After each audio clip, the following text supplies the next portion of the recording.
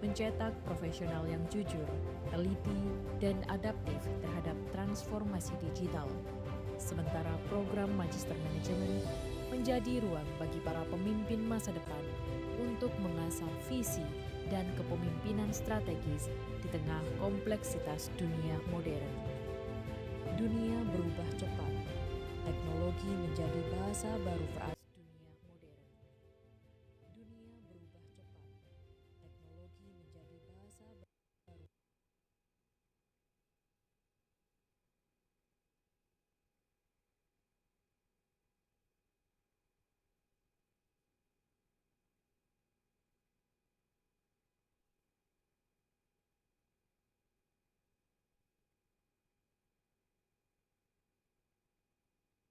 Recording in progress.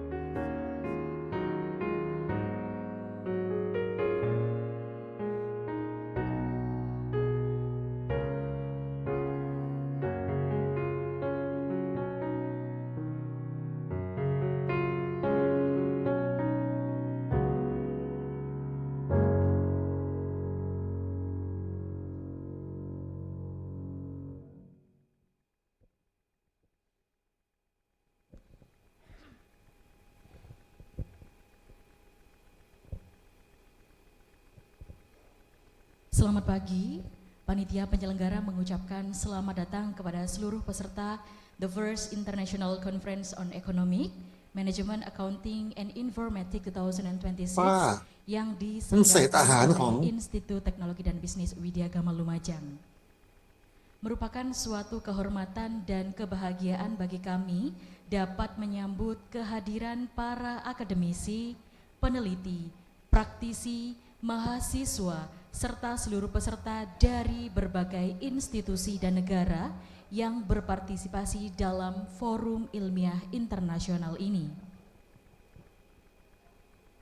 Konferensi ini diselenggarakan sebagai wadah untuk mempertemukan para ilmuwan, peneliti, dan praktisi dalam berbagi hasil penelitian, memperluas jejaring akademik, membangun kolaborasi internasional, serta mendiskusikan berbagai isu strategis di bidang ekonomi, manajemen, akuntansi, dan informatika dalam menghadapi dinamika perkembangan global.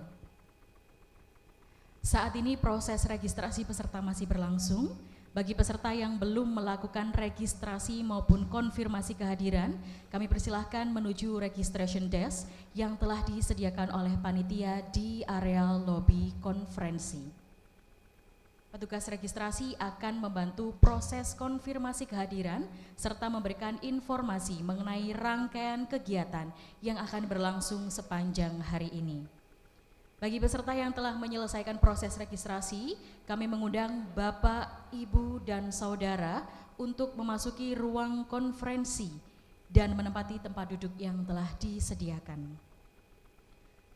Sembari menunggu dimulainya acara pembukaan, kami mengajak seluruh peserta untuk memanfaatkan kesempatan ini sebagai ajang membangun jejaring profesional, bertukar gagasan, serta menjalin komunikasi akademik dengan sesama peserta dari institusi dan negara.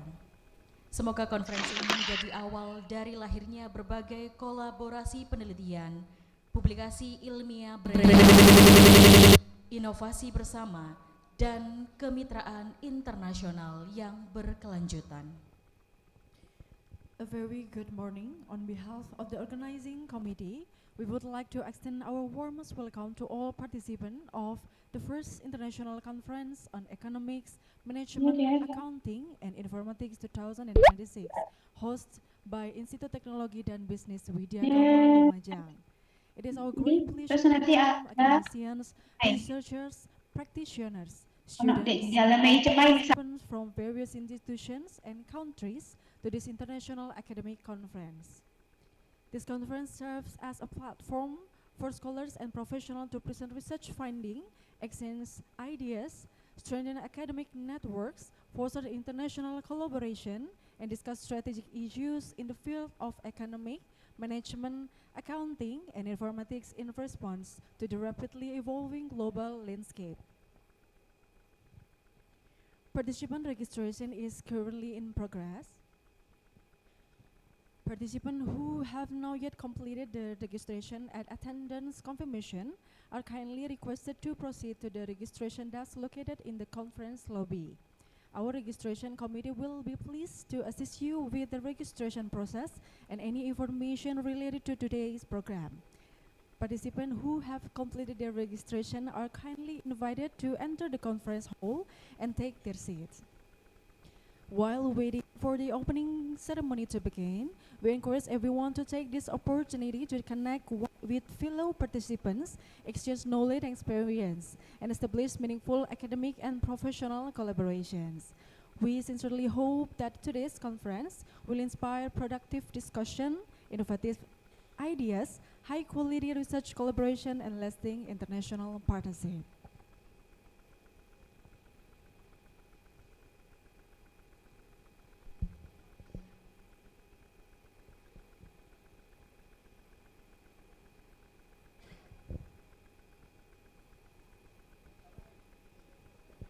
Hadirin yang kami hormati, sembari menunggu opening ceremony, marilah sejenak kita saksikan bersama persembahan oleh Parama Wiga.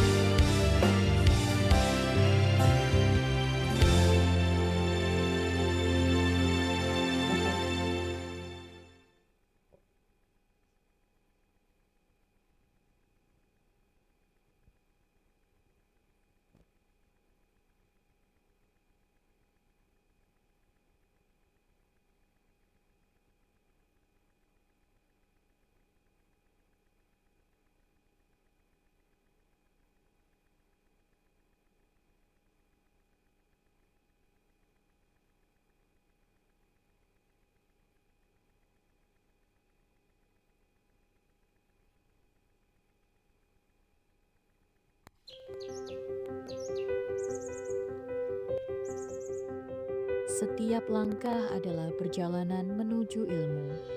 Setiap ilmu adalah jalan menuju kemajuan. Di sini kami belajar bukan hanya untuk bekerja, tapi untuk memahami makna kebermanfaatan. Disinilah semangat pengetahuan berpadu dengan nilai. Institut Teknologi dan Bisnis Widya Gama Lumajang, tempat menyalakan cahaya pengetahuan, membentuk insan yang berilmu, beretika, dan berdaya saing global. Sejak awal berdirinya, ITB Widya Gama Lumajang mengemban misi mulia, menghadirkan pendidikan yang relevan, terjangkau, dan bermakna bagi masyarakat. Kami meyakini bahwa pendidikan bukan sekedar proses belajar, tetapi perjalanan untuk menemukan potensi diri dan mengabdi kepada negeri. Dengan fondasi nilai integritas, inovasi, dan kolaborasi, kampus ini menjadi rumah bagi mereka yang ingin tumbuh, berkarya, dan menginspirasi. Di Fakultas Ekonomi dan Bisnis, kami tidak hanya mengajarkan teori. Kami membangun pemimpin yang berpikir strategis, berani, dan beretika. Program studi manajemen menumbuhkan kemampuan dalam merancang strategi, mengelola organisasi, dan menciptakan peluang. Program studi akuntansi mencetak profesional yang jujur, teliti, dan adaptif terhadap transformasi digital. Sementara program magister manajemen menjadi ruang bagi para pemimpin masa depan untuk mengasah visi dan kepemimpinan strategis di tengah kompleksitas dunia modern. Dunia berubah cepat, teknologi menjadi bahasa baru peradaban. Melalui program studi Informatika, Fakultas Teknik dan Informatika, kami menyiapkan generasi muda yang mampu berbicara dengan bahasa masa depan, bahasa data, inovasi, dan kecerdasan buatan. Karena di sini, teknologi bukan sekedar alat, tetapi jembatan menuju kemajuan manusia. Kampus ini bukan hanya tempat belajar, tapi ruang untuk menemukan diri dan menumbuhkan impian. Di lingkungan yang hijau dan nyaman, dengan fasilitas modern dan ruang diskusi yang terbuka, mahasiswa belajar untuk berpikir kritis, berkolaborasi, dan berinovasi. Di setiap sudut kampus ada semangat yang sama, semangat untuk terus tumbuh. Belajar di ITB Widya Gama Lumajang tidak berhenti di ruang kelas. Di sini, mahasiswa belajar memimpin, bekerja sama, dan berkontribusi melalui berbagai organisasi. BEM dan DPM menjadi ruang aspirasi dan kepemimpinan. HMJ Manajemen, Akuntansi, dan Informatika menjadi wadah pengembangan akademik dan kreativitas. Sementara berbagai unit kegiatan mahasiswa menjadi ladang subur bagi semangat, bakat, dan persaudaraan. Disinilah mahasiswa belajar menjadi manusia seutuhnya. Setiap langkah kecil yang kami ambil adalah bagian dari perjalanan besar.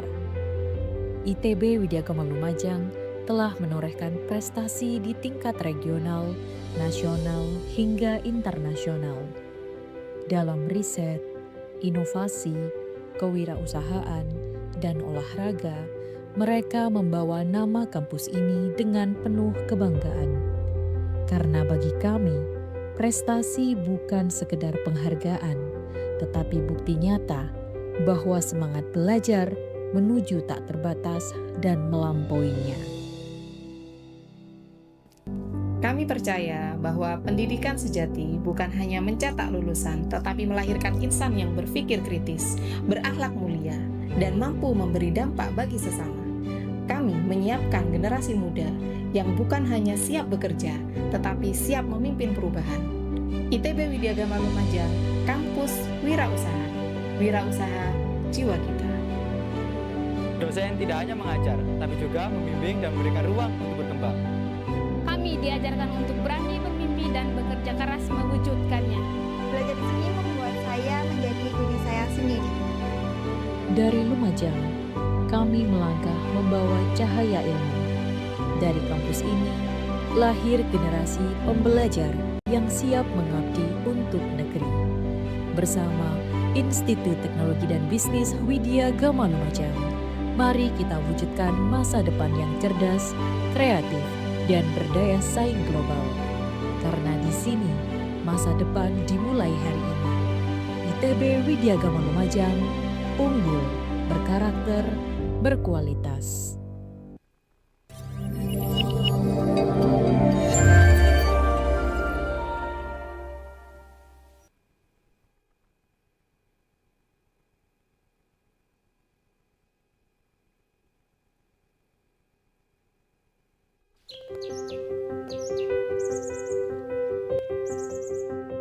Setiap langkah adalah perjalanan menuju ilmu. Setiap ilmu adalah jalan menuju kemajuan. Di sini, kami belajar bukan hanya untuk bekerja, tapi untuk memahami makna kebermanfaatan. Disinilah semangat pengetahuan berpadu dengan nilai. Institut Teknologi dan Bisnis Widya Gama Lumajang, tempat menyalakan cahaya pengetahuan, membentuk insan yang berilmu, beretika, dan berdaya saing global. Sejak awal berdirinya, ITB Widya Gama Lumajang mengemban misi mulia, menghadirkan pendidikan yang relevan, terjangkau, dan bermakna bagi masyarakat.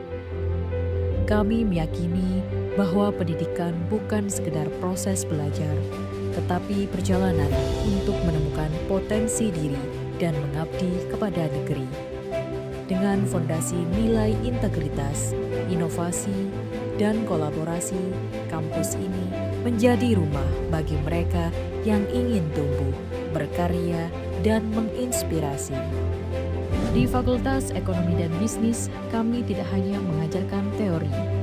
Kami membangun pemimpin yang berpikir strategis, berani, dan beretika. Program studi manajemen menumbuhkan kemampuan dalam merancang strategi, mengelola organisasi, dan menciptakan peluang. Program studi akuntansi mencetak profesional yang jujur, teliti, dan adaptif terhadap transformasi digital.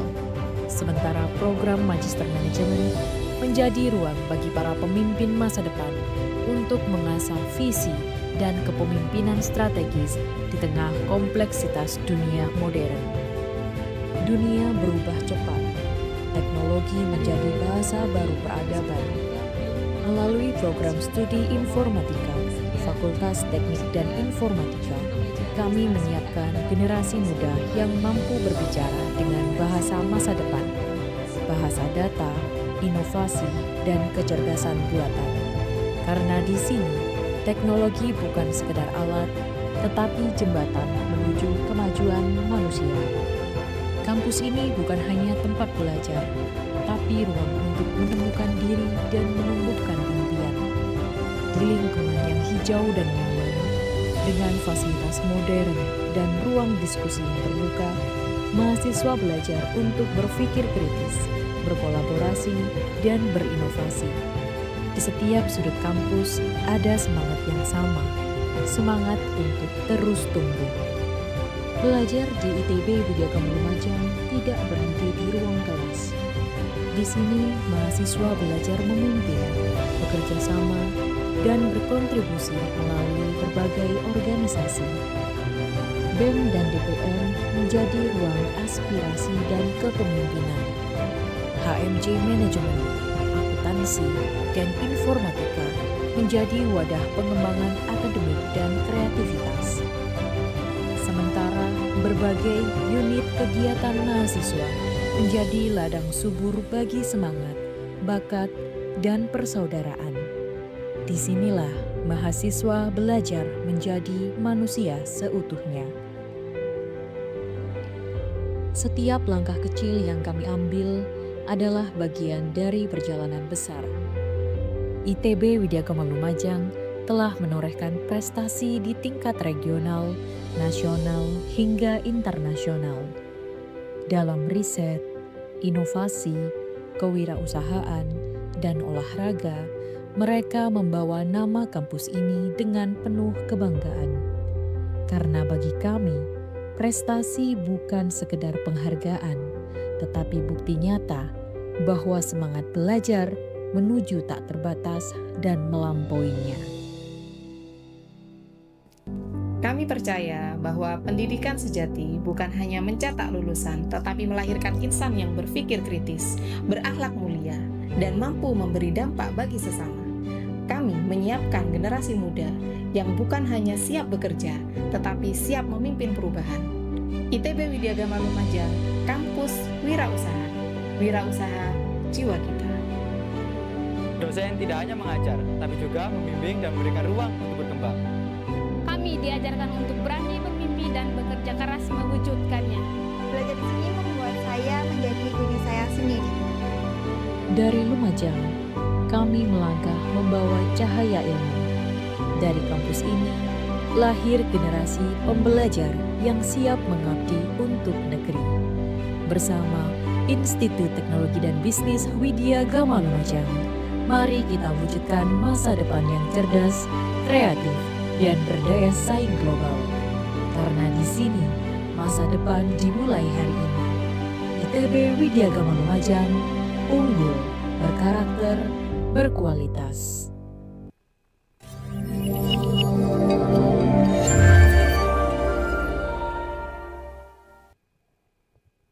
Hadirin yang kami hormati, mari kita saksikan bersama persembahan Parama Wiga.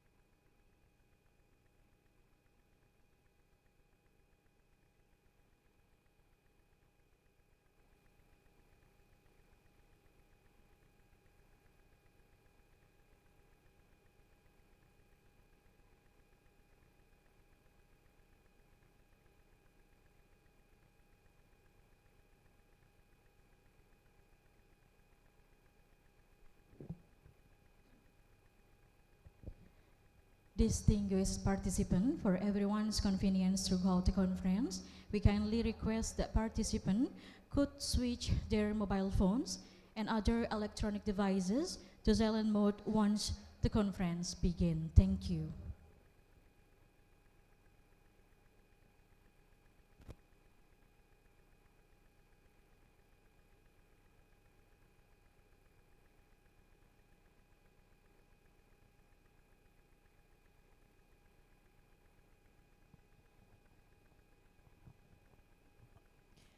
Hadirin yang kami hormati, dalam waktu kurang lebih 5 menit, opening ceremony the first International Conference and Economics Management Accounting and Informatic 2026 akan segera dimulai. Kami mengundang seluruh peserta untuk segera memasuki ruang konferensi dan menempati tempat duduk masing-masing. Terima kasih atas perhatian dan kerjasama Bapak, Ibu, dan Saudara sekalian.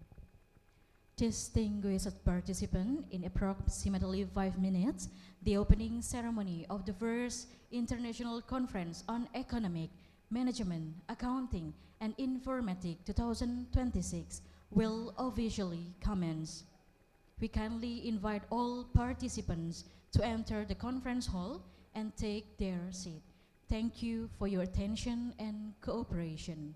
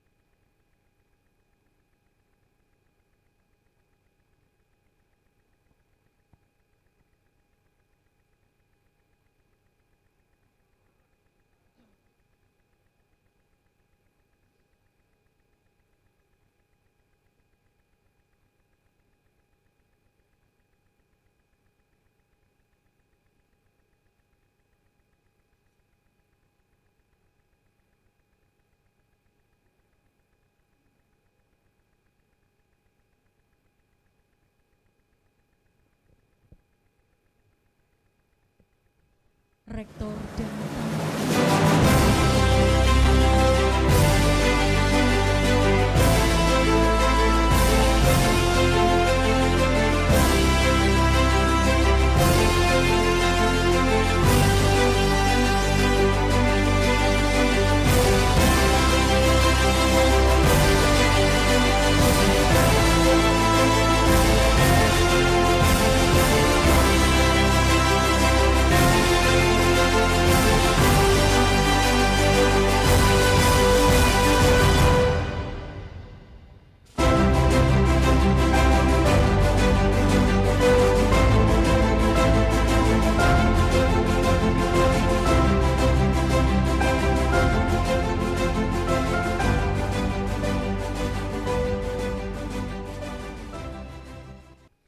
Hadirin yang kami hormati, untuk mengawali rangkaian opening ceremony pada hari ini, dengan bangga kami persembahkan sebuah pertunjukan tari tradisional berjudul Kembang Kenca. Tari Kembang Kenca merupakan sebuah karya tari kreasi baru yang terinspirasi dari keindahan hiasan bunga pada aksesoris jaran kenca, salah satu warisan budaya khas Kabupaten Lumajang, Jawa Timur.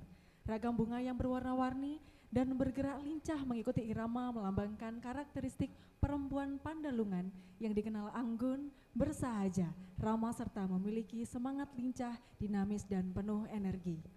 Distinguished ladies and gentlemen, to commence today's opening ceremony, we are delighted to present a traditional dance performance entitled Kembang Kenca.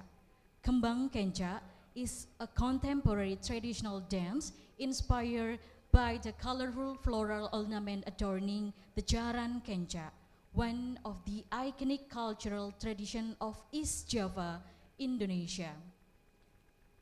The graceful and lively movement of the floral decoration symbolize the distinctive character of Pandalungan women who are known for being gentle, humble, friendly, energetic, and full of vitality.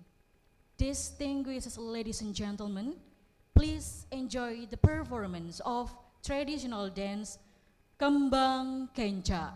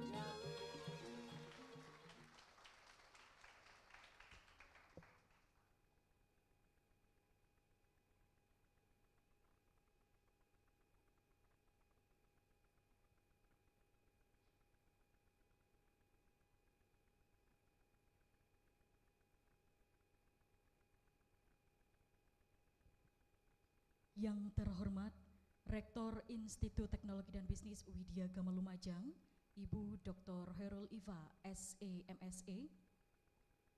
Yang kami hormati keynote speaker pada hari ini, Profesor Dr. Yusliza Mo Yusuf dari University Malaysia Terengganu. Invited speaker, Mr. Lam Nguyen MA dari Ho Chi Minh City University of Economic and Finance, Vietnam. Mr. Kom Pachinthorn dari Thai Global Business Administration Technological College, Thailand. Dr. Gibril Baji, HTZ, BA, MM dari the University of the Gambia. Dr. Kaisar Iqbal dari Al-Yamamah University, Saudi Arabia. Ketua Yayasan Pembina Pendidikan Semeru, Bapak Kasno SEMM beserta jajaran pengurus. Wakil Rektor Bidang Akademik, Ibu Fetri Setio Liundira, SEM Akun. Wakil Rektor Bidang Keuangan, SDM dan Umum, Dr. Ainun Jariah, SEMM. Wakil Rektor Bidang Kemahasiswaan, Alumni dan Kerjasama, Dr. Muhammad Hudi Setiobakti, SEMM. Para pimpinan perguruan tinggi, akademisi, peneliti, praktisi, mitra institusi, serta seluruh peserta The First International Conference on Economic, Management, Accounting, and Informatic 2026 yang kami banggakan. Assalamualaikum warahmatullahi wabarakatuh. Salam sejahtera bagi kita semua. Shalom, Om Swastiastu, Namo Buddhaya, salam kebajikan, selamat pagi dan salam hormat. Puji syukur kehadirat Tuhan Yang Maha Esa, karena atas limpahan rahmat dan karunia-Nya, kita dapat berkumpul pada pagi hari ini dalam keadaan sehat untuk mengikuti kegiatan The First International Conference on Economic, Management, Accounting, and Informatic 2026. Konferensi ini merupakan forum ilmiah internasional yang diselenggarakan sebagai sarana untuk mempertemukan akademisi, peneliti, praktisi, mahasiswa, dan para pemangku kepentingan dari berbagai negara dalam berbagi hasil penelitian, bertukar gagasan, memperkuat jejaring akademik, serta membangun kolaborasi yang berkelanjutan di bidang ekonomi, manajemen, akuntansi, dan informatika.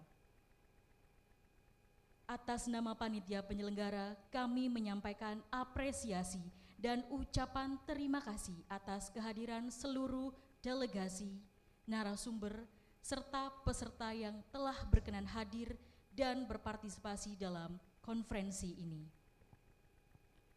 Distinguished Rector of Institut Teknologi dan Bisnis Widya Gama Lumajang, Dr. Khairul Ifa, SEMSE, the Honorable our distinguished keynote speaker, Professor Dr. Yusliza Mo Yusuf from University Malaysia Terengganu, our esteemed invited speaker, Mr. Lam Nguyen MA from Ho Chi Minh City University of Economics and Finance, Vietnam, Mr. Kom Pachinthorn from Thai Global Business Administration Technological College, Thailand, Dr. Gibril Baji, HTZ BA, MM from the University of the Gambia, Dr. Kaisar Iqbal from Al-Yamamah University, Saudi Arabia, the Chairman of Yayasan Pembina Pendidikan Semeru, Mr. Kasno, SEMM, the Vice Rector of Academic Affairs, Ms. Fetri Setio Liundira, SEM Akun, the Vice Rector of Finance, Human Research and General Affairs, Ms. Dr. Ainun Jariah, SEMM, the Vice Rector for Students Affairs, Alumni and Cooperation,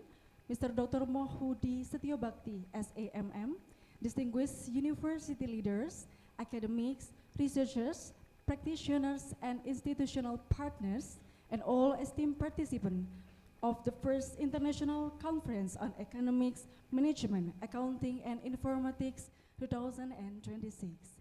Assalamualaikum warahmatullahi wabarakatuh. Waalaikumsalam Salam sejahtera bagi kita semua. Salam Om Swastiastu, Namo Buddhaya, Salam Kebajikan. Good morning. On behalf of the organizing committee, it is our great honor to warmly welcome all distinguished guests, speakers, and participants to the first International Conference on Economics, Management, Accounting, and Informatics 2026. This conference provides an international platform for scholars, researchers, professionals, policymakers, and students to exchange research findings, discuss emerging issues, strengthen academic networks, and establish meaningful collaborations that contribute to sustainable global development. We sincerely appreciate your presence and participation, which reflect our shared commitment to advancing knowledge, innovation, and international academic cooperation.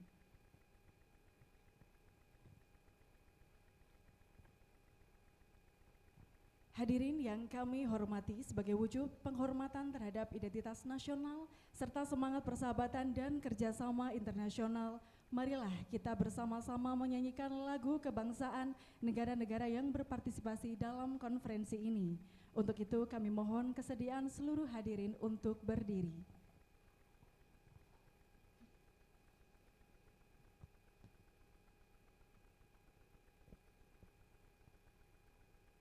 The National Anthem of Republik Indonesia.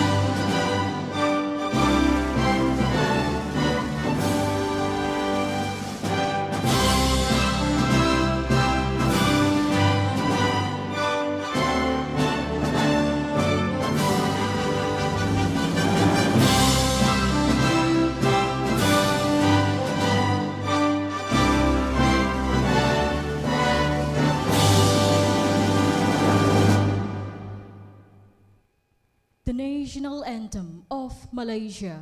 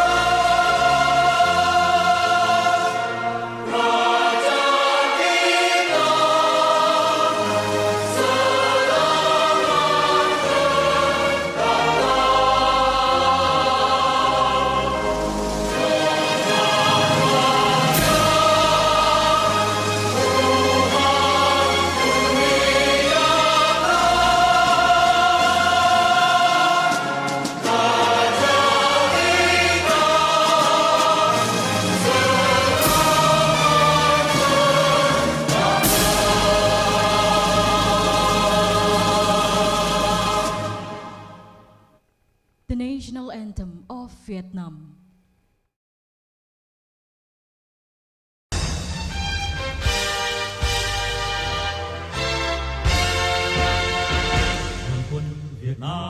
đi chung lòng yêu quốc, bước chân dồn vang trên đường ân người xa.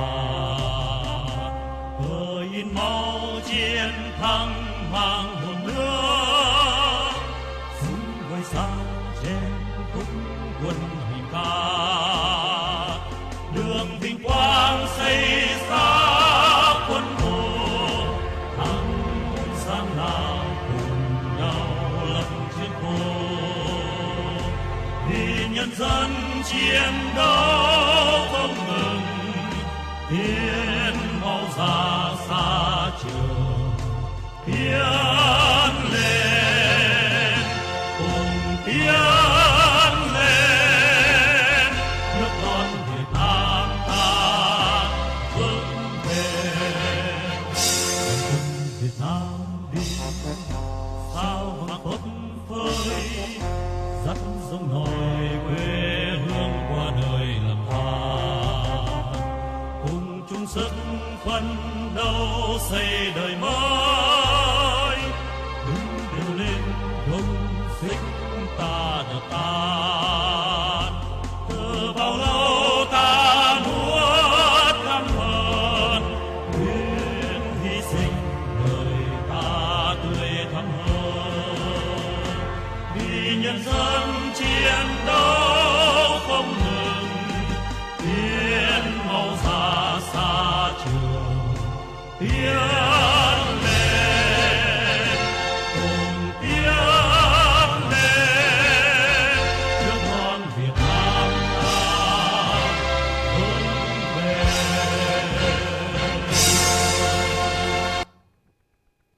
National Anthem of Thailand.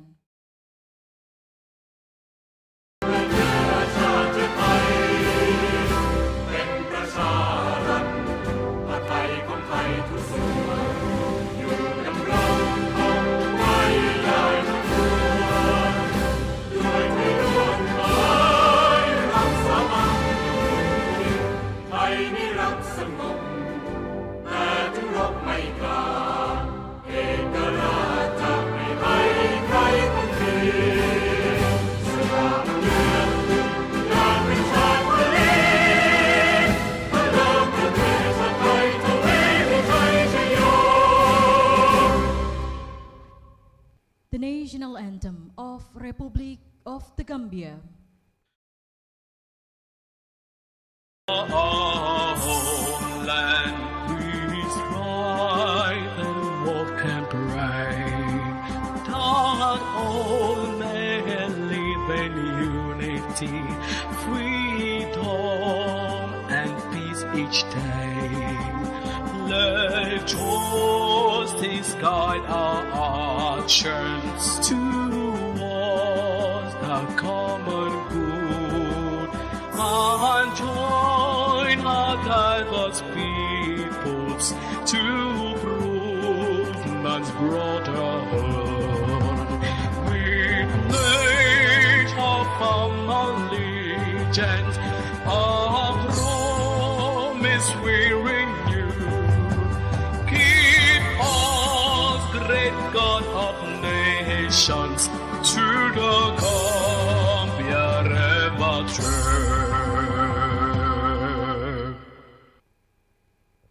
The National Anthem of Saudi Arabia.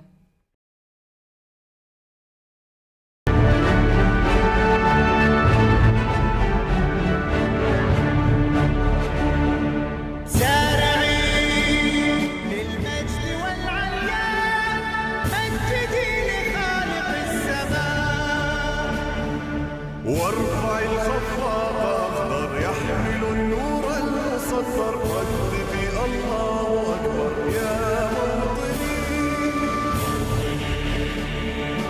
عشت فخر المسلمين عاشا للعلم والوطن. زارعين للمجد والعليا، مجدي لخالق السماء. وارفع الخفاق أخضر يحمل النور المصفر، رددي الله أكبر يا موطني. عشت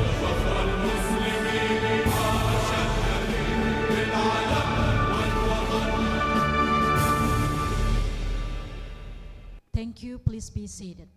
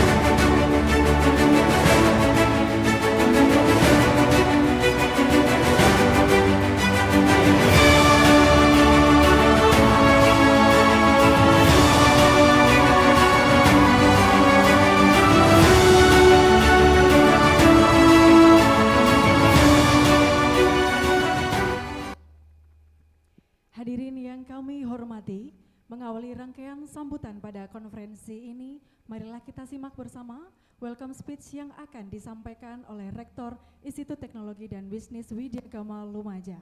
Distinguished ladies and gentlemen, to begin the series of addresses at the conference, it is our great honor to invite Director of Institut Teknologi dan Bisnis Widya Gama Lumajang to deliver the welcome speech. May I respectfully invite Dr. Hairul Ifa, SAMSA, to the podium.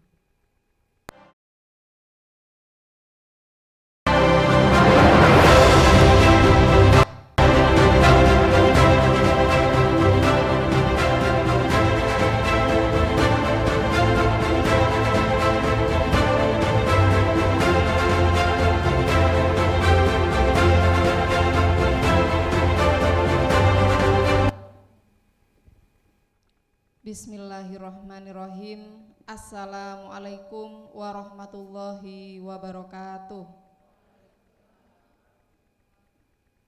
A very good morning, Your Excellency, the Deputy Governor of East Java Province, Dr. Emil Elistianto Dardak, Bibus MSc, our distinguished keynote speaker, Professor Dr. Yusliza Moh Yusuf from University Malaysia Terengganu.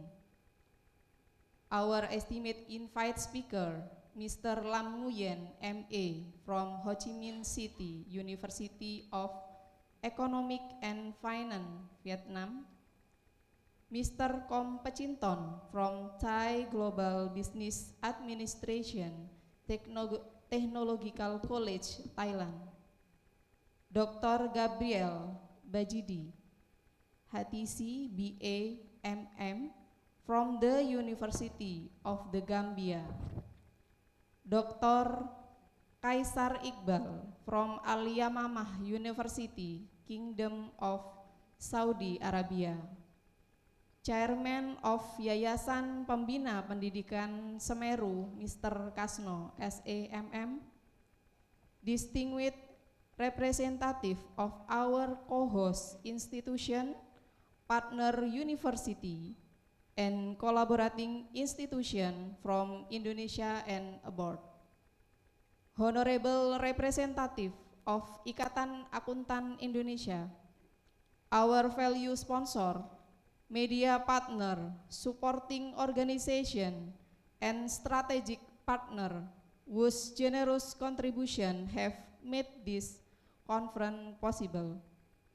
Distinguished Vice Rector, Dean, Head of Study Program, Professor, Researcher, Academician, lectionaries, student, presenter, and all participants join us on site at Institut Teknologi dan Bisnis Widyagama Lumajang, as well as those participating virtually from around the world. Ladies and gentlemen, let us express our sincere gratitude to Allah Subhanahu wa Ta'ala for His abundant blessing and grace, which allow us to gather today in a good health and high spirit for the first international conference on economic management, accounting, and informatic 2026. On behalf of the entire academic community of Institut Teknologi dan Bisnis Widyagama Lumajang, it is my great honor and privilege to extend our warmest welcome and deep appreciation to all keynote speaker, invite speaker, distinguished guests, researcher, academician, fractionaries, partner universities, professional organization, sponsor, media partner, and participant from across the globe. Merupakan suatu kebanggaan sekaligus suatu kehormatan bagi kami dapat menyelenggarakan ICEMAI tahun 2026, tentunya dalam format hybrid conference yang mempertemukan para ilmuwan, akademisi, peneliti, praktisi, mahasiswa tentunya, dan pelaku industri dari berbagai negara. Kehadiran Bapak dan Ibu sekalian, baik secara langsung maupun melalui platform digital, mencerminkan bahwa perkembangan teknologi telah membuka ruang kolaborasi yang semakin luas, sehingga batas geografis dan perbedaan zona waktu tidak lagi menjadi penghalang dalam membangun jejaring akademik global. Distinguished guests, the organization of ICEMAI 2026 marked an important milestone in the internationalization journey of Institut Teknologi dan Bisnis Widyagama Lumajang. We are truly grateful for the remarkable enthusiasm and trust demonstrated by our academic partner and participant. Tahun ini kami mendapatkan kepercayaan dari 11 perguruan tinggi yang tentunya bergabung sebagai co-host institusi, menghadirkan 5 pembicara internasional. Nah, ini plus dulu ya. Yang tentunya terdiri dari 1 speaker dari Malaysia, dari UMT, dan 4 invite speaker dari 4 negara, kemudian menerima 115 artikel ilmiah yang akan dipresentasikan dalam sesi paralel, serta 45 proposal international business plan competition yang merepresentasikan kreativitas dan inovasi generasi muda. Konferensi ini juga memperoleh dukungan dari 4 sponsorship. Yang pertama yakni Bank Indonesia, BRI, Gigi Indonesia, dan Lumajang Go. Aplaus untuk kita semua. Yang tentunya menunjukkan strategi antara dunia pendidikan dan dunia usaha dalam mendukung pengembangan ilmu pengetahuan dan inovasi. For us, this achievement represent for more than numerical milestone. They reflect a growing culture of collaboration, mutual trust, and collective commitment to building a more innovative, inclusive, and globally connected academic ecosystem. Hadirin yang saya hormati, tema yang kita usung pada konferensi ini yakni Increasing Sustainable Business Talk, Digital Innovation and Global Collaboration merupakan refleksi atas dinamika dunia yang terus mengalami perubahan yang sangat cepat dan kompleks. Saat ini kita memasuki era di mana transformasi digital berkembang secara eksponensial. Artificial intelligence, big data, Internet of Things, finansial teknologi, dan berbagai inovasi digital lainnya telah mengubah cara kita belajar, bekerja, berbisnis, serta mengambil keputusan. Bersamaan dengan itu, dunia juga menghadapi tantangan besar berupa ketidakpastian ekonomi, perubahan iklim, disrupsi industri, krisis energi, serta meningkatnya tuntutan terhadap praktek bisnis yang lebih bertanggung jawab dan berkelanjutan. These realities remind us that future success can no longer be measured solely by economic growth. Sustainable development require balanced progress that integrate innovation, environmental responsibility, ethical governance, social inclusion, and long-term economic resilience. Oleh karena itu, keberlanjutan harus dipandang sebagai tanggung jawab kita semua. Sementara itu, inovasi digital tidak hanya dimaknai sebagai kemampuan mengadopsi teknologi baru, tetapi juga sebagai kemampuan mengembangkan cara berpikir yang kreatif, adaptif, dan berorientasi pada penyelesaian masalah. Namun demikian, sebesar apapun kemajuan teknologi, tidak ada inovasi yang mampu berkembang tanpa adanya kolaborasi. Sejarah telah membuktikan bahwa berbagai penemuan besar lahir dari semangat berbagai pengetahuan, bertukar pengalaman, serta membangun kerjasama lintas disiplin ilmu dan lintas negara. Inilah esensi yang ingin kami bangun melalui ICEMAI 2026. Aplaus dulu untuk kita semua ya.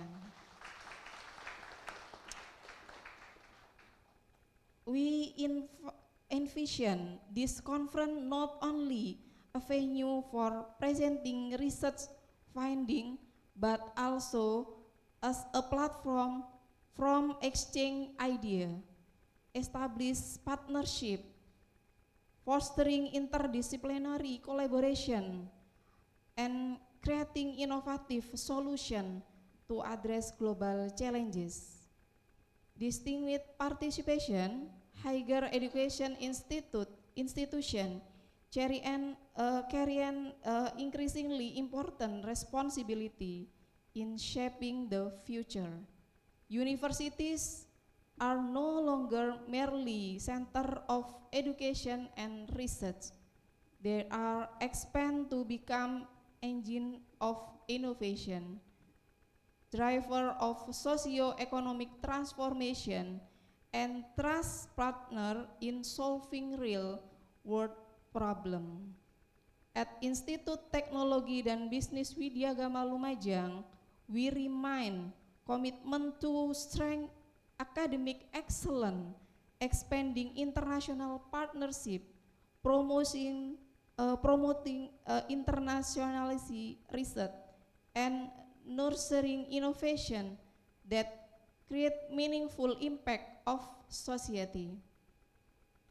Melalui penyelenggaraan ICEMAI tahun 2026, kami berharap akan lahir berbagai penelitian kolaboratif, publikasi ilmiah bereputasi internasional, program pertukaran dosen dan mahasiswa, pengembangan inovasi bisnis, serta kemitraan strategis yang mampu menjawab kebutuhan masyarakat di masa depan.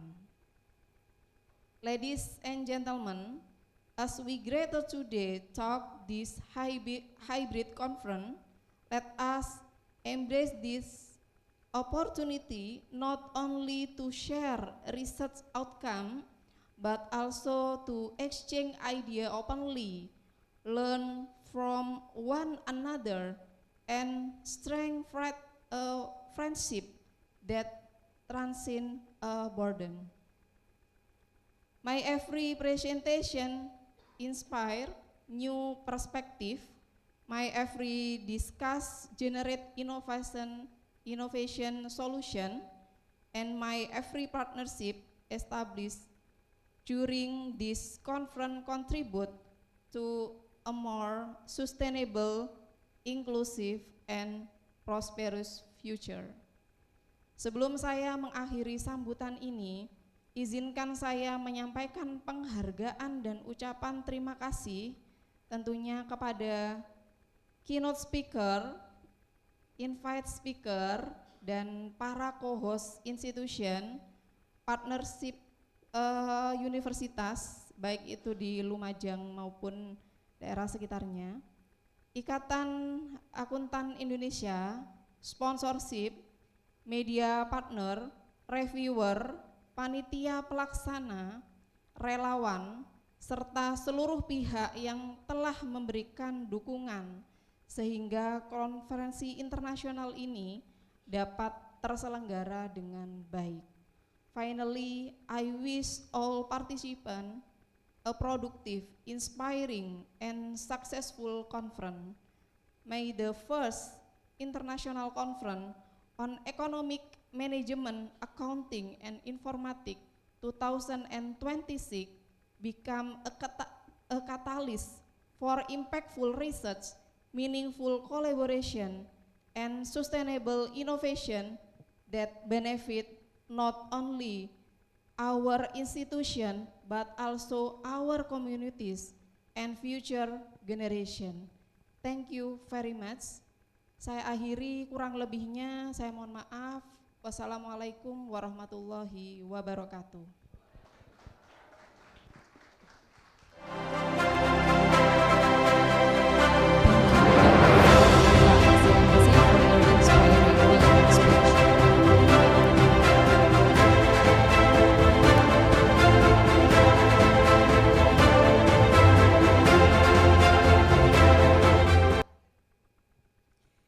Hadirin yang kami hormati, sebelum kita memasuki sesi ilmiah utama, sebagai bentuk apresiasi atas kontribusi, dedikasi, ilmu pengetahuan yang telah dibagikan kepada seluruh peserta konferensi, selanjutnya kita akan memasuki agenda penyerahan sertifikat penghargaan kepada keynote speaker secara simbolis. Kemudian selanjutnya penyerahan sertifikat co-host sebagai bentuk penghargaan dan apresiasi kepada institusi mitra yang telah memberikan dukungan, komitmen, serta kontribusi nyata dalam menyukseskan penyelenggaraan The First International Conference on Economics, Management, Accounting, and Informatics 2026. Distinguished ladies and gentlemen, as a token of our sincere appreciation for the valuable knowledge, expertise, and inspiration shared for today's conference, we will now proceed with the symbolic presentation of the keynote speaker appreciation certificate.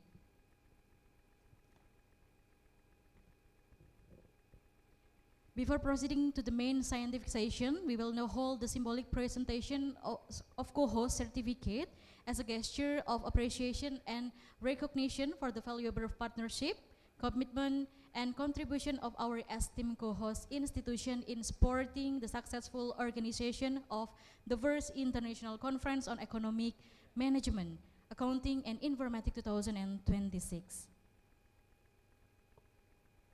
May I kindly invite the Rector of Institut Teknologi dan Bisnis Widagama Lumajang and Profesor Dr. Yusliza Moh Yusuf to come forward.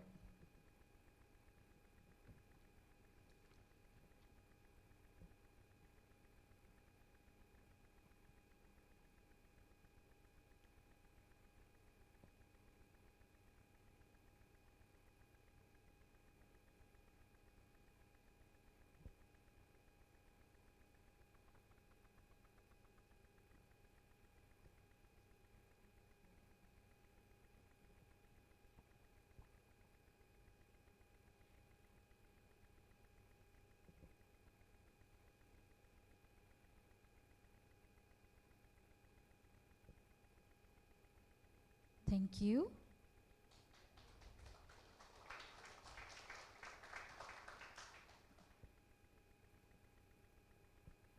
May I kindly invite the representative of the following institution of co-host from Institut Bisnis dan Informatika Kesatuan Bogor.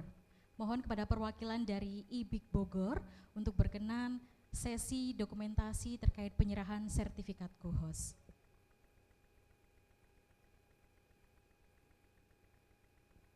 Turut mengundang perwakilan dari IBIK Bogor untuk menerima sertifikat sebagai co-host.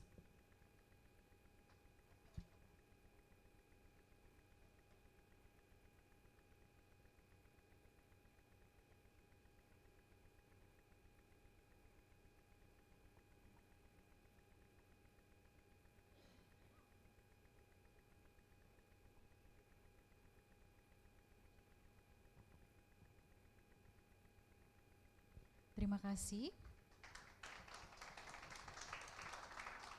Mohon berkenan di tempat, Bapak Ibu.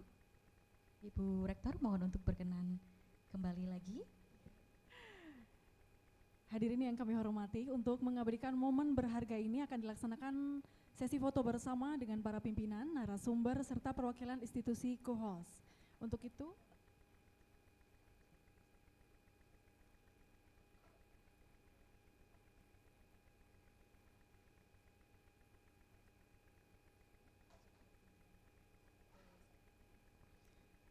baik, untuk itu kami turut mengundang Ketua Yayasan Pembina Pendidikan Semeru beserta jajaran. We kindly invite the keynote speaker for today, Profesor Dr. Yusliza Mohyusuf, to take documentation again. Turut mengundang juga para wakil rektor Institut Teknologi dan Bisnis Widakama Lumajang untuk mengambil sesi dokumentasi secara bersama-sama. We kindly invite Prof. Zikri to take a documentation together.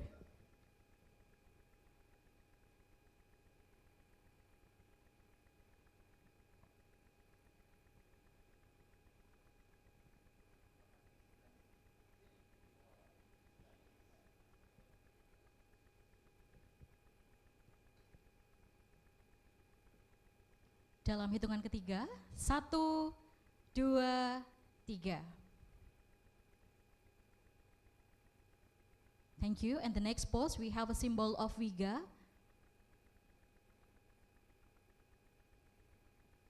Dalam hitungan ketiga, 1, 2, 3.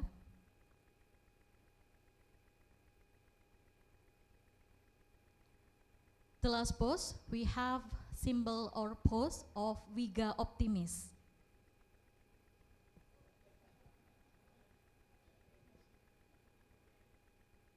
Satu, dua, tiga. And the last, please being free pose. Gaya bebas, Bapak Ibu, mohon berkenan untuk gaya bebas.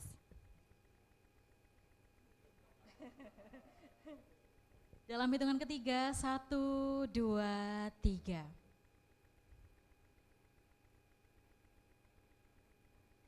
Thank you. May I kindly invite Director, Chairman of Yayasan Pembina Pendidikan Semeru, Profesor Dr. Yusliza, Prof. Zikri, and the representative of co-host institution to return their seat.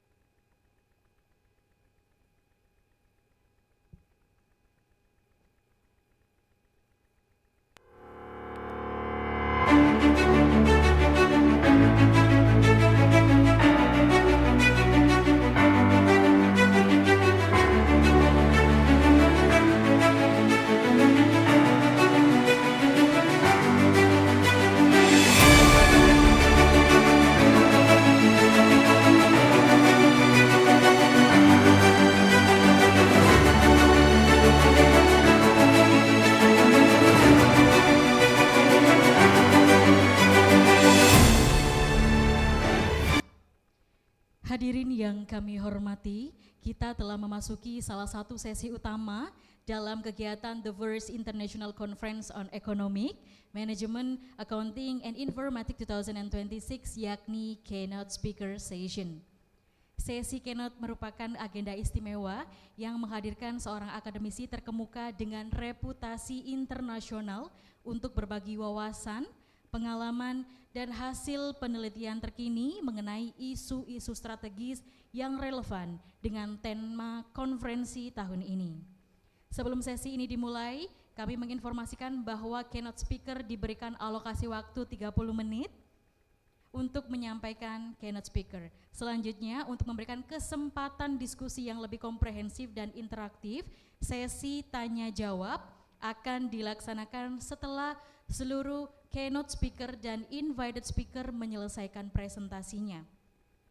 Oleh karena itu, kami mengundang seluruh peserta untuk mencatat setiap pertanyaan atau tanggapan yang ingin disampaikan dan menyampaikannya pada sesi diskusi bersama di akhir rangkaian presentasi. Hadirin yang kami hormati, merupakan suatu kehormatan bagi kami untuk memperkenalkan keynote speaker pada konferensi hari ini. Beliau adalah Profesor Dr. Yusliza Moh Yusuf dari University Malaysia Terengganu. Sebelum beliau menyampaikan keynote speaker, izinkan kami membacakan profil singkat beliau. Profesor Dr. Yusliza Moh Yusuf merupakan profesor pada Department of Marketing, Faculty of Business, Economic and Social Development, University Malaysia Terengganu. Doctor of Philosophy or PhD in Administrative Science dari University Teknologi Mara, UITM Malaysia dengan bidang keahlian Human Resource Management, Organizational Behavior, Green Human Resource Management, dan Artificial Intelligence in Human Resource Management. Sebagai akademisi yang diakui di tingkat internasional, Profesor Yusliza telah menghasilkan lebih dari 140 publikasi ilmiah pada jurnal bereputasi internasional yang terindeks Scopus dengan lebih 5.400 citasi dan Scopus H Index sebesar 32. Beliau juga aktif sebagai keynote speaker, editor, reviewer, serta peneliti dalam berbagai kolaborasi akademik internasional. Atas dedikasi dan kontribusinya dalam bidang pendidikan tinggi dan penelitian, beliau telah menerima berbagai penghargaan akademik serta diakui sebagai salah satu peneliti produktif di bidang manajemen sumber daya manusia dan keberlanjutan. Distinguished ladies and gentlemen, we have now arrived at one of the most anticipated session of the first International Conference on Economic Management, Accounting and Informatics 2026, the keynote speaker session. This keynote session features a distinguished scholar whose outstanding academic contribution and international reputation have significantly advanced research and innovation in the field of human resource management, organizational development, and digital transformation. Before we begin, kindly be informed that our keynote speaker has been allocated 30 minutes to deliver the presentation. To ensure the smooth flow of the conference and to facilitate a more comprehensive academic discussion, the Q&A session will be conducted after all keynote and invited speaker has completed their presentation. Therefore, we kindly invite all participants to take note of any question or comments during the presentation and reserve them for the joint discussion session at the end of the plenary presentation. Distinguished ladies and gentlemen, it is my great honor and privilege to introduce our distinguished keynote speaker for today's conference. Our keynote speaker is Professor Dr. Yusliza Moh Yusuf from University Malaysia Terengganu. Before inviting her to the podium, allow me to briefly introduce her distinguished academic profile. Professor Dr. Yusliza Moh Yusuf is a professor in the Department of Marketing, Faculty of Business, Economics and Social Development, University Malaysia Terengganu. She earned her Doctor of Philosophy PhD in Administrative Science from University Teknologi Mara UITM Malaysia, and her areas of expertise include human resource management, organizational behavior, green human resource management, and artificial intelligence in human resource management. As an internationally recognized scholar, Professor Yusliza has authored more than 140 publications in the Scopus Index International Journal. receiving over 5,400 citations with a Scopus H index of 32. She is also actively engaged as a keynote speaker, journal editor, reviewer, and researcher in numerous international academic collaborations. In recognition of her outstanding contribution to higher education and research, Professor Yusliza has received numerous academic awards and is widely acknowledged as one of the leading scholars in the field of human resource management and sustainability.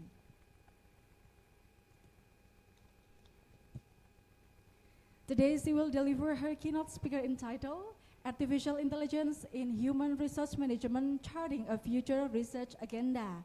Distinguished ladies and gentlemen, please join me in extending a warm welcome to our distinguished keynote speaker, Professor Dr. Yusliza Yusuf. You are kindly invited to deliver your remarks.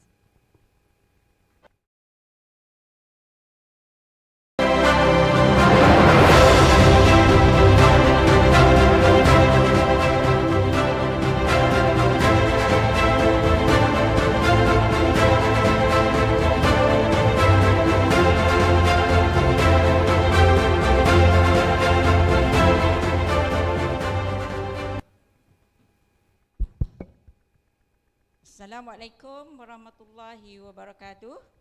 Waalaikumsalam warahmatullahi And a wabarakatuh. very good morning. Good morning. Thank you so much, Chair Lady of the conference today. Yang dihormati, yang berbahagia, Dr. Khairul Ifa, Rektor ITB, Timbalan Rektor, Pengarah, Dekan-Dekan, Wakil Dekan, pengurusan tertinggi, dosen-dosen, mahasiswa dan semua audiens yang saya hormati pada pagi ini, yang tidak saya lupakan juga kepada Ketua Yayasan ITB yang banyak membantu ITB sehingga ke hari ini. Okay, Assalamualaikum warahmatullahi wabarakatuh sekali lagi. I really appreciate and very happy to have this kind of invitation to share my knowledge regarding the topic of artificial intelligence in human resource management. Sebelum saya teruskan my sharing session, I would like to give one pantun to all of you. Surabaya, kota pahlawan, gagah. Semeru memanggil dari kejauhan. Hatur nuhun, undangannya berkah. Amanah ini sebagai keynote saya emban dengan harapan.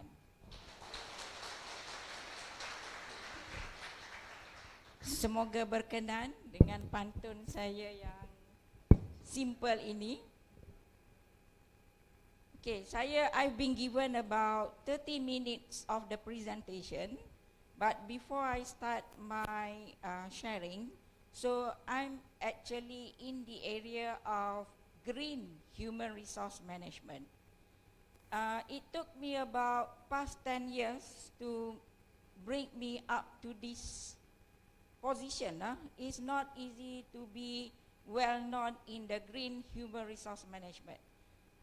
So oleh itu for today, so I predicted, saya menjangkakan topik pada hari ini, AI in sumber daya manusia akan menjadi sesuatu yang hebat untuk 5 tahun yang akan datang. Seperti mana saya telah membuatkan riset dalam bidang green human resource management, the impact of the topic is after 5 to 10 years.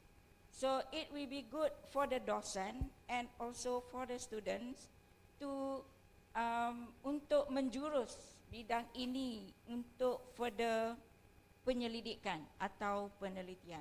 So I can promise you, you will become someone in one day if you try to be in this topic. AI, which is I agree with Dr. Rector, Dr. Khairul just now, is all about big data, IR 5.0, IoT, and perhaps I'm having the discussion with the Dean of Computer Science. This is a very promising area. where you merge the technology aspect with your area. Okay. So the topic is actually what will be the future research agenda in this topic. So as an introduction, next slide. So now we need to understand what is actually the meaning of AI in human resource management. Some of the keywords of the term that has been said by Ibu Rector just now, AI is actually you are transforming the human resource management, the Vice Rector SDN pun ada di sini, by enhancing, that I agree with Ibu Rector just now, to enhance the efficiency, to enhance the decision making, and you have to you have to make sure people are engaged in various human resource function. Okay, as you can recall what have you learned during your S1, HR function ini terdiri daripada recruitment, selection, training, and etc. So here in the slide, the three things that very important nowadays related to the three keyword: efficient, how you decide in anything that you have made every day, as well as how you make sure the people are engaged in the workplace. So next, how AI can be applied in the workplace. Okay, next slide. Okay, AI is actually an integrated process where it improves efficiency, and with this kind of technology, it can reduce bias. For example, how you select 5 or 6 keynote or invited speakers.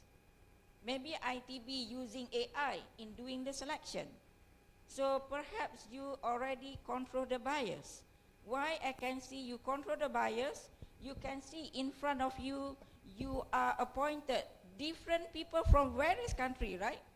From Malaysia, from Thailand, Vietnam, Arab Saudi, and Gambia. So mean it fair and square, not only from Indonesia alone, not from Malaysia. That one is part of human AI.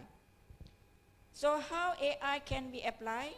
First thing first is through recruitment and talent acquisition.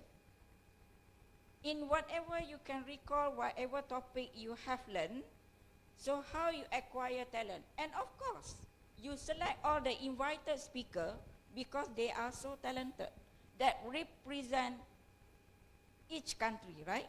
Ibu? Betul kan? So AI tools, maybe you are using AI algorithm.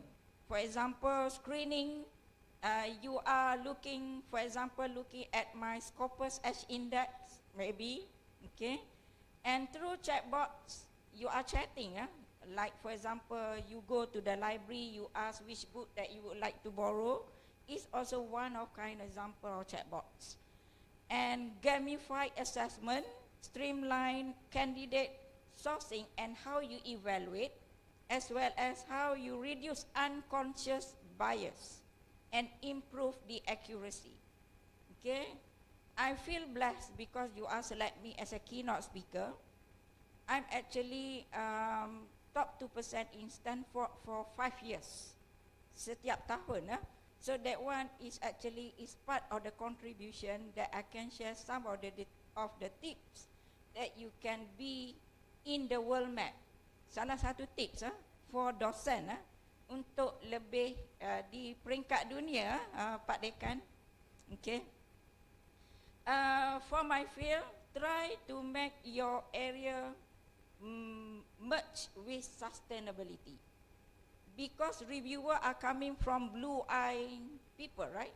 So they are menyokong sustainable development goals by United Nations.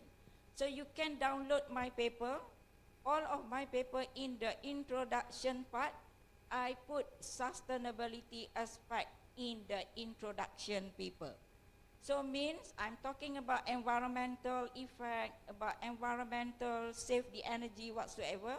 So that's bring me to be part in the world map. So one tip for the to be in the world class researcher.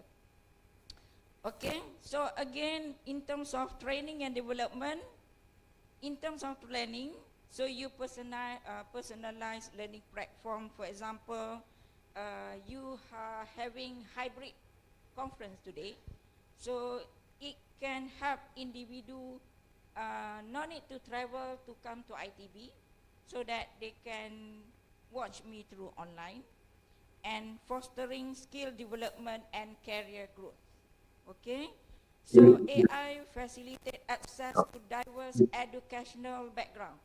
Maybe you have sekolah menengah ataupun S2, maybe S3 from all around the world that can improve employee moral and engagement. So here I agree with Ibu Rector, you need to collaborate. Okay, start small in order to give big impact. So maybe one day dosen-dosen di hadapan saya ataupun students S2 or S3, maybe S1 as well, sit next to my name in the publication or research. Okay, the spillover effect is to you. People are looking for Liza, but when you co-author with me, suddenly your citation become also being cited, because they are looking for Liza. But because you are co-author with Liza, and then your H index akan impact juga. So that one is second tips that I can give. So I'm also learning from my guru, Professor Chabel Joseph from France. During my earlier career in academician, those kind of strategy, it really helps. So that's the experience that I learned from the guru. In terms of performance management, so in terms when you are perform better, it gives you real-time feedback. Okay, in sumber daya manusia, you have technology, so they can tell you whether or not you achieve or not certain KPIs in a year. For example, you're not achieving 5 papers in a year. Maybe they give you red signal, you have one more paper to go. So that one is also predictive insight into employee performance, so that you can make decision making. So today is already July. So how many papers you still need to chase in order for you untuk gaji naik? Mungkin gaji you tak naik-naik, then you feel relaxed. Nanti you kena jawab dengan Tuhan esok-esok. Gaji masuk tapi KPI tak capai. What you can do, you need strategize, maybe approach people from outside Indonesia to collaborate to help you to achieve KPI. Employee engagement and retention, AI tool enhance employee satisfaction, so that when everything in technology, everything in one single click, perhaps my slide today I'm using AI as well. So if you do on your own, dan pastinya black and white your punya slide. Okay, so it improve your confidence. People are looking at your slide, is very attractive or not. Okay, so benefit, of course, efficient. Okay, save time, save energy, as well as save cost. But definitely dia akan melibatkan cost. So but you have to sacrifice. So in your life, there's always win-lose situation in order for you to win. Alright, so here in the slide you can see the different why AI is really helpful in your life. Perhaps ini adalah topik riset saya sekarang for the last 3 years. So this is my prediction. You can go further in the next 5 years with impactful publication. Personalization and also data-driven insight. Semua orang nak data. You cannot omong kosong. Saya ada H index 32. So mana bukti? So Scopus is part of AI, and you can in one single click you can open my Scopus. Okay, your friend's Scopus. So everything must be proven. Okay, so predictive analytics and machine learning that can enhance decision making and try to plan your workforce. Next slide. Okay, so because I'm in Indonesia, so I would like to share what is happening AI in human resource management in this country. Okay, so before I proceed, the information I got is from Scopus AI, not from ChatGPT, not from Copilot. So informasi ini adalah boleh dipercayai. So oleh itu, so now let's see what is the condition AI in HRM in your country. Okay, in terms of performance management. Next slide. Okay, in terms of performance management, AI normally has been used and analyze employee performance data, identify pattern and red flag to inform strategies how you coach people. Saya tengok Indonesia banyak je kursus-kursus berkaitan coaching. And then buat online coaching, AI coaching nowadays as compared to Malaysia. Sebab I'm also in a coaching field, so I can see the difference. So Indonesia rancaknya melakukan coaching. Okay. Feedback. Indonesia, kalau saya datang ke bagi talk dekat Indonesia, pastinya banyak soalan akan ditanya. So you like real time feedback and how you evaluate based on the answers you get. So this data actually can predict whether or not you are so talented questions, whether you are reading or you are maybe trap the speaker. Ada juga so test the speaker. So in terms of succession planning, making AI is a game changer. Macam Ibu Rektor ada sebut tadi, soalannya slide saya tu banyak beliau AI untuk saya dapat membaca fikiran di slide saya.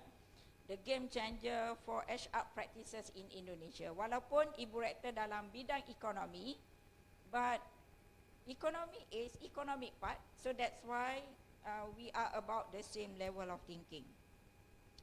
Then that's why in terms of recruitment and SOP development, okay, banyak perdebatan, there's a lot of discussion regarding MSME di Indonesia. Mungkin rakyat jelatanya ramai, so oleh itu sambutan MSME sangat baik di Indonesia. Apabila speaker luar ataupun speaker Indonesia datang, actually they are love to learn this kind of technology because they trust the credible person who give the information, so they like lot of challenges. So kebanyakan saya attend community service, ramainya wanita suka belajar berkaitan dengan teknologi dan AI because they know bias can be reduced when you are using this kind of information. Paling simple, you can use ChatGPT dalam membuat surat. Okay, let's say you want to apply for hibah and then you don't know the language, and then you give prompt to the AI to provide you the sample letter. And in terms of decision making in Indonesia, they focus on more strategic level now, okay, and people-centric activity. So that's why I can see in front of me, so I feel engaged with all of you because you are people-centric. Cooperation, you are love to learn. And again, it provides the data insight for me, so I'm also processing, so I can see later you can make better decision after my talk. Maybe you want to be next to my name in the publication. You are processing and then focus memberi perhatian terhadap materi saya. So again, you can enhance employee satisfaction and finally productivity. So what are the challenges based on Scopus AI information in Indonesia? Resource and skill gap. Mungkin rakyatnya ramai tapi duitnya tak cukup. So minta dengan bapa yayasan ni, ITB, proposalnya haruslah cantik ya. So gunalah AI. Okay. So resource-nya mungkin you nak challenge bapa yayasan ni tak boleh kerana very experienced person. So that's why you need to collaborate with people from computer science. Okay. Your proposal not only from the management area only, no, cannot. So you kena collaborate with dekan, Fakultas Informatika, how AI specialists and high adoption of cost, reduce cost in sufficient scale. Okay, ada saya tanya dosen-dosen, pernah ke Malaysia, ke ibu dan bapa? Ada yang belum pernah.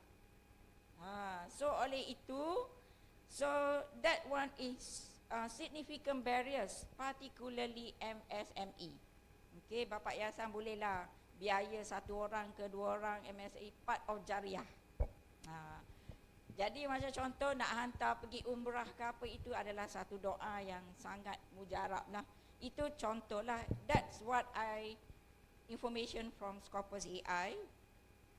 Ethical concern ni memang when you dealing with technology, the data privacy every day ada je issue of privacy, cyber security, cyber attack.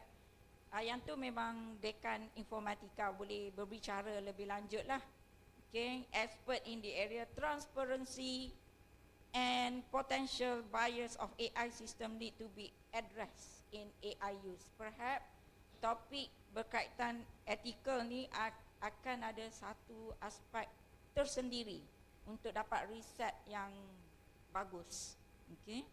Digital divide, MSME, even kita sendiri, and then sesiapa saja termasuk diri saya, every day comes and go new technology. And then if you can heard about copy, that one very fast. The information is under the sea level. Sekarang AI yang kita ada di atas sea level. So how fast the information coming? So oleh itu, what are the opportunities and recommendation? Government support is very important. Kalau you susah nak pergi jumpa government, paling tidak jumpa ibu rektor dulu. Tidak pun dosen-dosen yang paling dekat dulu. Dan paling berani you pergi orang yang banyak duit dalam kampus, ketua yayasan. Ataupun wakil rektor keuangan. Tapi you jangan lupa politik is always there. Janganlah tak letak nama dia dalam proposal, contoh lah kan. So people are looking for ROI, impact. Okay, apa impact kepada ITB kalau saya bagi this amount of hibah? And then tailored with AI solution, sustainability goal. So oleh itu yang pemegang duit ni kena tanya, SDG berapa you nak capai? Macam mana nak capai? So itu adalah soalan yang common from Vice Chancellor ataupun Rektor, yang paling penting ketua yayasan yang akan tanya business plan. Siapa yang ada business plan nanti, soalan yang saya boleh bagi tahu, what is ROI? What is SDG, mana impact in your business proposal? So sebelum you present petang ni, you buka balik SDG from 1 until 17. Your topic tu related dengan SDG mana? Soalan bocor. Kalau saya jadi panel, saya akan tanya. Okay. So now comes to AI in Malaysia.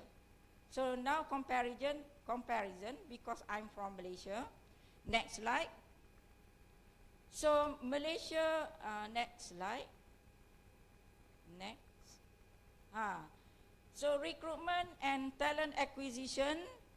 So people are looking, we are living in the talent war. Ramai talent Malaysia pergi bekerja di Singapura. Ramai yang bekerja di Australia.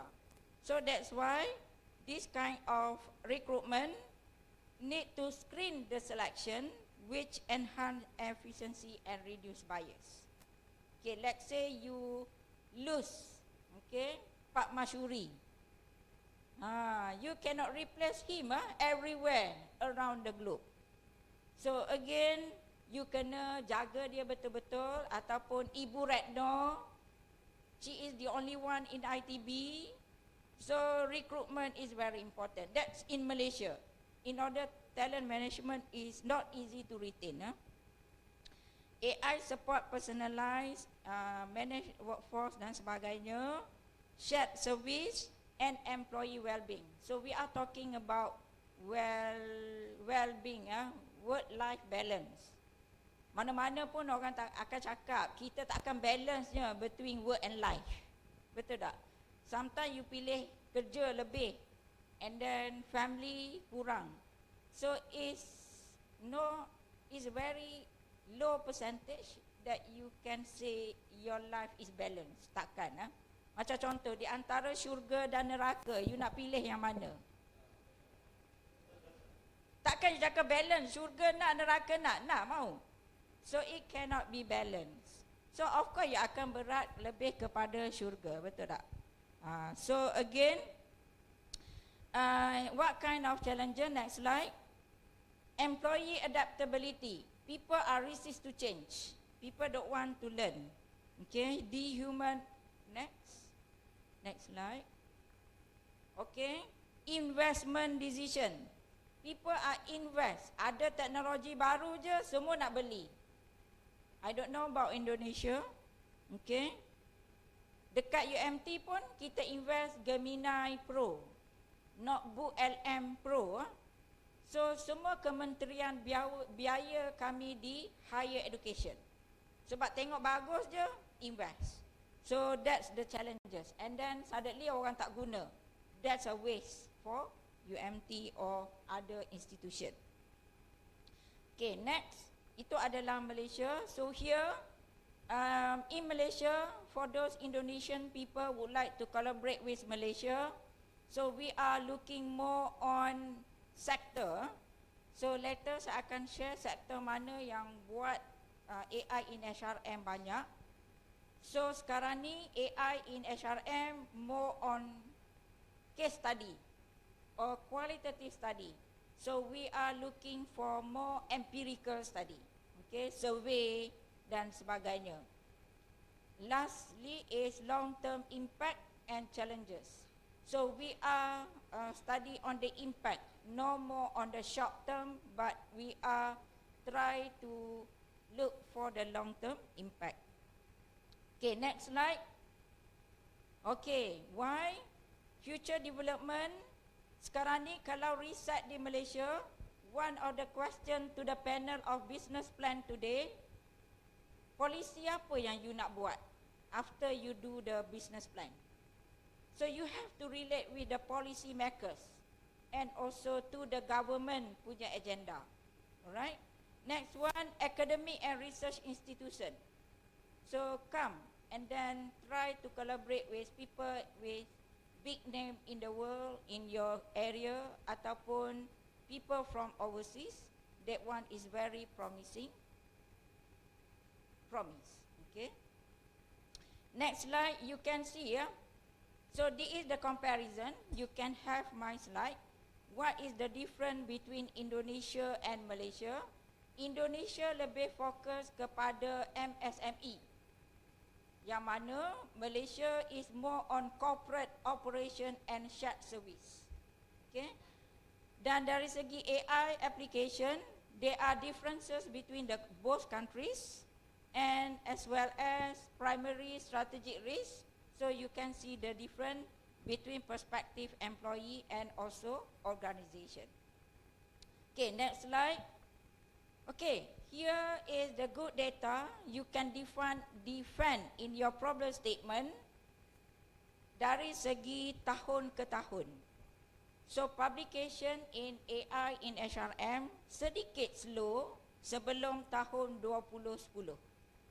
And then dia semakin meningkat pada tahap growth yang mana banyak sedikit publication berlaku pada tahun 2010 hingga 2015. And then third phase, so sedikit expansion daripada 2015 hingga 2020. And now exponential growth, sama juga term macam Ibu Rektor juga, exponential. So that's why I can catch her words just now. This one after 2020 is growing and growing. And very good if we can do collaboration research in this area. Okay, you see banyak peningkatan, cuma sedikit kajian dari segi empirical. Okay, next. Okay, in terms of region, you can see here, okay, kalau you lihat dari segi Asia Pacific and juga culture, they try to focus more on HR function. Asia termasuk kita, so we try to focus on each aspect of HR function. Where kalau kita pergi kepada Europe, yang mata biru ni, they talk about more regarding ethics and transparency. Sebab tu orang Western dia lebih lihat kepada integrity, law aspect. Okay, berbanding kita di Asia Pacific. And then when come to US, so they are like MIT and Stanford, they are having people in technology knowledge. Dia suka buat prediction. Okay, what happened in the next 5 to 10 years. Yang tu untuk Western part, US. And Middle East, mungkin Saudi Arabia tadi, boleh tengok focus on adapting advanced algoritma. And then macam contoh, negara di Middle East lebih kepada cyber security juga. Okay. And culturally complex environment and adaptive workforce planning. Okay, so yang tu dari segi cluster mengikut region. So where are we? We are in the Asia Pacific culture. Okay. Next one adalah, okay, here overall all over the world, so you can see the trend in terms of world map. We are from Asia Pacific, so we are now leading to volume and impact. So itu adalah kita, Malaysia, Indonesia, China dan sebagainya, impact on driving institutional impact on AI HR research. Kalau yang tu di accelerating adoption, dan satu lagi di Western world high adoption maturity. So that's why banyak kalau research daripada China, daripada Indonesia especially, ramai reviewer akan suka untuk menilai. And then perhaps ramai negara Western bekerja sama dengan rakyat Indonesia dan juga China because of your uniqueness of the country. Okay, so we are less listen about talking about Jepun ke Japan ataupun Singapore. So they are looking forward to know the data from Indonesia.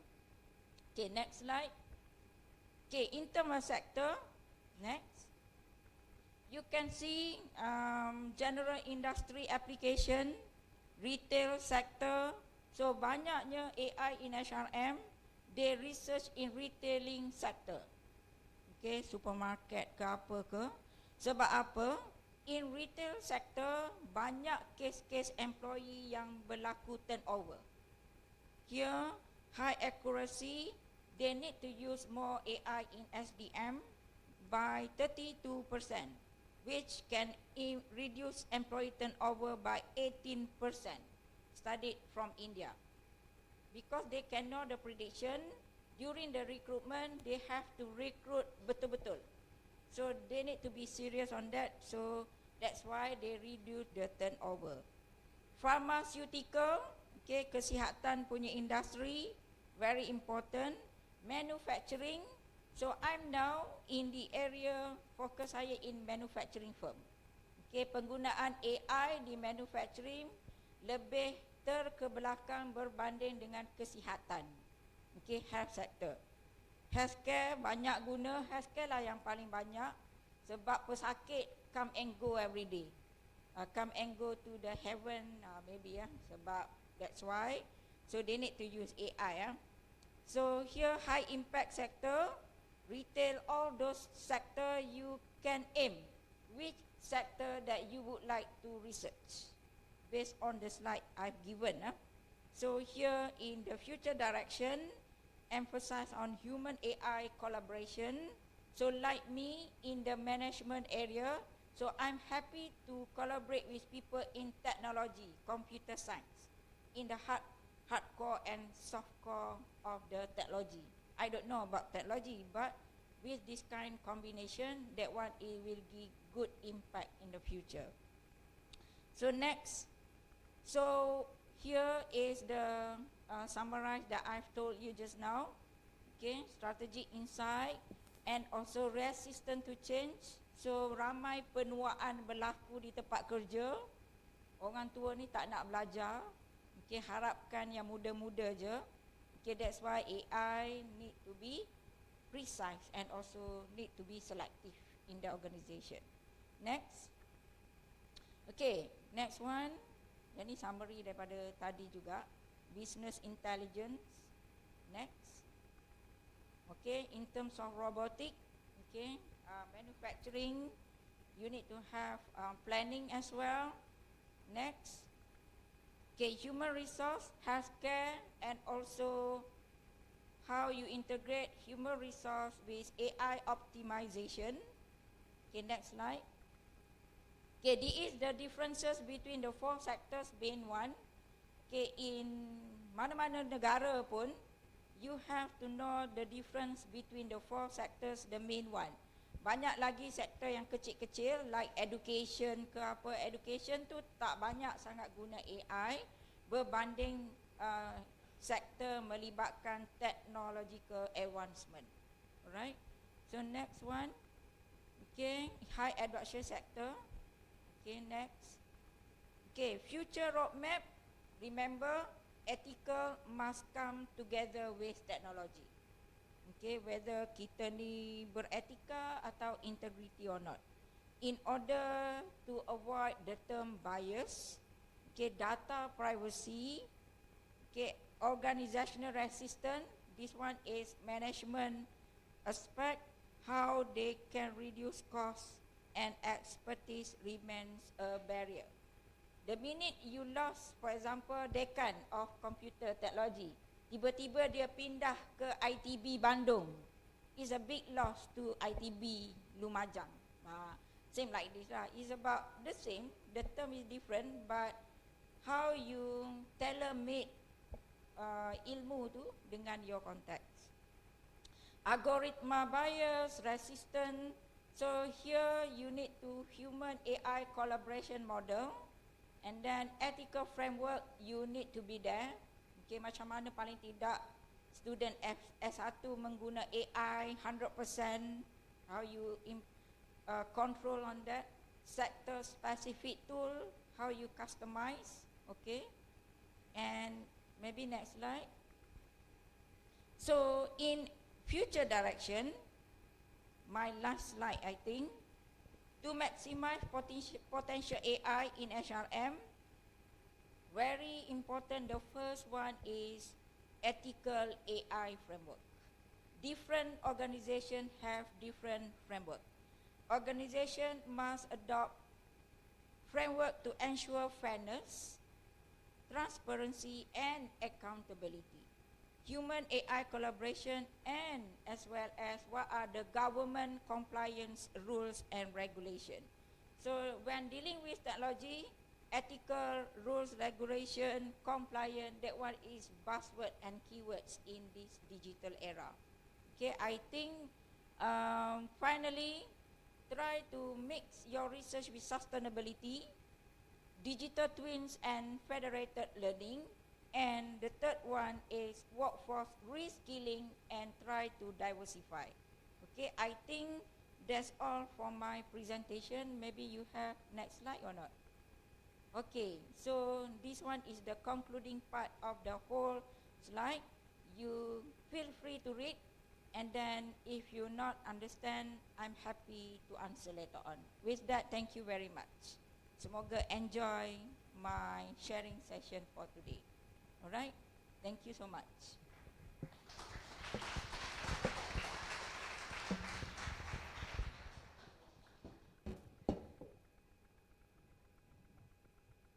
Professor Dr. Yusliza Moisov, may we kindly invite you to return to your seat.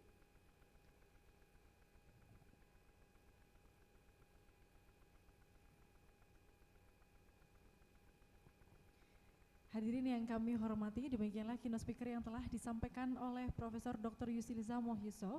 Atas nama panitia penyelenggara kami menyampaikan penghargaan dan ucapan terima kasih yang setinggi-tingginya kepada Profesor Dr. Yusiliza Mohyusuf atas kesediaan beliau hadir dan berbagi pengetahuan, pengalaman serta wawasan yang sangat berharga mengenai pemanfaatan artificial intelligence dalam bidang human resource management. Distinguished ladies and gentlemen, as a gentle reminder, the Q&A session will be conducted after all keynote and invited speakers have completed their presentation.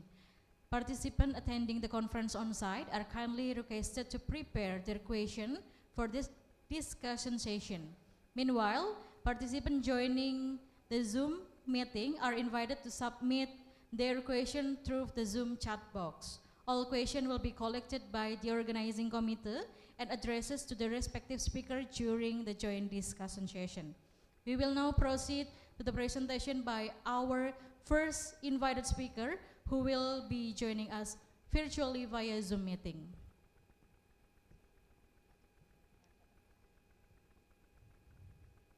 Mr. Nguyen Tan Lam, MBA from Ho Chi Minh City University of Economics and Finance. Could you hear my voice clearly?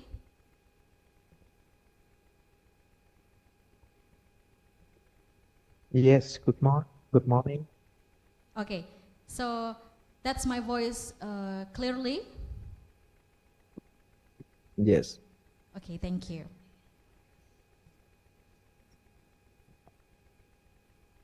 So will I start my presentation? My operator will be share your presentation. Please await Okay. it. Baik hadirin yang kami hormati, kita kini memasuki rangkaian invited speaker session dalam the first International Conference on Economics, Management Accounting and Informatics 2026.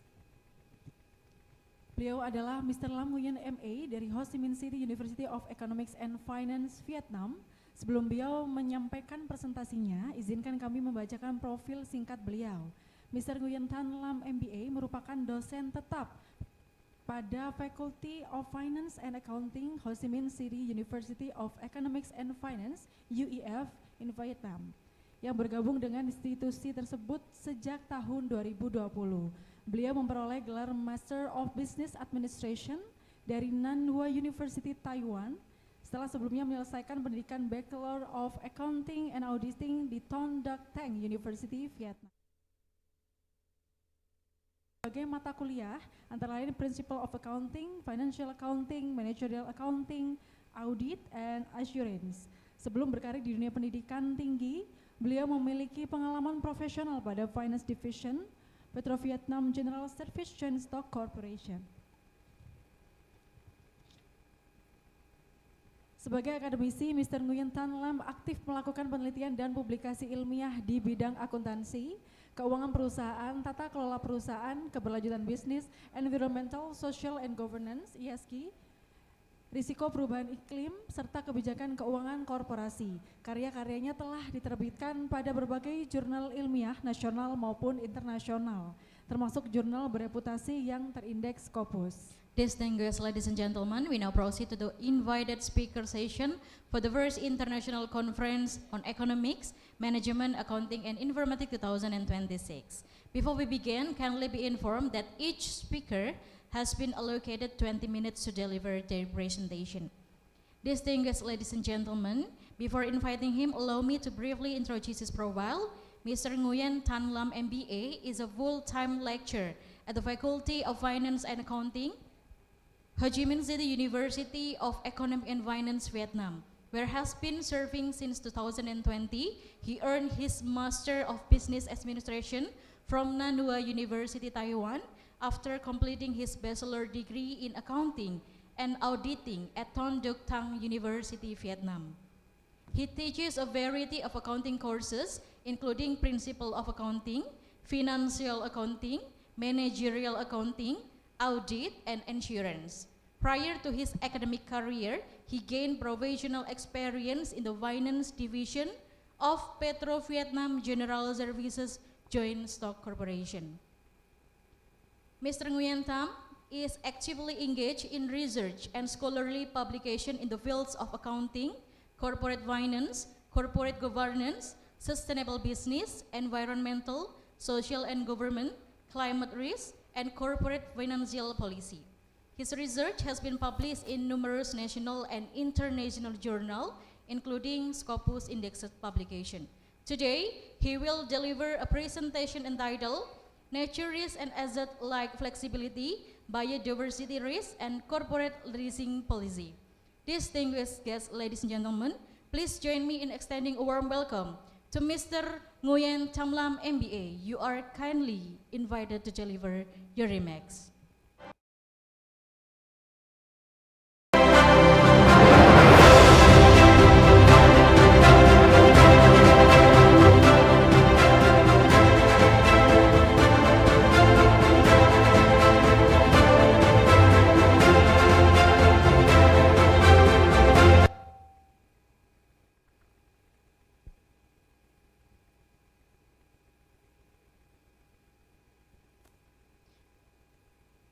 Mr. Nguyen Tham Lam, MBA, you are kindly, okay. invited to deliver your remarks.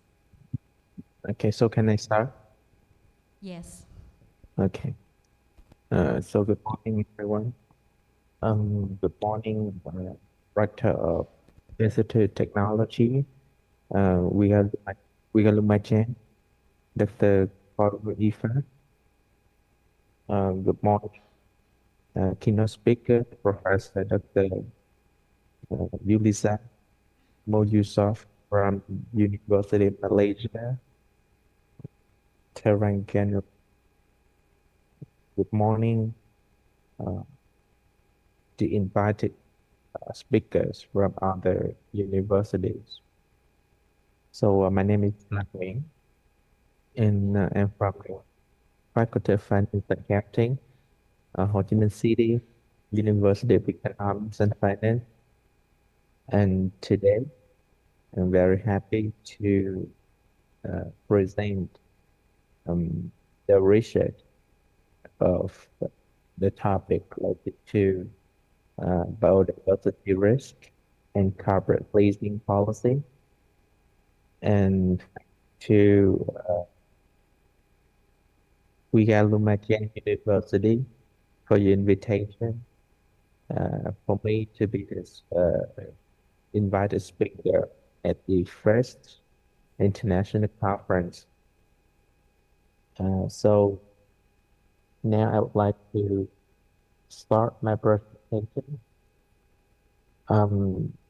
So the paper begins with the simple corporate finance question. So when the firms become more exposed to diversity-related risk, so do they change the way they assess productive assets? And more specifically, do they continue to commit the capital to the ownership, and or they rely more on leasing as more flexible alternative? So my central argument is that the biodiversity risk versus the uncertainty about the future operating conditions and asset net. And when that happens, the option value, flexibility, prices, and operating list maybe therefore become more attractive because the firm can assess productive capacity without making the same long-term ownership commitment. So let me briefly show you how I will develop this argument and test it empirically. So can you move? All right. Can you back to the previous slide? Slide number 2.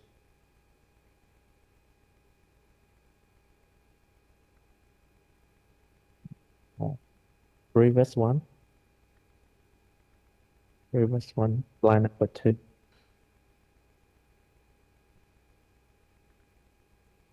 Yes, okay. So I will proceed in 7 parts.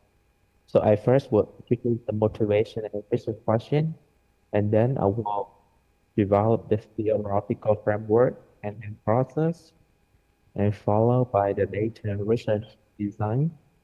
And then I will show you empirical results, some validated tests, mechanism, professional evidence, and final, we'll move to conclusions and applications. All right, so can you move to the next slide? Next slide. Next slide. Next slide. All right, okay. So the starting point of the study is that the biodiversity loss becoming much more than an environmental issue. And I think it's one of the most important things when we talk about ESG. So it is increasingly becoming the carbon asset allocation problem. So if the firm depend on nature in other ways, so they will depend on water, land, raw material, biological resources, or sustainability, ecosystem services, or supply chain continuity. And when the ecosystem uh, deteriorate, so firms can face disruption in nature inputs and higher compliance costs, greater regular pressure, reputational scrutiny, or as about whether existing assets will still be used in the same way in the future. So actually, currently, the biodiversity finance literature has already shown that this kind of risk matter for valuation, for investor attention, financing, financial choice. However, an important firm level decision remains largely unexplored. It is the lease versus the own decision.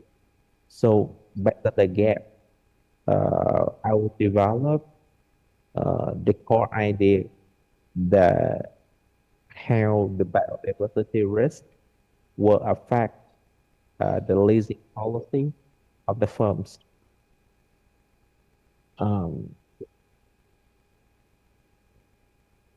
Can you move to the next slide? All right. The main risk question is, due to biodiversity risk, it poses firm increase the use of operating lease, and the economic logic come from different between ownership and leasing. And when the firm posts an asset, so it commits the capital and may become locked into long life locations are difficult to redeploy the asset, and this can be valuable when future operating conditions are predictable, but costly when those conditions become uncertain. So leasing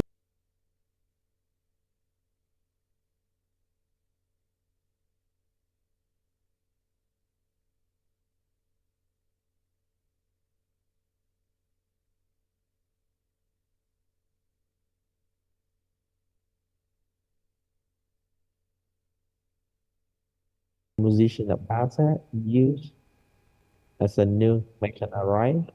So to test the research question, I use the US listed non-financial firms around the year 2000 to year 2023, and we use a dependent variable is operating lease intensity, and the central prediction is that biodiversity risk increases the subsequent lease use. And before we move to theory and design, so let me review the answer that I got from my research.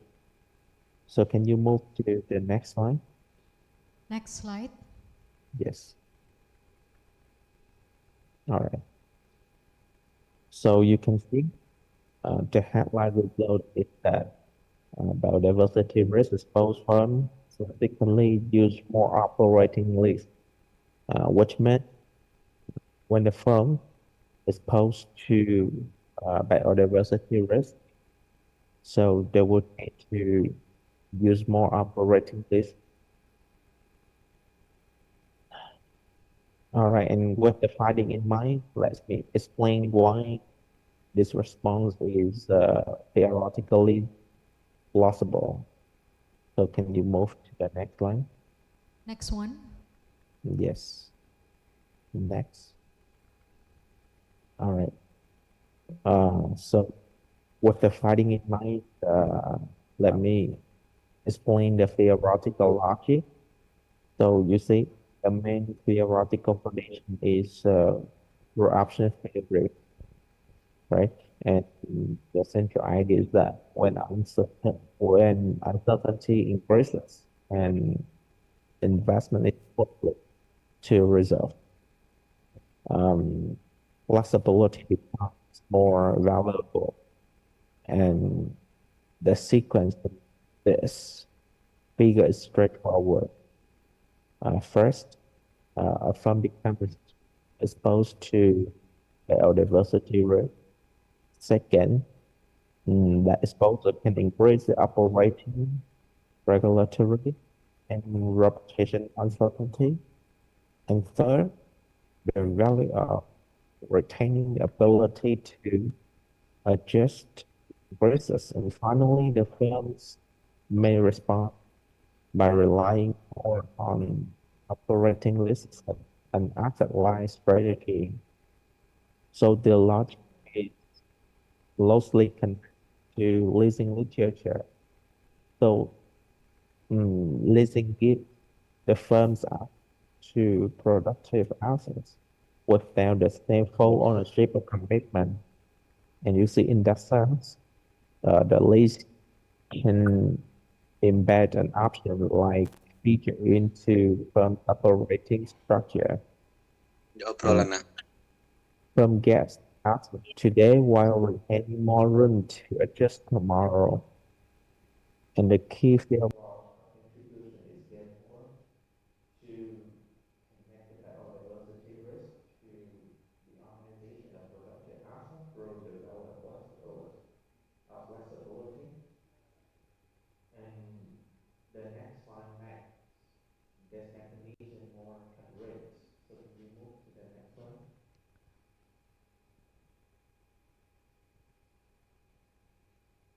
All right. So I identified three related channels. So the first is operating uncertainty. So you see the biodiversity loss affects the nature inputs, water availability, land use, supply chain continuity, ultimately asset utilization, and a firm may become less certain about which assets it will need and when it will need them and for how long. And the second channel is regulatory and reputational uncertainty. So firms may anticipate future biodiversity regulation, no disclosure requirement, litigation exposure, or greater scrutiny from investor, customer, local communities, long life old assets may become more costly to adapt if the future rules change. And the third channel is concerns financing conditions. So nature-related risk may increase the cash flow volatility, compliance cost, lender, investor concern. So this makes large upfront capital commitment, less attractive, and increase the value of conserving capital. So three channels are not mutually exclusive.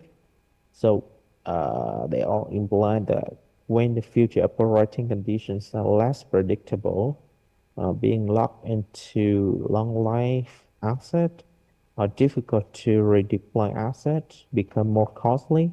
So operating leases will be the good alternative, a good option to help the firms reserve the capital and adjust the asset use more flexibly. And however, the direction of prediction is not automatic. So can you move to the next slide? All right. So we predict the following hypothesis. So we predict that biodiversity risk is possibly positively associated with the use of operating leases. So this is our main hypothesis. So can you move to the next slide? All right. So as you know, for our research, we make three main contributions. So biodiversity topic is one of emerging topic nowadays. Okay, and as I mentioned, we do have many paper related to biodiversity risk and finance aspect. For example, we have some literature related to biodiversity risk and debt maturity, biodiversity risk, and firm performance, for example. So most of existing work largely mainly examines the biodiversity risk and asset value, investor attention, financing, financial policy. So I will extend this literature to the real asset use policy by examining the relationship between biodiversity risk and the use of operating lease. The study contribute to the corporate leasing literature. So I identify the biodiversity risk as a new determinant of both operating lease use and maturity, composition of lease commitment.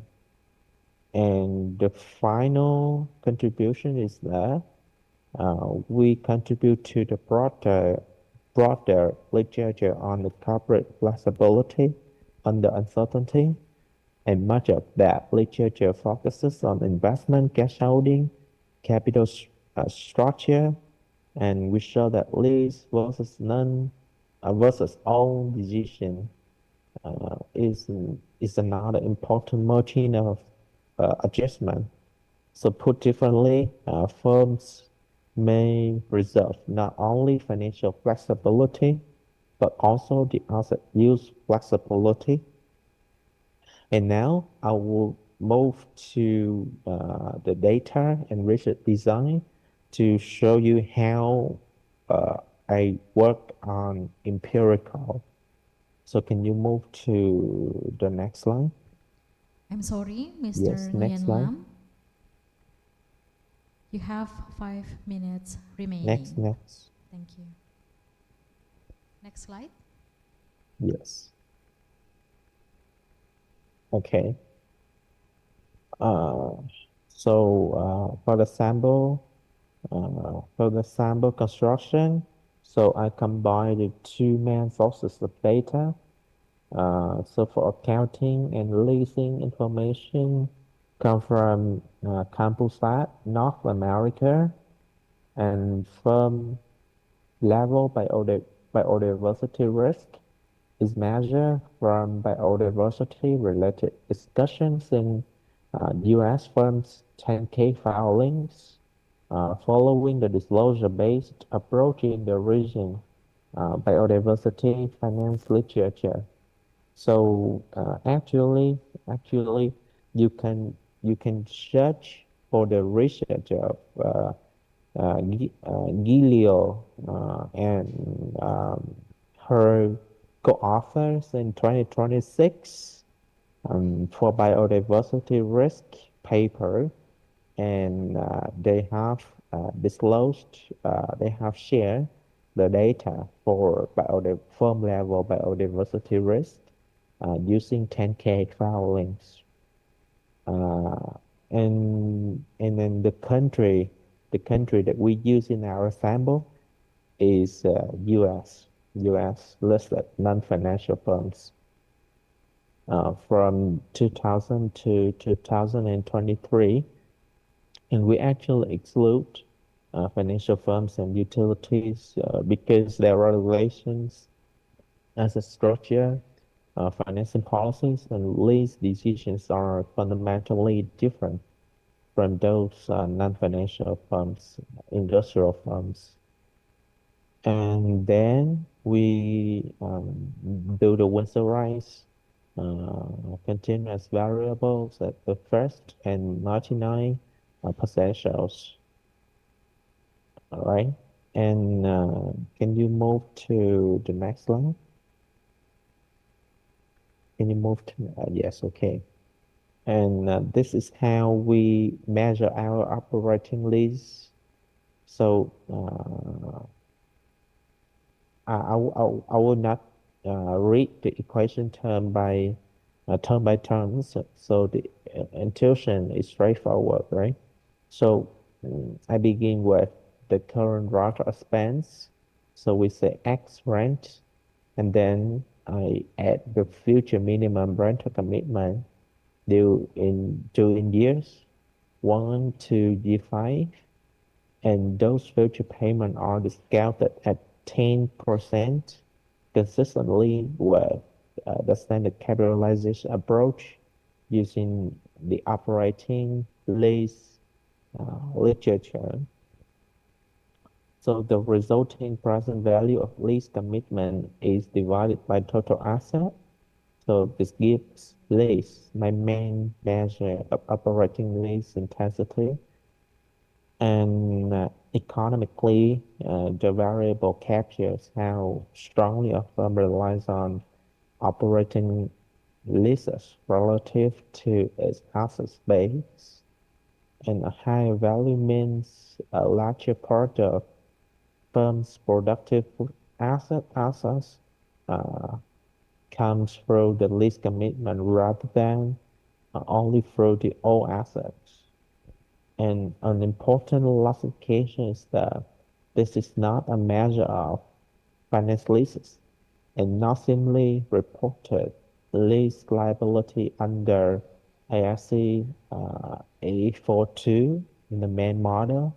So the lease is measured at the following years. It means that year T plus 1, while diversity risk is measured at the current year. It means year T. And move to the next slide. Can you move to the next slide? Sorry, Mr. So, Nguyen Lam.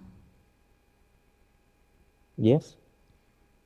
You have 5 minutes remaining. Thank you. Okay.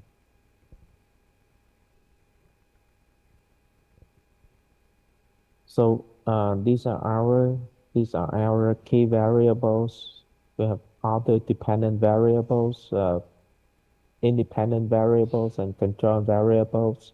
So for independent variables, we use biodiversity risk and another 2 alternative measure. We say regulation risk and negative settlement. All right. So can you move to the next slide? All right, so this is our baseline specification. Okay, can you move to the next slide? All right, so this is the descriptive statistic. So biodiversity disclosure is relatively uncommon, but the least used is economically large in among the US firms. Okay, we can have a quick look here. Can you move to the next slide? All right, so this is the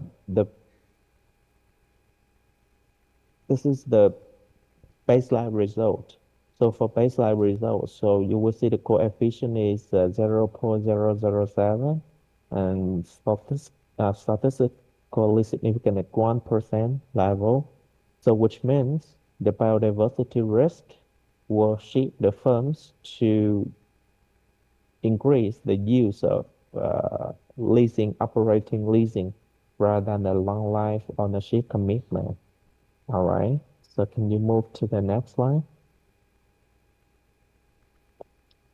All right, and we do different tests to show the robustness of our main finding. Okay, so we use the lease divided by capital, lease divided by market value, and other dependent variables. Okay, so it showed that our result is robust. All right, move to the next slide. Okay, and we use different alternative measure of biodiversity risk, regulation risk, and negative sentiment. All right, next slide. Next slide. All right, and in this slide, we use other, like we exclude the racist year, we exclude the observation that missing more than 10 years or 20 years. We use the pre-ASC A42 periods, and they show that biodiversity risks still positively affect the lease policy. Okay, next.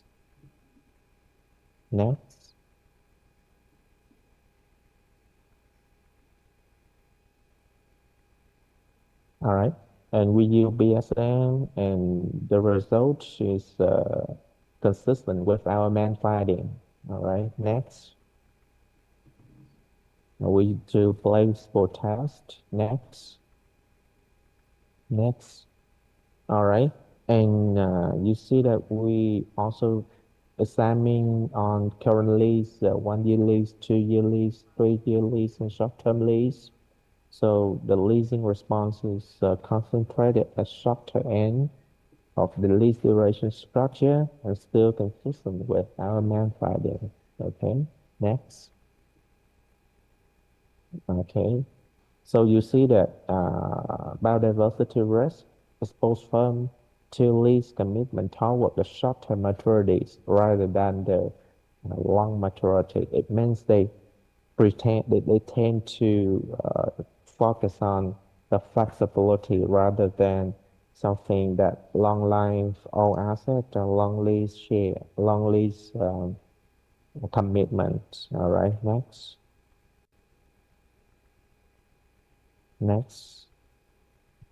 All right, so this is our conclusion. Okay, so as I mentioned before, next.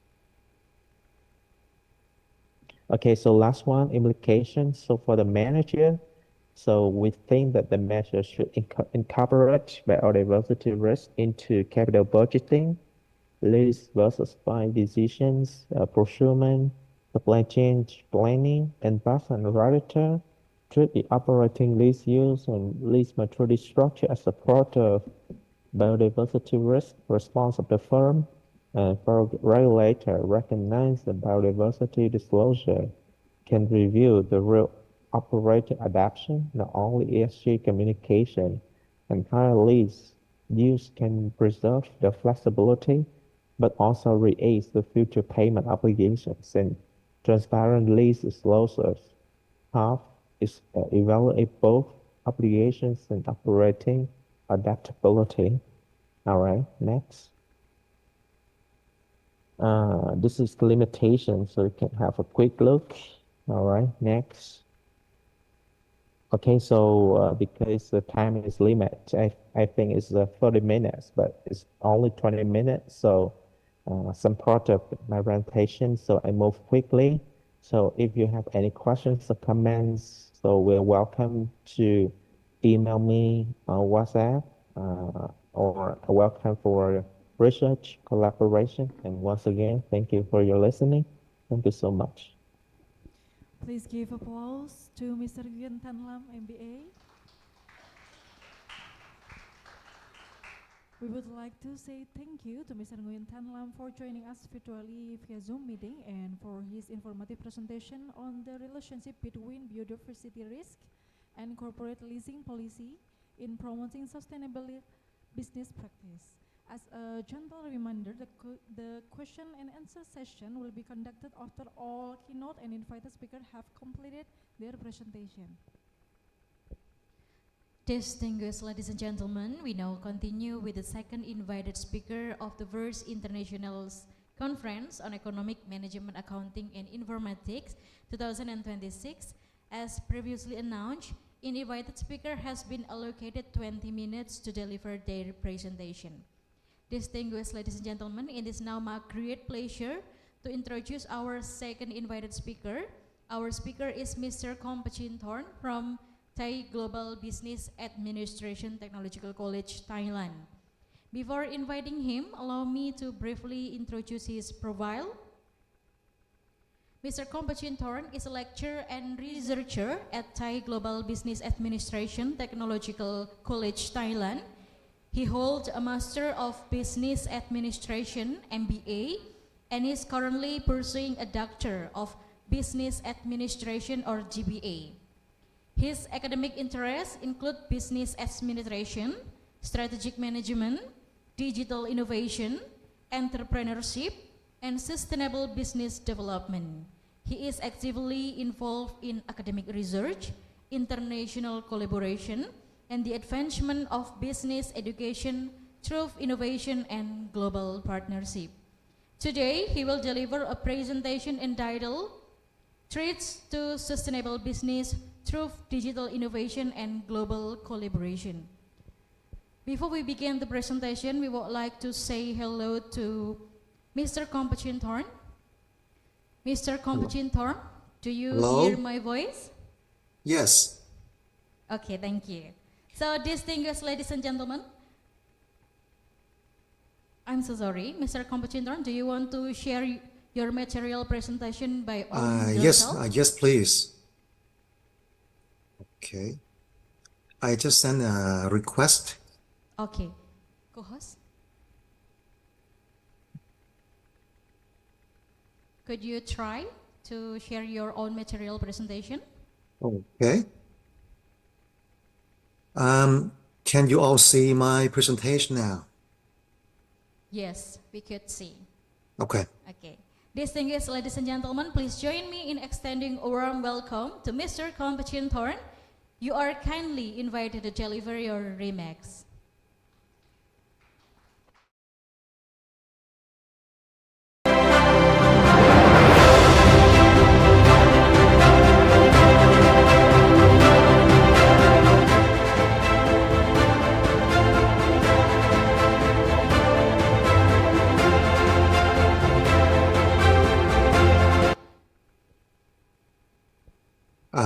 Hello.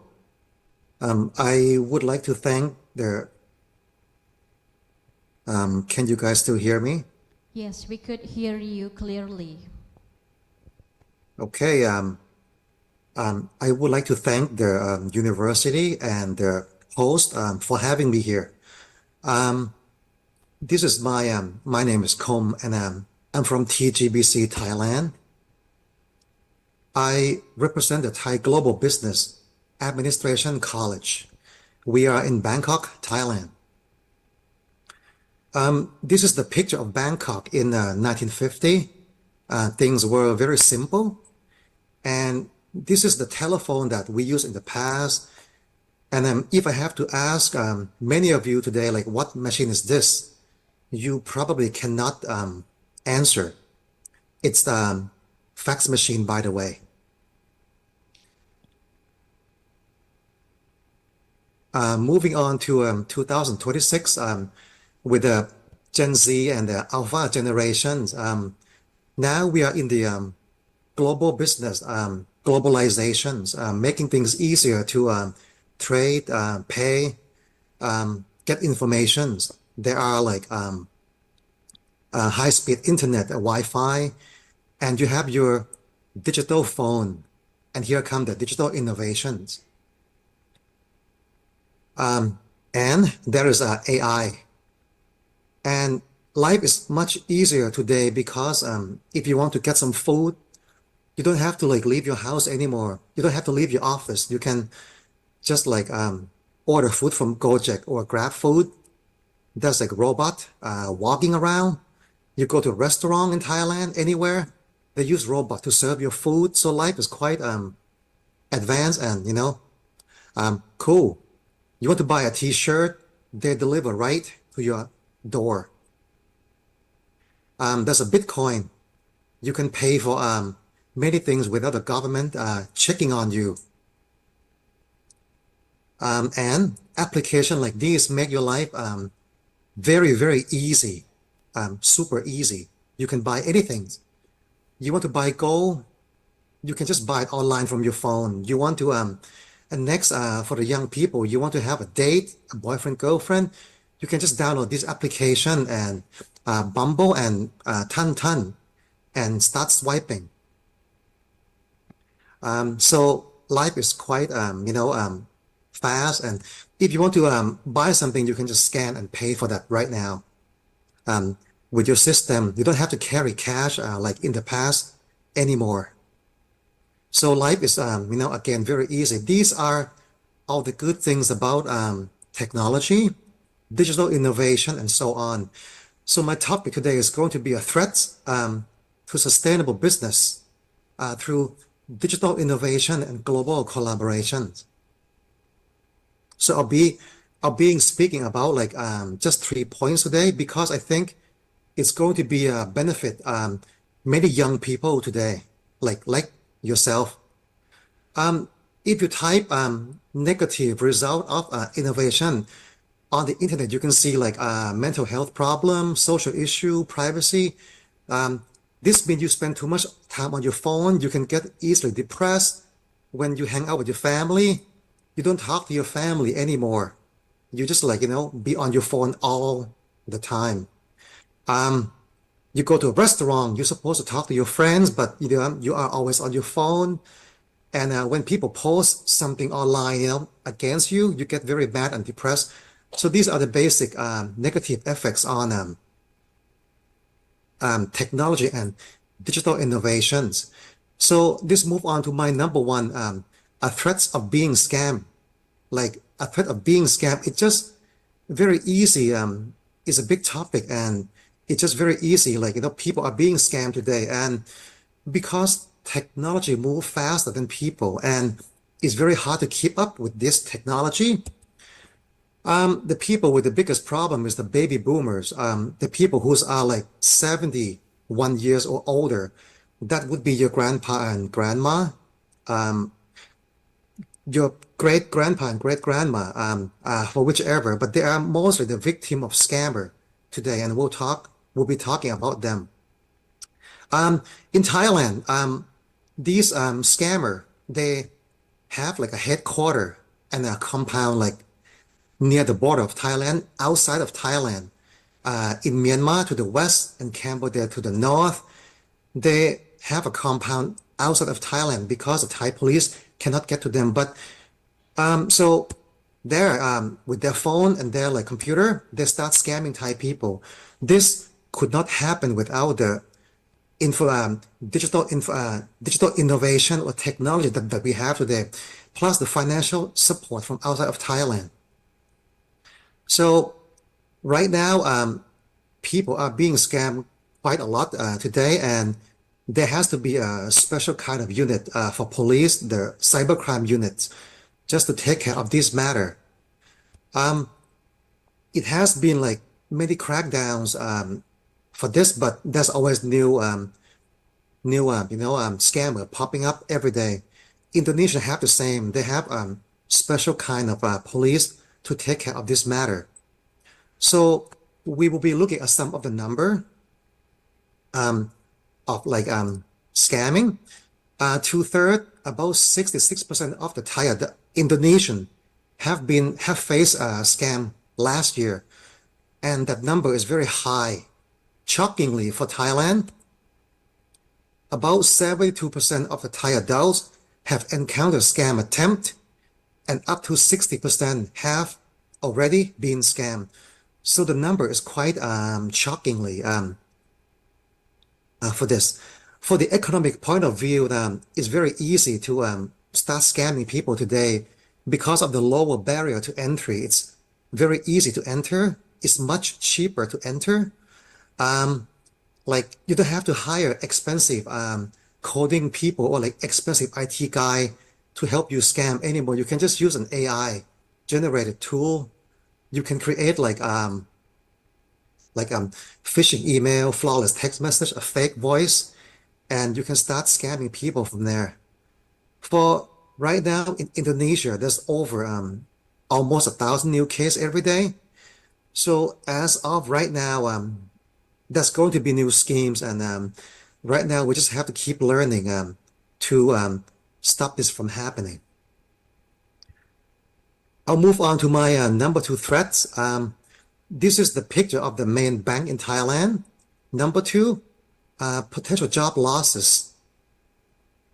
Bank used to be a very good job in Thailand. If you get a job as a banker in Thailand, your parents would be very happy. It used to be a very prestigious and respectable job, but banking job in Thailand is no longer respectable job, because in 2026, bank has gone full scale with digital innovation. They have put lots of money in research. They hire the best IT expert. They hire the best coding people in the hope of to becoming very digitized, and they have succeeded. Now every bank in Thailand have their own application. You can do many things just being on your phone. Some of the bank you can go 100% online. This means you don't have to walk and go to the bank anymore. And the results, bank closed down. So bank branches are being closed down a lot in Thailand for the last 5 years. They have to fire people. So if you look at the number from 2 years ago, there used to be around 5,000 branches in Thailand, but now it has been cut down to 4,696 branch for the last 2 years. This means 7.5% of the bank branch are gone, vanished. So with the technology that they have now, they can afford to fire a lot of people. As of this year, it's been only 6 months this year. Another 121 branches are closed down. So just the first 6 months of the year, and the next 6 months, the Thai bank are going to be closed down even more. This means that they already lost like 2.5% of the bank branch already. So you can do everything online now. Like why, like opening a bank, pay rent, and hire like a new banker.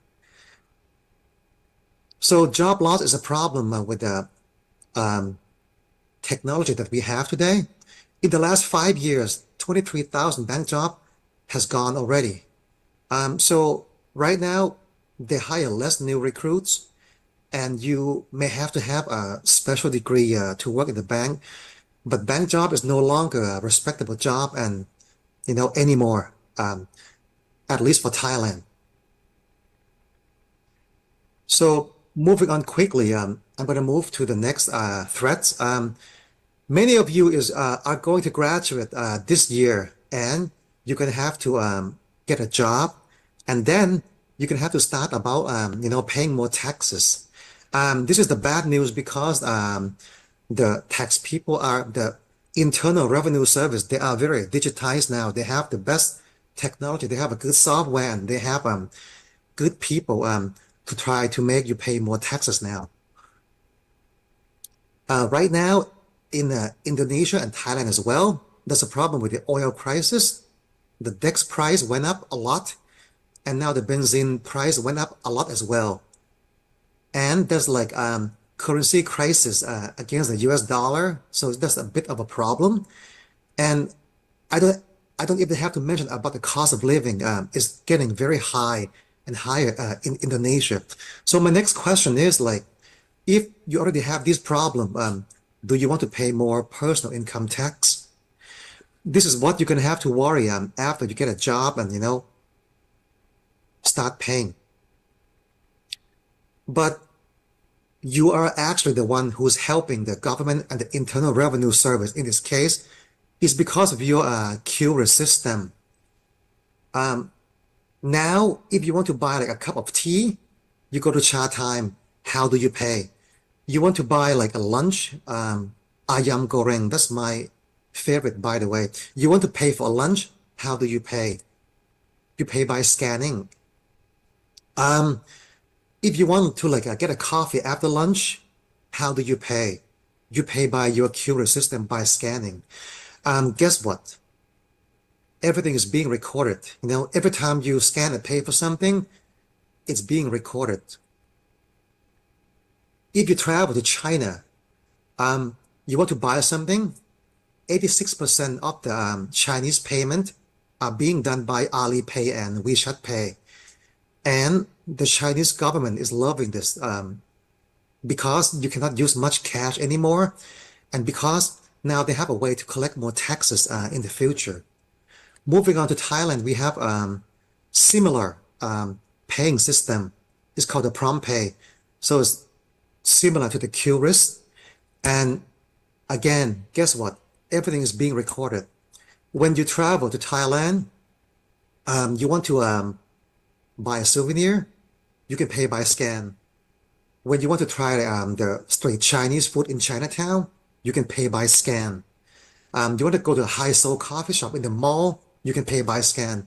You want to go to like an expensive restaurant in any mall, they all accept scan now. So it's very easy when you want to pay for something, but it's being recorded. So what happened is like bank, company, and government can keep record of your money transaction. And in the future, they can use this information against you to make you pay more taxes. And I'm going to give one Sorry, Mr. example. Com? Yes? You have 5 minutes remaining. Thank you. Okay, thank you. I'm going to show you the potential target. These are the street vendor in Thailand. They sell noodles on the street. They sell like pork in a stick. They sell a duck on the street, right? These guys will be the potential target of the Thai Internal Revenue Service because these guys never pay any taxes ever. And now they accept scan, right? You pay them by scanning. So now the government have something against them. This is not going to happen anytime soon, but now they have information that they can, pin against you later in the future. For my conclusion, despite all the good benefit of the digital innovation, good technology that we have today, life is much easier, but there are many potential threats and existing threat to us, to our family, and our businesses. Those I mentioned are a threat of being more scam, a threat of job loss, and a threat of paying more taxes, which some of you are going to have to face in the future. Right now, all we can do, well, we must stay alert. We have to keep learning, keep searching information in order to protect ourselves from those threats. Because if you don't learn, if you don't adapt, you are going to be the one to pay for that. Thank you. Thank you, Mr. Com, for the presentation. So, distinguished ladies and gentlemen, that concludes the presentation delivered by Mr. Com Pachintron from TKBC Thailand. On behalf of the organizing committee, we would like to express our sincere appreciation to Mr. Com Pachintron for joining us virtually via Zoom meeting and for his insightful presentation on the challenges of sustainable business in the era of digital innovation, as well as the importance of global collaboration in addressing today's dynamic business environment. As a gentle reminder, the Q&A session will be conducted after all keynote and invited speakers have completed their presentation. Now we will now proceed to the presentation by our third invited speaker. Ladies and gentlemen, please join me in giving another warm round of applause to Mr. Kom Pachinturn. ขอบคุณครับสวัสดีครับ ขอบคุณครับ Distinguished ladies and gentlemen, we now continue with the invited speaker session by welcoming our third invited speaker at the first International Conference on Economics, Management, Accounting and Informatics 2026. As previously announced, each invited speaker has been allocated 20 minutes to deliver their presentation. So distinguished ladies and gentlemen, our next speaker will be joining us virtually via Zoom meeting from the Gambia. It is my great pleasure to introduce our third invited speaker. Our speaker is Dr. Gibril Baji, HTZ BAMM from the University of the Gambia. Before inviting him to deliver his presentation, allow me to briefly introduce his profile. Dr. Gibril Baji is currently serving as an Associate Professor of Management and Head of the Department of Management Science at the School of Business and Public Administration, University of the Gambia. He earned his doctoral degree in management from Universitas Brawijaya, Indonesia, after completing a Master of Management in Communication at Universitas Trisakti, Indonesia. With more than 2 decades of academic and professional experience, Dr. Baji has served as a lecturer, researcher, trainer, consultant, and academic leader. His areas of expertise include management, human resource management, strategic communication, leadership, organizational behavior, strategic management, and project management. Dr. Baji has published numerous scholarly articles in international journals and conference proceedings on topics related to leadership, human resource management, governance, organizational communication, higher education, and digital transformation. He is also actively involved in international conference as a keynote speaker, invited speaker, researcher, and consultant, while leading several research and community development initiatives in the Gambia and internationally. Today he will deliver a presentation entitled The Role of Collaborative Leadership in the Era of Global Business Uncertainty and Digitalization. Dr. Gibril, do you hear my voice? Yes, I can hear you. Dr. Gibril, do you want to share your material presentation by yourself or by our operator? Okay, let me share from here. Oh, okay. Distinguished Like ladies this, and gentlemen, please join me in extending a warm welcome to Dr. Gibril Baji, STC BAMM. Dr. Gibril Baji, STC BAMM, you are kindly invited to deliver your remarks.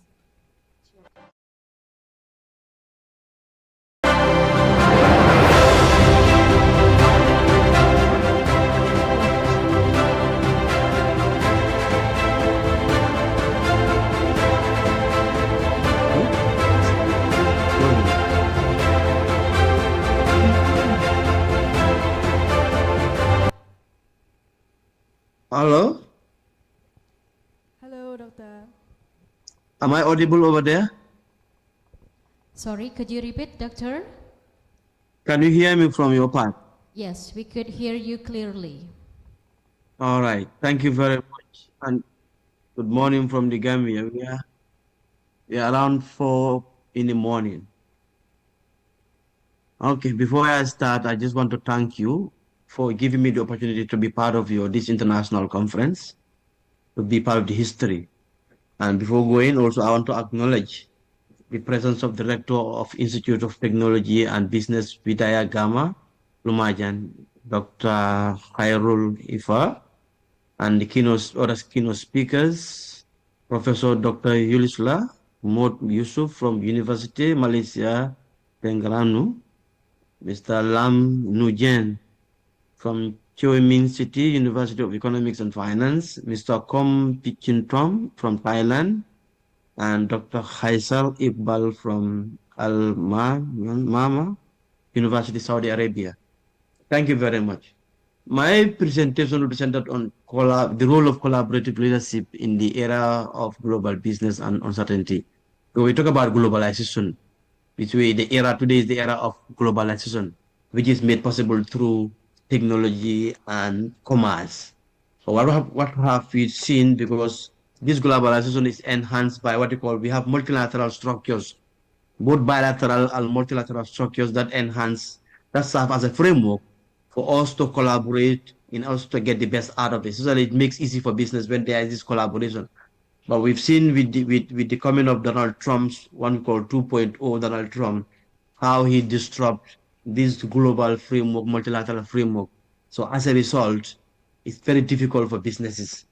Yeah, when he first came in, the same problem. When he moved out of the Paris climate change, when we came in for the second time, what he does is global tariffs across the board. And what happened also, he does not recognize the presence of UN and all those stuff. He goes individual as America, because America is the hub of the world. If America sniffs, every part of the world sniffs. If America sniffs, even the business world sniffs. So as a result of his behavior, his actions, it becomes kind of confusing for the business world. But what can we do? We have to revert back to collaborative leadership.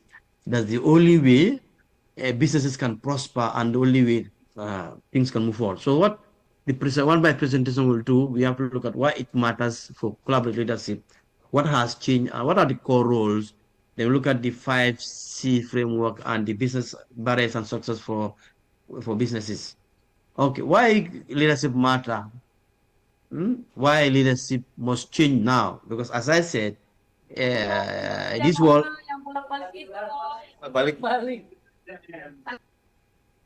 Hello? Hello? Hello? Are you following? Yeah. Okay. So why leadership must change now? Because as I said, the world is enhanced by we have multilateral structures through the UN system that help to stabilize the world, both our political system and our business system. But this disruption is something that is a reality. But what can we do? We have to revert back to collaborative leadership. So uncertainty and digitalization are no longer casual disruptors. They are the operating technology. Yes, technology is making a new changes, especially when it comes to the AI. So we have to make use of it. Just like the last presenter said, we have to make use of it and make sure we can. So global uncertainty, economic pressure, as I said, the example of the America-Israel war has created of changes in the global economic pressure, because when the Strait of Hormuz was closed, obviously fuel price goes up. Everything changes. So geopolitical shocks are reality. As I said, when America coughed, every part of the world coughed. So supply chain disruption because of the war. Climate risk is a reality, because today the climate risk is a reality. Every part of the world, even Europe and America, even those who are following the World Cup, every now and then the footballers will take a break and drink, because it's a reality. So regulatory framework, volatility, demand for sense making also are very important. So AI also is a key disruptor of businesses. So obviously we have to make use of AI, but we have to make sure we look at the best part. So automation is a reality. Data is created because, as this man from Thailand said, as we do transaction through scanning, obviously we create more data. As a result, those data can be used against you. So cybersecurity is something also a threat, because technology, especially with AI, all of us become so volatile and risk averse. So decision making have to be cornered in a way that we follow the customer value and organizational boundaries. So what is the implication for leadership? There's no single leader or function hold together enough information to understand and respond alone. So you have to distribute knowledge, must become coordinated. So we have to work with others. You can do business to business partnership collaboration, business to customer collaboration. So that we can get the best out of each other, because we all have to profit each other. So leadership matter in that aspect. So leadership makes sure that change is real and innovation is real. So we have to make sure we take the most of it. But you alone cannot do it. We have to collaborate, because knowledge now it becomes a universal doctrine now. So we have to collaborate so that you can get the best out of them. So what is the collaborative leadership? A working definition of your uncertainty and digital connected organization. So collaborative leadership basically is the capacity to mobilize people across functions, levels and cultures and organization to enable you to direct your effort to co-create your direction, solve complex problems, and execute your shared responsibility. Because, as I said, the world has changed through politics, the world has changed through the economics and technology. So, and the idea is because as leaders, your role is to make decisions to enable you to create value for yourself and for others. But you have to make sure you work with others. So that's what basically collaborative, because you alone don't matter. Because you are working in the business world, you have to collaborate with your partners. In a business world, you have to collaborate with your customers or your, what you call, your customers. So they're very important. So this collaborative is the future, because as I said, the world is created through, stabilized through the multilateral structures. And these structures are kind of disturbed by politics, by technology. So we have to make sure we work with others. So what can we do? It create trust is the key factor. To enable collaborative leaders, there have to be trust between you and others. People share, question, and challenge without fear of reprisal. This is very important, because what we've seen now, because of the America-Israel war, they are trying to negotiate. There is negotiation, America and Iran framework, but trust is a key factor. Whether that framework of negotiation is going to last, because trust is key, and there have to be dialogue. Evidence is discussed and examined before action is taken. So the more you dialogue, that means the more you communicate, you give and take, because the dialogue creates compromises. That's the essence, because collaborative leadership is about compromise, so that you can all become winners at the end of the day. So in that aspect also, sometimes you have to agree to have what we call joint decision making, because when you agree on something, each of you have to go and implement your part of the agreement. So your roles have to be very clear, and the decisions you have make have to be very clear, so that each of you create what you call a framework to implement your part of the what you call your agreement. At the end of the day, it becomes what you call accountability, because commitment and outcome remain visible across the organization is also very important. So we are in an era of collaboration, and no one should be left out. Huh? You cannot see yourself as an island. Even America that sees itself as the dominant country in the world, through everything goes around commerce and politics. But today, you see what happened. It went to war without engaging other partners, and now even when the partners go ahead, they all relax. So no one can go alone. So we are in a world where we have to collaborate, from command and control to connect and coordinate. You don't longer have to be the hegemon. Even if you are in the business with the monopoly, you need others. So if you are in a country with a superpower status, you need others. You don't have to say, I command and control. No, you have to connect and coordinate with others, because you alone don't matter. No one can be an island. The world is created by God for everybody to work together and see a living of existence. But yes, you have the superpower status, you have the economic might, but it doesn't mean you don't need others. You also need others to exist as a country, because people depend on you. So the hierarchy remains useful, but silos become dangerous if fast moving, because when Donald Trump comes first, he says America first. You cannot say America first, because the world is what we call multilateralism. You cannot say unilateralism. No, it does not work like that. So the business world can only prosper through what we call globalization. And globalization is about multilateralism. So we have to make sure information flows well, and the decision also is routine. The work design also is created in a way that all of us, and they have to control logic of what. So in that essence, we have to learn it from the dimension of the traditional to the collaborative part, because from the traditional part is more of health at the top, but top-down approach, slow movement of change, approval change because of bureaucracy, functional silos, compliance and supervision, and after the fact check whether it has been done. But now we are moving away from that traditional silo approach to decision making, but to a collaborative model of decision making, where you have to know you alone don't matter. B2B partnership, or business to customer partnership, or business to consumer partnership, because it's about all of us can profit, win-win situation. Here you have to distribute and integrate. When you integrate, you all become winners, because you recognize the value of order also. Clear authority with rapid consultation, cross-functional problem solving, shared outcome and transparency, because we said when we agree, we implement obviously as transparency and accountability to our outcome, because we all commit to what we've agreed. And they have to be continuous sense making, because you only have to know sense and scan around yourself, and you give feedback, and also you adopt for you to move on, because technology is always moving. So as a result, because one of the disruptors is technology, and you also have to always sense this technology, and you adopt to survive. So what is it? How do you create sense making, shared sense making? Because you are working with others, you are collaborating with others. So whatever, because knowledge is now diverse, knowledge is now freely available because of technology, who are able to enable it.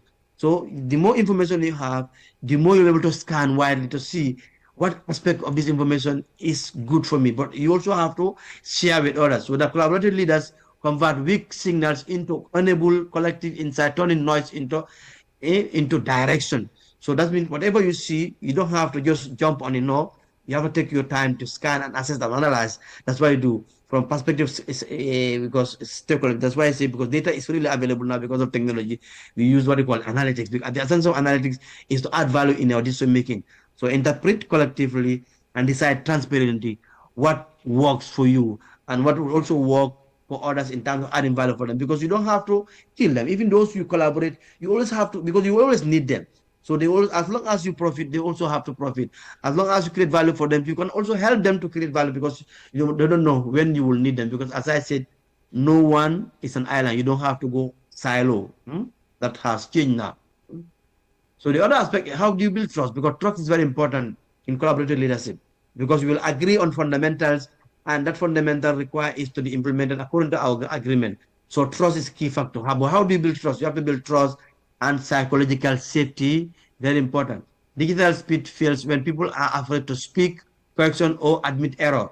Because as we said, we are moving from the era of command and control to era of, co-create and network. Very important. So the collaborative leadership is very important. So that aspect, so leadership always have to practice, ask, what are we missing? Because you have to work with others. Because as I said, you are in the world of politics, but politics also, we are in the world of business. So they do together. Politics and business go together. Business and politics, they go together because they are the fundamental that define the world today. So they're very important. Commerce and politics. So leadership always have to ask, what is missing? You are reward people who praise inconvenience evidence, digital practice, digital practice, and cultural practice. You open your dashboard, inclusive meeting, acronymous updates, and clear AI usage. Disagreement as input. So sorry, Mr. Dr. Gibril. You have 5 minutes remaining. 5 minutes remaining. Okay. Thank you. So in collaborative leadership, obviously, we have to enable the agile decision making. As I said, you have to be flexible. You don't have to be hard. So what we do, you consult, because you are working with others.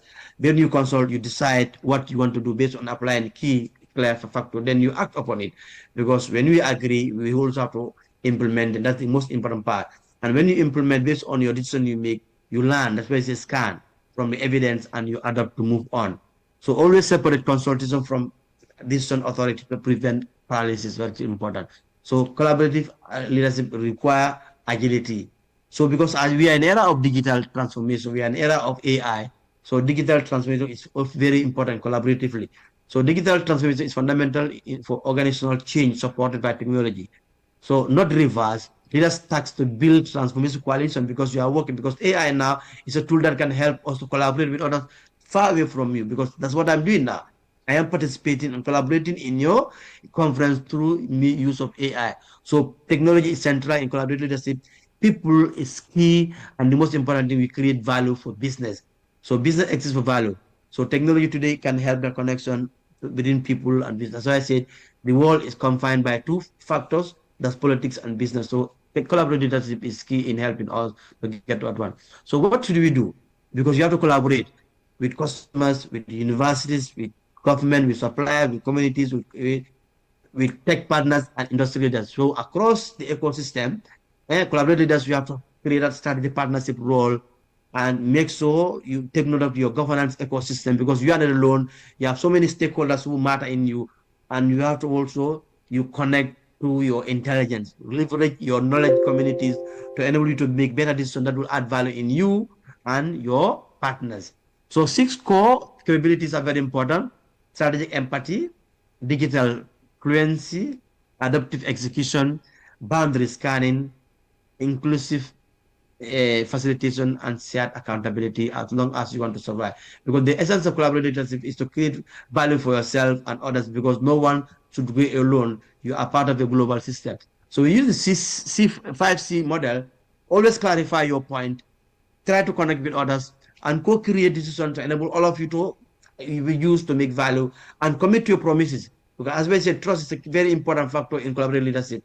And what happened, you self-correct yourself, you implement and enable you. So the 5C model will help you to meet in your own discipline path, the project you outline, and help your development framework across your organization. It's very important. So this model will always help, always clarify your point, connect with others, co-create with your partners, and commit whatever promise you made, and make sure you take a corrective action to help you move on. So the next one. So what are the common barriers to and responses? Very important. Slow consensus, because people find it very difficult to agree. Political power, you want to command and control. Digital divide, we want to use technology in a way that to serve ourselves alone, but technology meant to be shared.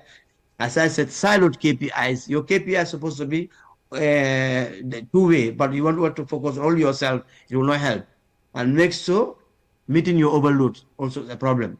So the key core principle is collaboration should create organizational clarity, but not add layers to complexity.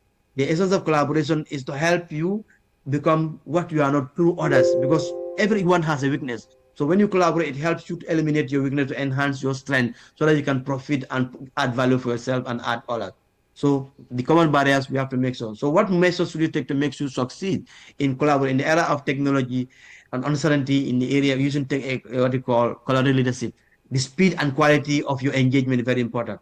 And how fast are you to innovate and adopt? And how are you to resist those changes? Very important.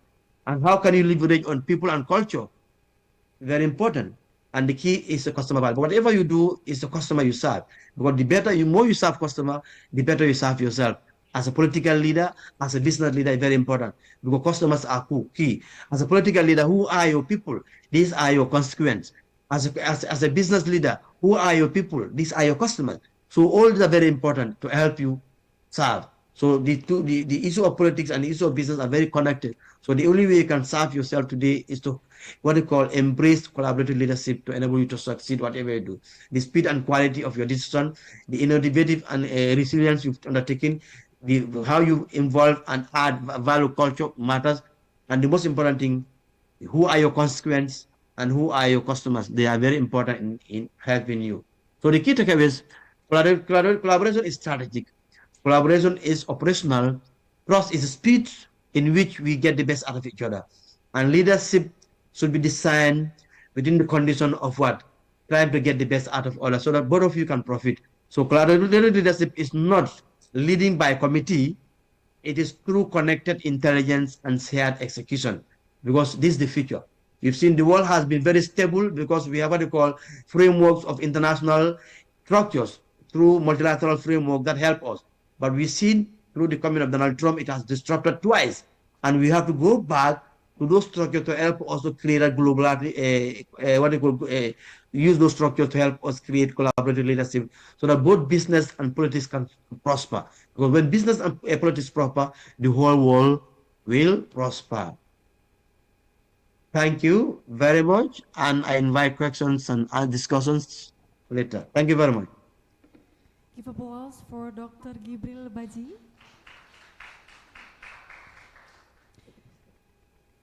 Ladies and gentlemen, that concludes the presentation delivered by Dr. Gibril Baji, HTC BAMM. On behalf of the organizing committee, we would like to express our sincere appreciation to Dr. Gibril for joining us virtually via Zoom meeting and for his insightful presentation on the role of collaborative leadership in navigating global business uncertainty and the era of digitalization. As a gentle reminder, the Q&A session will be conducted after all keynote and invited speakers have completed their presentations. Distinguished ladies and gentlemen, we have now arrived at the final presentation of the invited speaker session at the first International Conference on Economic Management, Accounting and Informatic 2026. As previously announced, each invited speaker has been allocated 20 minutes to deliver their presentation. Distinguished ladies and gentlemen, our next speaker will be joining us virtually via Zoom meeting from the Kingdom of Saudi Arabia. It's my great pleasure to introduce our fourth invited speaker. Our speaker is Dr. Kaisar Iqbal from Al-Yamamah University, Saudi Arabia. Before inviting him to deliver his presentation, allow me to briefly introduce his profile. Dr. Kaisar Iqbal is currently an assistant professor of management at Al-Yamamah University, Riyadh, Saudi Arabia. He earned his PhD in Human Resource Management from University Science Malaysia, and he has held academic and research positions at several internationally recognized institutions, including King Fahd University of Petroleum and Minerals, Sichuan University of Science and Engineering, China, University Sains Malaysia, and Komzat University, Islamabad. He also serves as a visiting lecturer at University Tun Abdul Razak, Malaysia. His research focused on human resource management, organizational behavior, sustainable leadership, artificial intelligence, neurodiversity, and innovation. Dr. Iqbal has published extensively in leading SSCI and Scopus indexed international journals. He has also presented his research as prestigious international conference, including the Academy of Management and the Academy of International Business. In recognition of his outstanding scholarly contribution, Dr. Kaisar Iqbal has been listed among the Stanford World's top 2% scientists in the field of business and economic for 2024 and 2025, and has received several prestigious international research and publication awards. Today, he will deliver a presentation entitled Building the Neuro-Inclusive Workplace. Dr. Kaisar Iqbal, do you hear my voice clearly? Assalamu alaikum. Yes, Miss, I can hear you. Thank you very much for your detailed introduction. I'm so sorry, sir. Could you repeat? Can you hear me? Yes, we could hear you clearly. Thank you. Okay. First of all, I would like to congratulate the rector of university, Professor Dr. Deepa, for arranging this wonderful event. It was my pleasure now to listen to this keynote speaker, Dr. Yusriza from Malaysia, Terengganu. And it was also again quite interesting to listen ideas from Mr. Lam Nguyen, who Chi Vietnam, Mr. Tom Pin Thorn from Thailand, and Dr. Gabriel from the University of Gambia. And I'm thankful to all of you, management, that you all invited me for this wonderful session. Let me share my slides.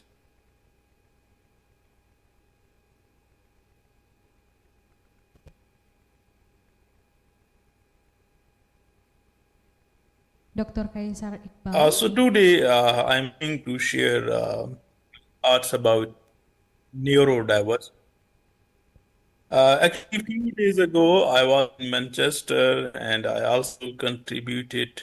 I shared my limited knowledge on neurodiversity at the University of Manchester. So this is a hot topic nowadays. If you talk about my research profile, mostly I have been focusing on sustainable human resource management and leadership for many years, but recently I switched my attention toward workplace neurodiversity. How can we make the workplace environment inclusive for these neurodivergent individuals as well? If any of you is interested in research collaboration, so you are feel free to contact me. So what is neurodiversity? Actually, why I started working in this domain. A few years ago, my brother has suffered some challenges, his cognitive capabilities. And then I realized that what is the issue? How to make it better in his case. Then I started reading some literature about this neurodiversity, neurodivergent, and neurotypical. Ultimately, I realized that we human beings, we all have very different information processing capabilities. We all, some among us, they have their information processing capabilities above the average, and some come with their capabilities below the social norm. Such individuals who have actually their cognitive capabilities below the social norm or social average, we call them a neurodiverse, and the one who fulfill the social criteria, we call them a neurotypical. So this is the main difference in neurodivergent, and we call these neurodiverse, neurodivergent as well. We also call them neurodifferent and neurodistinct as well. So now it's clear that in our societies, we have neurodivergent and we have neurotypical.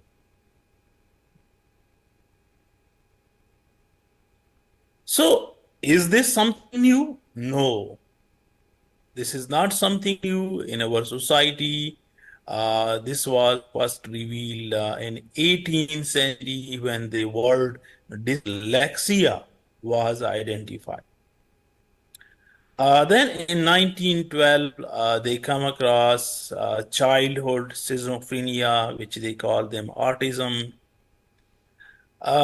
And then there is Dr. Taylor's theory of complementary cognition.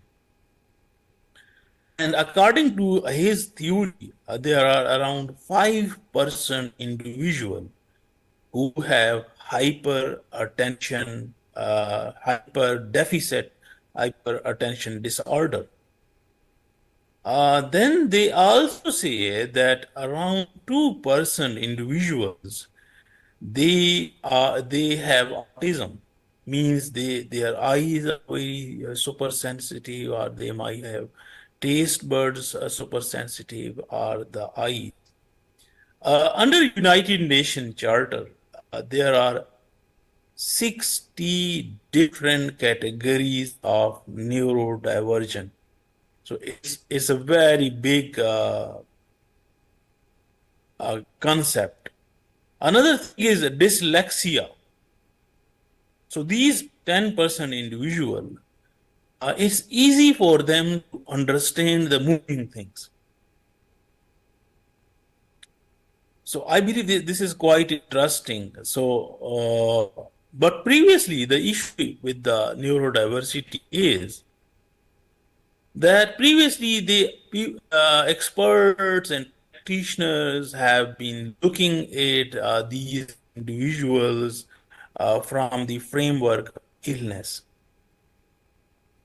So this is attention deficit hyperactivity disorder, 2 to 6%. Either they cannot focus at one task for a long time, or they might have another issue there, focus at one activity for a longer time. Autism, have issue with the social communication and interaction.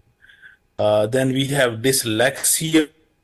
They have, it's quite challenging for them to understand the numbers. And then we have dysgraphia, 5%, or less than 5% in our world we have. So difficulty in handwriting, or it's quite challenging for these individuals to coordinate the physical things. And dyslexia, acquiring literacy, it's very hard for them to understand the written words. it's very hard for them to work with the numbers. And then we have dyspraxia. These 6 I have mentioned here, but under the United Nations umbrella, there are 60 different category of these neurodivergent individuals who face different issues. But why this is important? Why we should make the environment inclusive for these people? The case is, in our world, we have around 50 to 20% individuals of the whole population who are neurodivergent. So this is not a small part. It is 15 to 20% in the whole world. So we cannot ignore them. We have to enable them to contribute to the society. We have to make their life easier. We have to give them economic and social empowerment. So this is the reason I think we should do research in this domain. We should introduce the inclusive work environment for such individuals. We should look at them. We should shift our framework not to think that they have some distinct illness. We should move ahead that they have distinct cognitive capabilities. Another thing is, first, businesses, practitioners, as a manager, we don't give them job, unfortunately. But if they get a job, then they face some challenges in the work environment. And the one is lack of disclosure of neurodiversity. If I ask you how many of you have heard about this word, neurodiversity, previously, I am sure the number will be very low. So one thing is we have to increase the awareness that what they are, what challenges they face, how unique they are. So, and another thing is that in our societies, if someone is facing, someone has these traits related to neurodiversity, there is stigma. They hesitate to disclose that, okay, he or she has autism or ADHD. Come on. If we make it supportive for them, then they will openly disclose that what they need. If they have a clear idea that, okay, people will not discriminate me, people will open their hands to accommodate me, they will easily disclose. Another thing is, managers don't know that what strengths they will bring to the board. This is important. Manager always think, oh no, if I give a job to a neurodivergent individual, then I have to do certain adjustment, which will be a burden to my budget. So another thing is lack of faith in the ability of adjustment to improve performance. This is what we were talking in Manchester, that the reason is managers sometimes, okay, the big companies, Annie's or the large companies, they should establish a centralized fund to accommodate the neurodivergent individual. So if in a region there is a competent neurodivergent individual, a manager wants to hire him, so to accommodate such individual, the manager has to do certain adjustment. But manager is afraid, if I do this adjustment, this might disturb my balance sheet. But in case there is a centralized budget to accommodate, to promote a neuro-inclusive workplace environment, then we will happily offer opportunity to such individual. Another thing is perception of unfairness.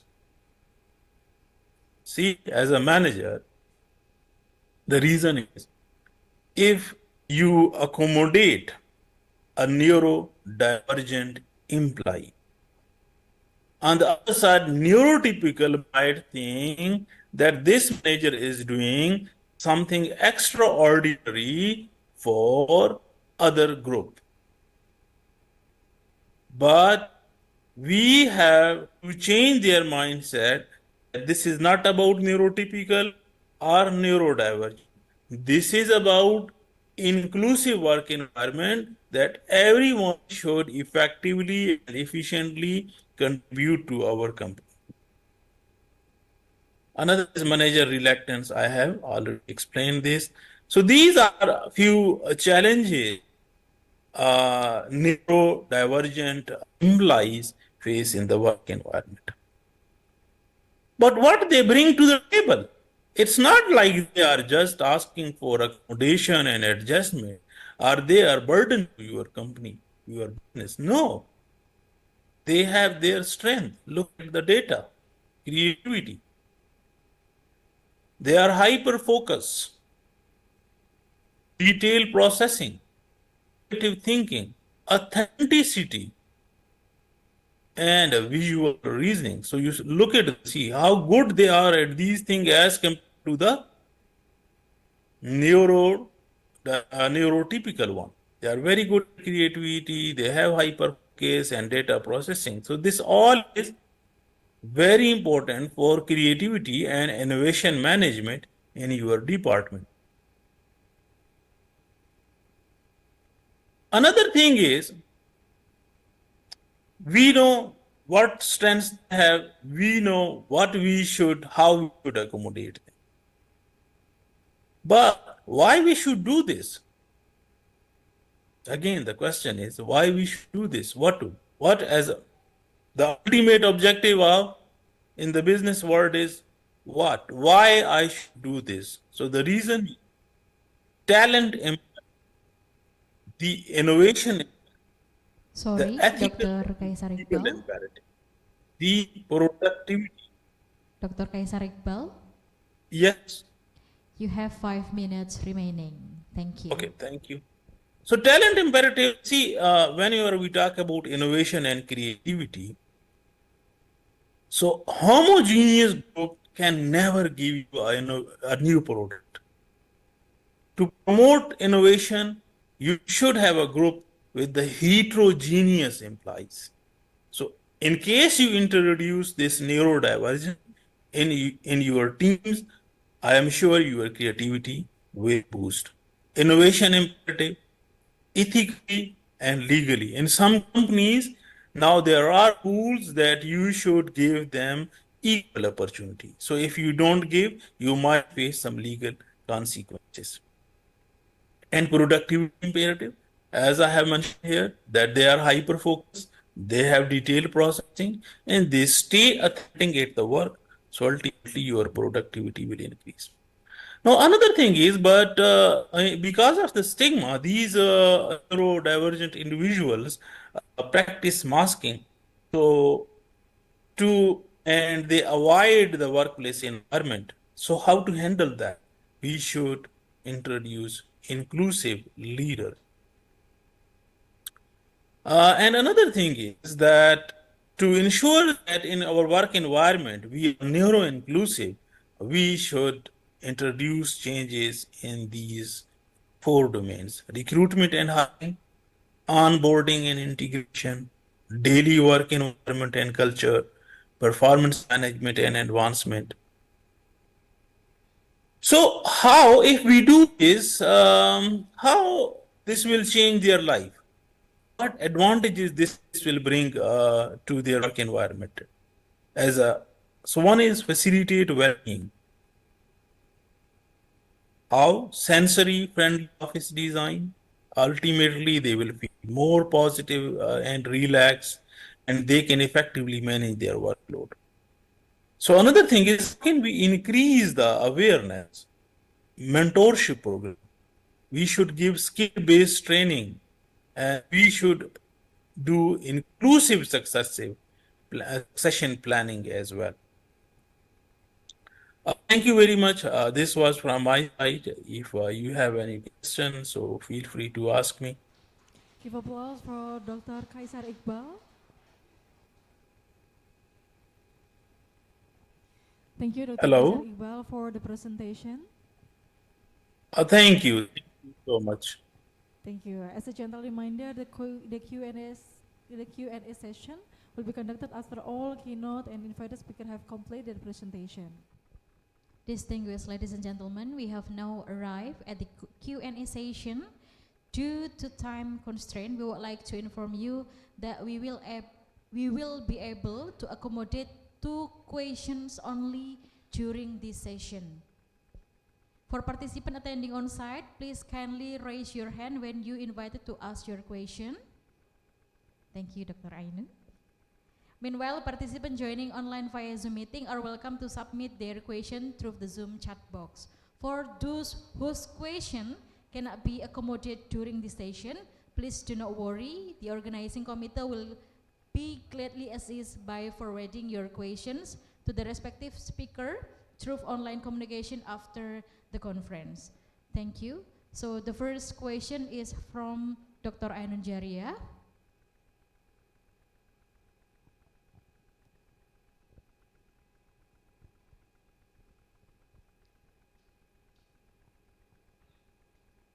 Okay, Dr. Ainun Jaria, you have a question for? Okay, so Dr. Ainun Jaria have a question for Mr. Lam Nguyen from Vietnam. Mr. Lam Nguyen, do you still join with us?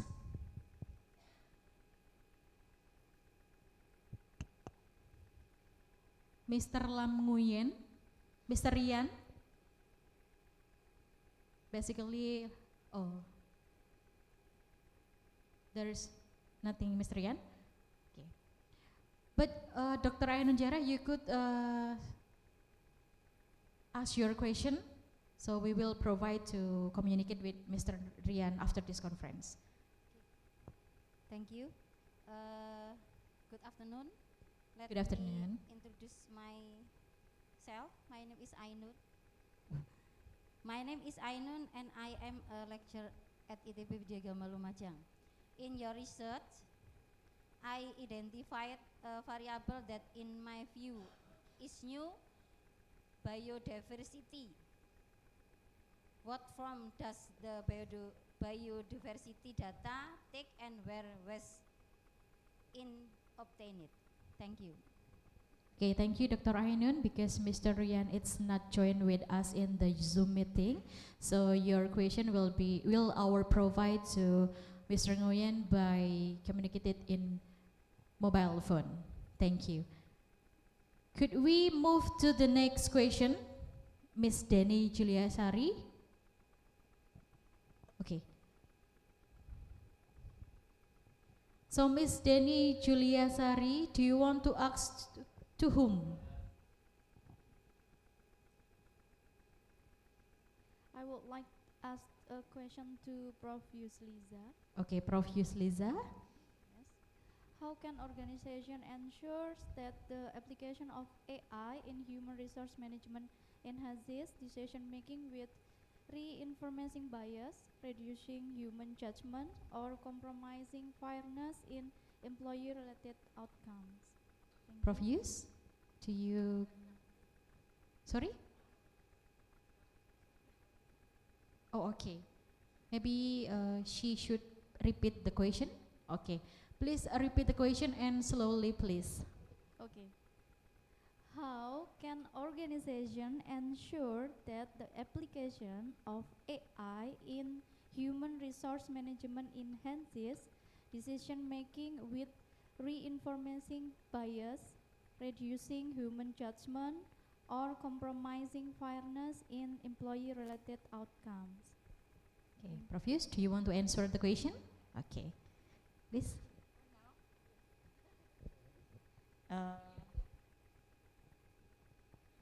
Thank you so much for your question. can I say that how organization can do to make sure AI in HRN can enhance the decision making? Is it? Okay. So first and foremost, the top management must come up with the policy. Normally, when you come doing the new application, whatever decision or whatever initiative from the management, it should have coming with rule and policy, the procedure and whatsoever. So normally, when it comes to the new practices, it will be good. It start from up to bottom. It's some kind of enforcement. So means so that people, employee at the low level can follow. Normally employee scared, takut dengan ketua. So mana-mana pun sebagai permulaan, dia haruslah bermula dari top to bottom. So policy kena jelas, and then with evidence, data driven, what is the impact, cost benefit analysis. The top management should share to all the employees kenapa harus buat AI in human resource management. Satunya, teknologi is moving, so takkan kita nak tertinggal. So we have to benchmark with like organisasi besar. Kenapa Intel buat, kenapa Telkom buat, and then why not us? So we need to have leading by example, provided with impact dan sebagainya, cost dan benefit. Apa-apa pun mesti ada bertulis. Macam kita di akademik pun, di higher education, we want to do something on online learning, we must come out with the policies and Jayarawara, roadshow, and then awareness. That one is good start to start with. Hopefully I can answer your question. Thank you so much.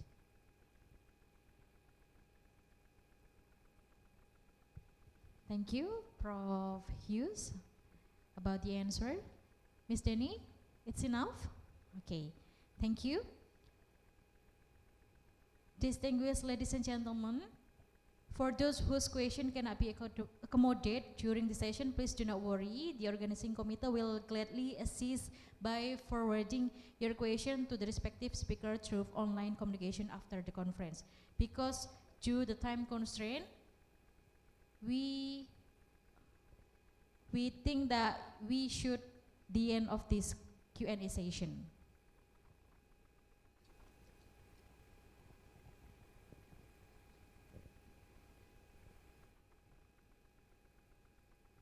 Hadirin yang kami hormati, kita telah menyelesaikan seluruh kegiatan pada sesi pleno pagi hari ini.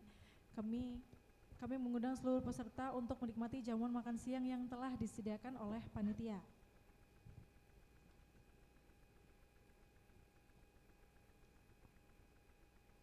Bagi peserta yang hadir secara luring, kami mohon kesediaannya untuk kembali ke ruang konferensi sebelum pukul 13.15 waktu Indonesia Barat, sehingga rangkaian acara pada sesi siang dapat dimulai dengan tepat waktu.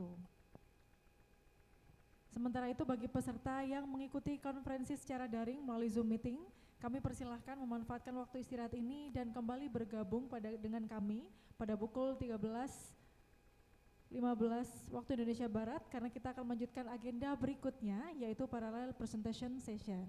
Distinguished ladies and gentlemen, we have now reach the lunch break and networking session. On behalf of the organizing committee, we invite all participants to enjoy the lunch that has been prepared while taking this opportunity to build professional network, exchange ideas, and foster future academic and research collaboration with fellow participants from various institutions. For participants attending the conference on site, lunch has been prepared in the design and dining area. We kindly ask everyone to return the conference venue before 1:15 p.m. GMT+7 to ensure the afternoon. For participants joining us online via Zoom meeting, we invite you to take this time to rest and prepare for the afternoon session. The conference will resume at 1:15 p.m. GMT+7 with the parallel presentation session. Once again, Thank you for your participation and enthusiasm throughout this morning program. We wish you an enjoy lunch break, and we look forward to welcoming you back at 1:15 p.m. Thank you. Hadirin yang kami hormati, bagi Bapak Ibu dan tamu undangan untuk berkenan ramah tamah di lokal M13 dan M14 yang telah disediakan dan akan dibantu oleh segenap panitia ICEMAI 2026. Mohon kesediaan Bapak Ibu untuk kembali ke conference venue pada pukul 13.15 waktu Indonesia Barat, dan kegiatan akan dilanjutkan dengan parallel session. Terima kasih.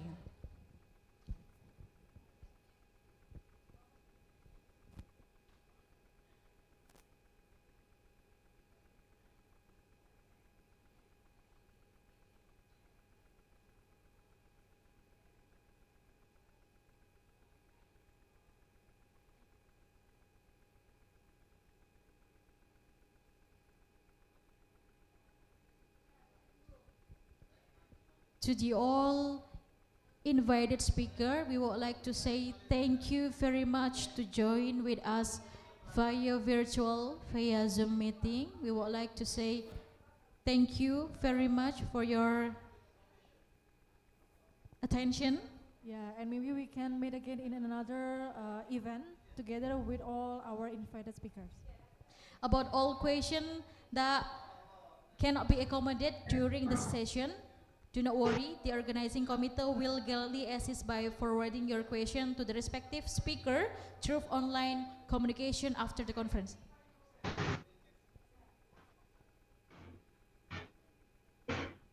Kami juga mengingatkan kepada seluruh peserta yang hadir secara online untuk mengisi presensi kehadiran pada link yang telah disebar pada kolom chat Zoom. Terima kasih.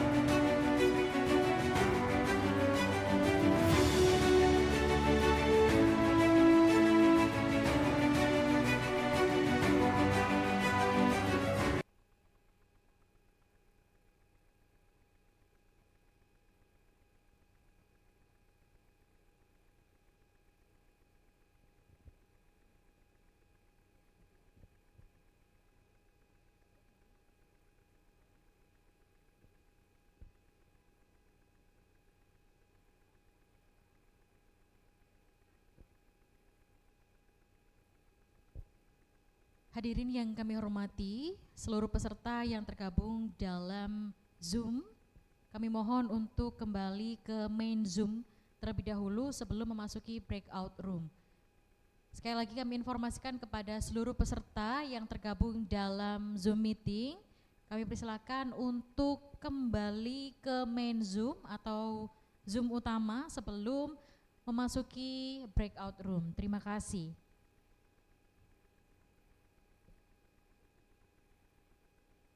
Mohon izin menanyakan apakah perwakilan dari Ikatan Akuntan Indonesia sudah hadir di Zoom?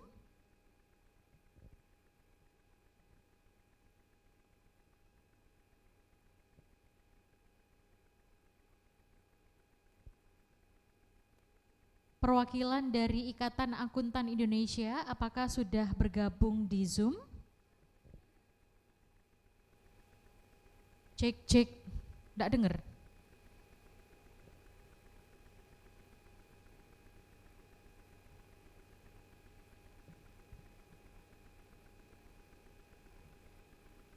Kepada seluruh peserta yang tergabung di Zoom meeting, mohon berkenan untuk berada di main Zoom terlebih dahulu karena sebelum parallel session secara daring akan dilaksanakan terlebih dahulu kegiatan sosialisasi oleh Ikatan Akuntan Indonesia. Mohon berkenan perwakilan dari Ikatan Akuntan Indonesia apakah sudah tergabung dengan Zoom meeting?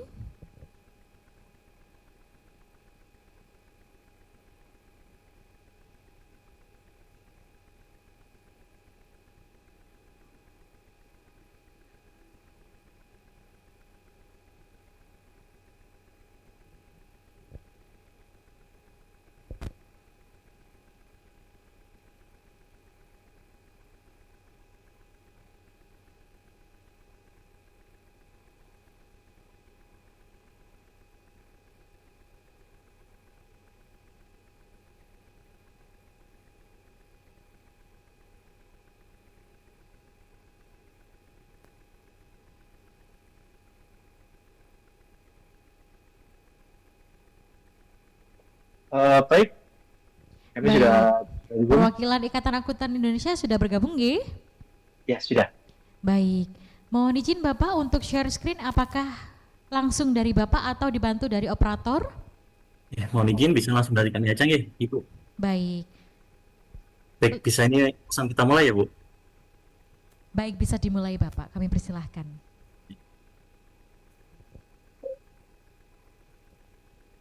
Oke, baik. Terima kasih atas kesempatannya yang diberikan oleh kami. Baik, Bapak Ibu hadirin sekalian, peserta seminar hari ini, izinkan kami untuk memperkenalkan terkait Ikatan Akuntan Indonesia. Baik, Bapak Ibu hadirin yang sekalian, IAI sebagai Engine of Reform Indonesia adalah organisasi profesi yang menaungi seluruh akuntan di Indonesia, Bapak Ibu, dan IAI didirikan di Jakarta pada tanggal 23 Desember 1957. Kita tersebar di 34 wilayah, dan di IAI ada beberapa anggota yang dimana ada akuntan sektor publik, ada akuntan perpajakan, ada akuntan sektor BIMIS, ada akuntan berpraktek, akuntan syariah, dan akuntan pendidik, Bapak Ibu. Jadi di IAI sini banyak akuntan pastinya. Baik, IAI adalah pendiri dari anggota IFAC dan merupakan ASEAN Federation Accountant atau IFA, dan IAI adalah anggota Chartered Accountant Worldwide dan merupakan ASEAN Professional Accountant atau ACPACC. Baik Bapak Ibu, kita langsung ke struktur. Nah, di sini untuk struktur organisasi pengurus IAI Jawa Timur terdiri dari yang pertama adalah tertinggi di rapat anggota IAI Wilayah Jawa Timur, kemudian ada ketua, penasihat, wakil ketua, sekretaris, dan bendahara. Kemudian dibantu oleh bidang-bidang, mulai dari bidang pengembangan, bidang akuntan sektor bisnis, bidang pengembangan humas, bidang kajian, bidang akuntan pendidik, bidang akuntan publik, bidang akuntan pajak, bidang akuntan syariah, dan bidang kantor jasa akuntan, Bapak Ibu, dan juga ada komisariat. Kami tersebar beberapa komisariat di wilayah Jawa Timur yang dimana ada Malang Raya, ada Madura, ada Kediri, ada Jember Bapak Ibu. Jadi ada 5 wilayah yang kami ada saat ini. Kemudian kami juga ada pengurus anggota muda Ikatan Anggota Indonesia Wilayah Jawa Timur Bapak Ibu, yang dimana untuk adik-adik generasi muda ini mereka juga sangat aktif sekali ketika seringkali melakukan beberapa kegiatan. Berikutnya adalah terkait keanggotaan Bapak Ibu. Di IAI ada 3 jenis keanggotaan Bapak Ibu. Yang pertama adalah anggota muda, anggota madya, dan anggota utama. Untuk anggota muda sendiri itu adalah mahasiswa D3, D4, S1 program studi akuntansi, top pendidikan akuntansi. Jadi di sini apabila ada adik-adik mahasiswa S1, D4 ataupun D3 akuntansi, silakan bisa bergabung menjadi anggota muda. Kemudian untuk anggota madya, di sini adalah merupakan lulusan D3, D4, S1, S2, atau S3 program studi akuntansi atau pendidikan akuntansi. Silakan bisa mendaftar menjadi anggota madya dan belum memiliki register akuntan atau RNA Bapak Ibu. Dan sedangkan untuk anggota utama adalah merupakan merupakan akuntan register yang telah terdaftar pada register negara, kemudian juga sudah memiliki CA dan memiliki pengalaman dan atau menjalankan praktek profesional di bidang akuntansi Bapak Ibu. Jadi di sini ada 3 ya untuk jenis keanggotaan IAI. Kemudian anggota IAI terdiri dari di wilayah Jawa Timur ada 124 anggota muda aktif, kemudian ada anggota madya aktif 204, sedangkan untuk anggota utama ada 187 yang aktif nih Bapak Ibu. Itu data per 1 Juli 2026 ini. Kemudian di IAI juga ada beberapa sertifikasi Bapak Ibu. Yang pertama ada sertifikasi kalian khusus IAI, yang dimana ada CPSAK atau ujian sertifikasi PSAK, kemudian ada ujian sertifikasi akuntansi syariah, ada CGAA, CGAE untuk pemerintahan, dan untuk CFB ini adalah level foundation dari CA. Kemudian kami juga ada PPL IAI Bapak Ibu, dan untuk anggota utama berkewajiban untuk melaporkan SKP-nya 30 SKP per tahunnya Bapak Ibu, dan untuk per 3 tahunnya sebanyak 120 SKP. Kemudian menjadi akuntan profesional, tentunya untuk menjadi akuntan profesional kita harus memiliki izin lah pastinya ya Bapak Ibu atau SIM, supaya kita bisa berkecimpung di dunia profesional, yang dimana untuk menjadi akuntan profesional Bapak Ibu bisa mendaftar menjadi CA Indonesia, yang dimana untuk CA Indonesia ini terbagi untuk beberapa level nih Bapak Ibu. Yang pertama adalah level foundation, kemudian level profesional, dan advance. Untuk level foundation ini, Bapak Ibu yang mungkin di sini jurusan non akuntansi, silahkan bisa mengajukan CA, yakni dengan jalur level foundation terlebih dahulu nih Bapak Ibu. Jadi nanti silahkan mengikuti ujian level foundation, kemudian setelah lulus baru bisa melanjut ke level profesional, dan jika lulus profesional baru lanjut ke level advance. Namun untuk Bapak Ibu atau rekan-rekan sekalian yang lulusan S1 akuntansi bisa langsung ke level profesional untuk mendapatkan CA Indonesia. Atau di sini Bapak Ibu saat ini sudah memiliki sertifikasi dari asosiasi lain, misal dari CP Australia, kemudian dari ICCA, atau dari ICPA atau SIMA atau CIW. Bapak Ibu juga bisa mengajukan MNA ya. Jadi nanti Bapak Ibu tidak perlu mengikuti ujian full, mungkin nanti ada beberapa materi aja yang nantinya pastinya akan di review terlebih dahulu oleh DSAP atau Dewan Sertifikasi Akuntan Profesional IAI. Seperti itu Bapak Ibu. Kemudian terkait gelar untuk untuk level foundation ini nanti gelarnya adalah berupa BFA, yakni Business and Finance Associate Bapak Ibu. Kemudian untuk level profesional maka nanti gelarnya berupa Associate CA.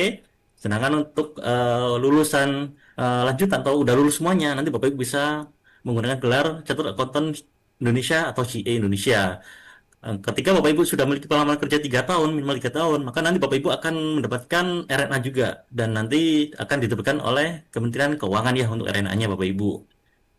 Baik, jadilah CA Indonesia apa saja yang telah disiapkan untuk memastikan masa depanmu mencapai karir yang cemerlang, hanya yang terbaik yang akan mendapatkan peluang menempati posisi strategis dalam menjalankan perannya. Benar, hanya yang memiliki kualifikasi profesi yang akan terpilih untuk meraih peluang tak terbatas.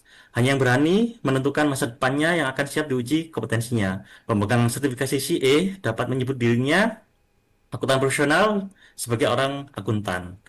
Baik, Bapak Ibu, mungkin dilanjut ke rekan saya, monggo. Baik, Bapak Ibu.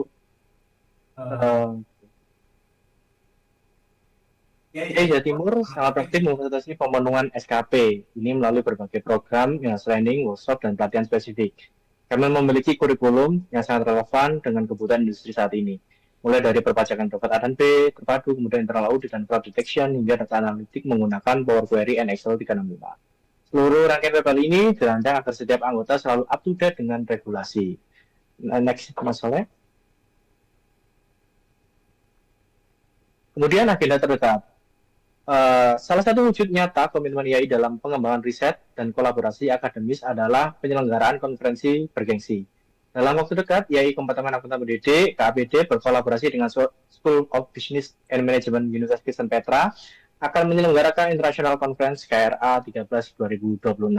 Acara ini akan diselenggarakan secara hybrid, online dan offline pada tanggal 1 hingga 2 September 2026. Dengan mengangkat tema yang sangat krusial saat ini, yaitu redefining sustainable, integrating ESG, innovation, and impact in the era of global transition. Mengingat saat ini kita sudah berada di awal bulan Juli, saat ini mengingatkan bahwa batas akhir paper submission tinggal sebentar lagi, yaitu 19 Juli 2026.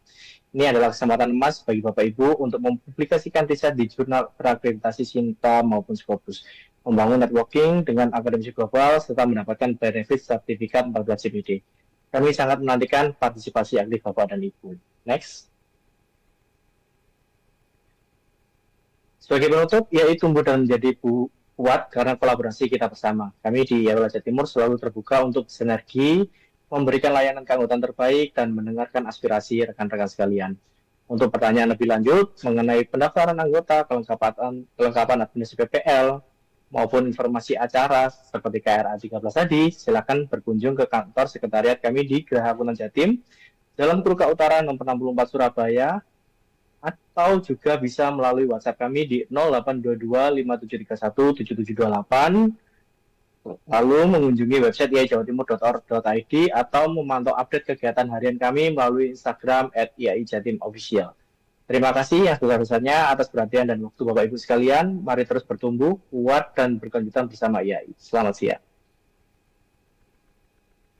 Selamat siang, disampaikan terima kasih atas presentasi dari Ikatan Akuntan Indonesia. Bagi Bapak Ibu yang memiliki pertanyaan terkait Ikatan Akuntan Indonesia bisa diajukan melalui chat box via Zoom meeting. Baik, kami sampaikan terima kasih sekali lagi kepada perwakilan dari Ikatan Akuntan Indonesia. Terima kasih atas waktu yang diberikan terkait sosialisasi dari program Ikatan Akuntan Indonesia.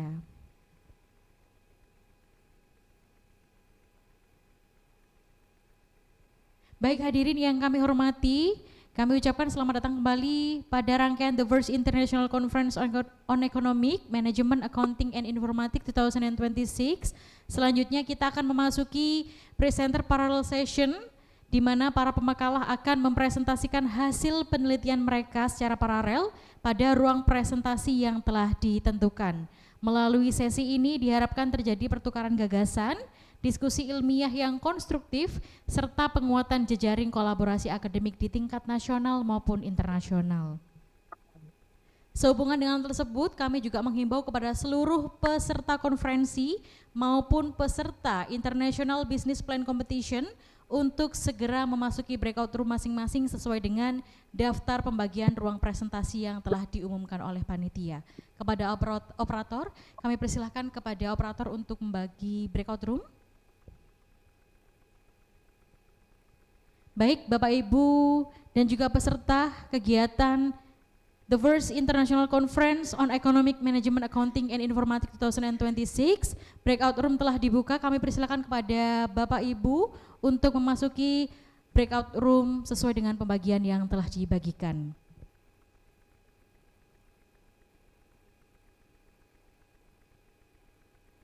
Distinguished ladies and gentlemen, we will now proceed to the parallel presentation session, during which author will present their research paper simultaneously in their respective parallel room.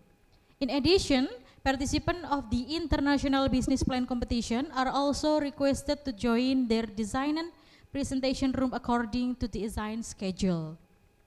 We kindly request all conference participants and International Business Plan Competition participants to proceed to their respective breakout room in accordance with the room allocation that has been provided by the organizing committee. For participants attending on site, our committee members will be available to assist you in locating your assigned presentation room. For participants joining online via Zoom meeting, please click and enter the designated Zoom breakout room according to your presentation schedule and room assignment. We wish all presenters the very best for their presentation and hope that this session will provide a meaningful platform for scholarly discussion and international collaboration. Thank you, and please proceed to your respective breakout room.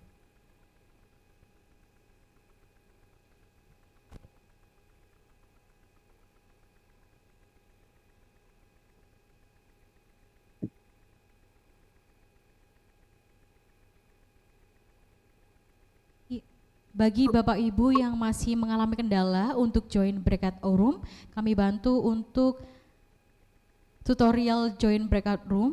Pada layar Zoom meeting Bapak Ibu bisa klik menu more ataupun lainnya, kemudian klik join breakout room. Kemudian silahkan pilih room masing-masing. Terima kasih.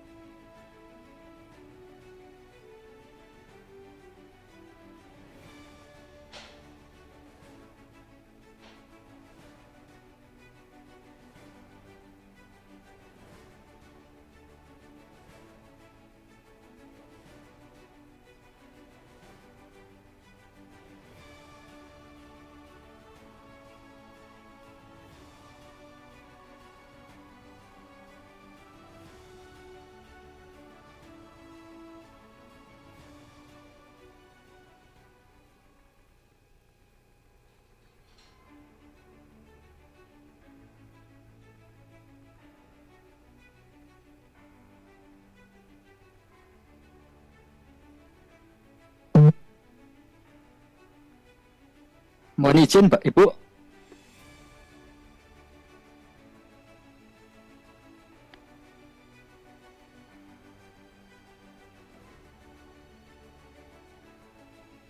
Nggih, Bapak, apakah ada kesulitan untuk memasuki breakout Untuk room?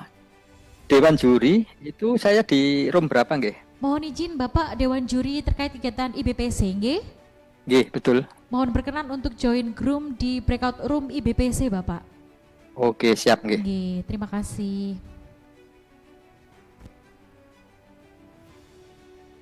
Halo.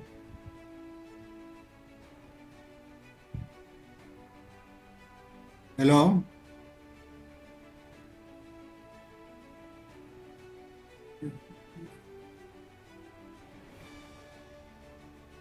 Nggih, iya, ada yang bisa dibantu, Bapak? May I help you?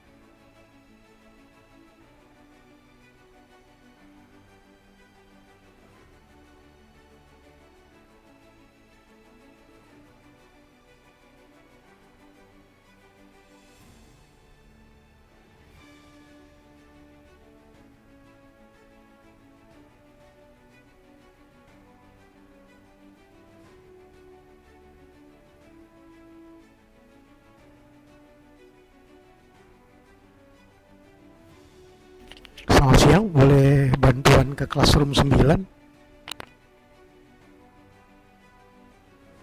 Mohon izin Bapak, ada yang bisa kami bantu? Saya mau masuk breakout Classroom 9, Mbak. Breakout 9G? Iya, betul, Mbak. Baik.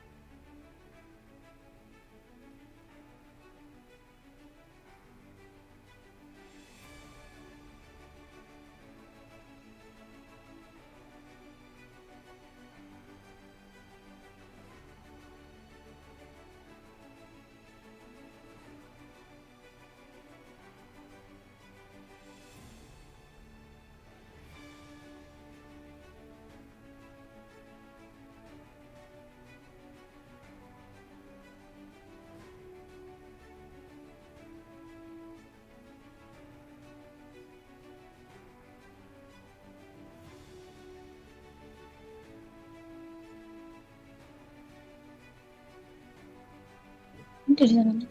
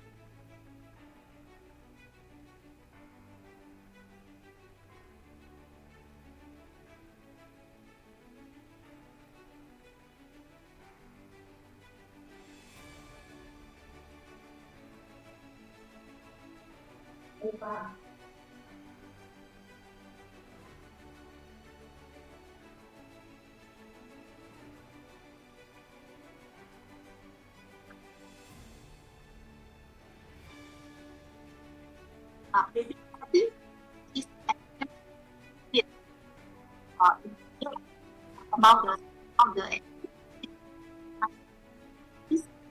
they are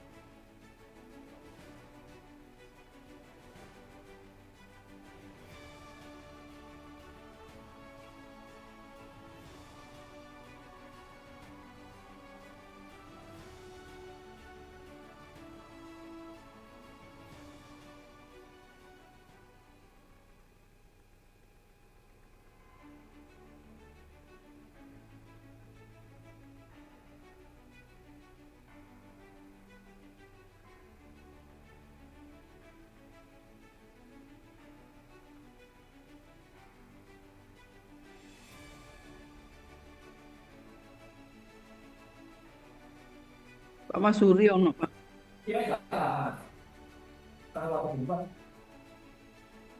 Ketok colong iki, Pak. Ketok Sutono. Iya. Akan.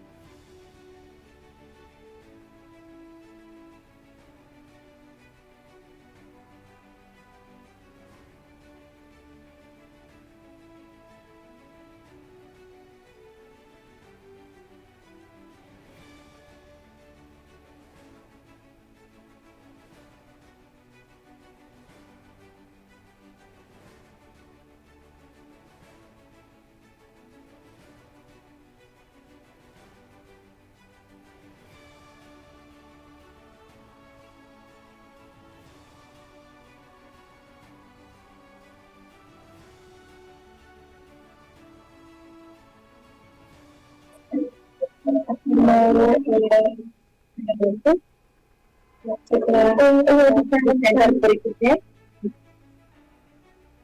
bisa dibantu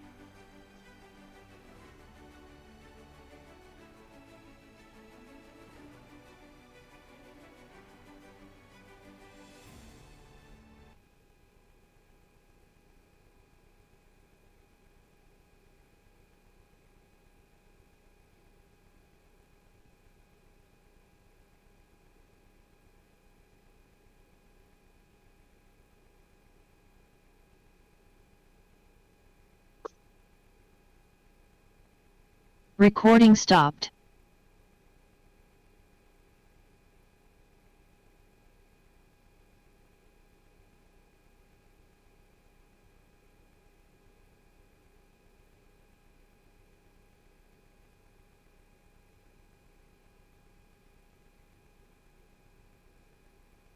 Recording in progress.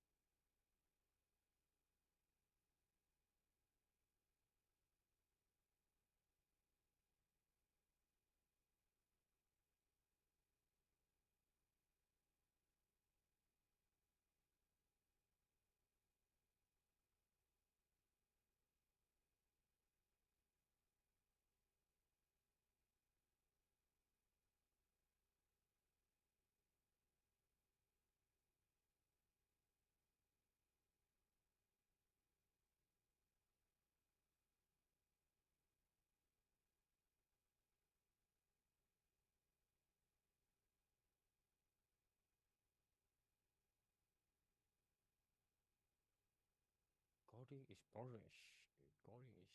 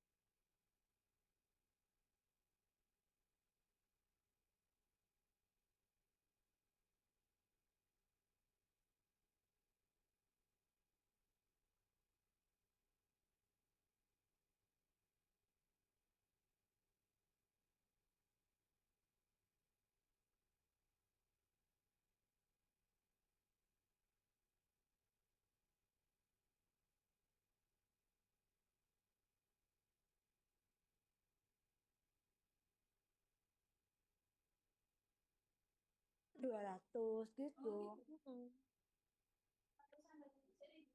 Mm-mm. Gimana ya ini ngambil videonya nih?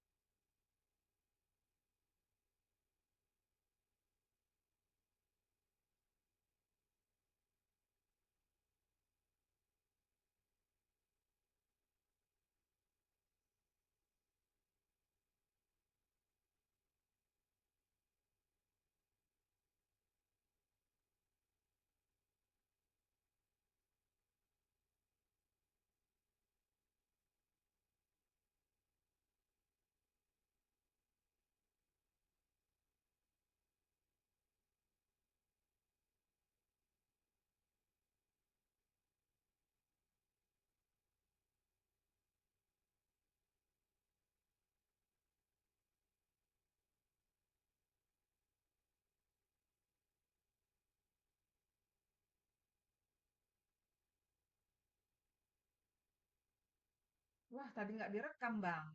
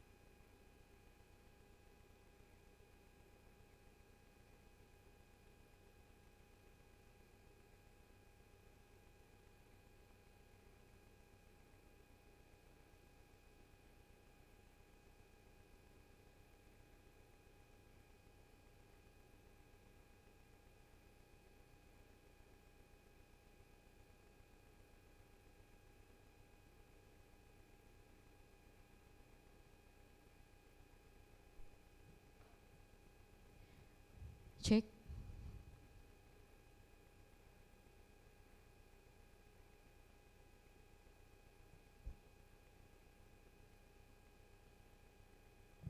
Cek hadirin yang kami hormati, kepada seluruh peserta yang bergabung melalui Zoom meeting, kami informasikan bahwa sesaat lagi akan dilakukan kegiatan pengumuman kepada penenang, baik pemenang di ICEMAI dan juga IBPC. Jadi mohon berkenan kepada seluruh peserta yang tergabung di Zoom meeting untuk tetap berada di Zoom. Terima kasih.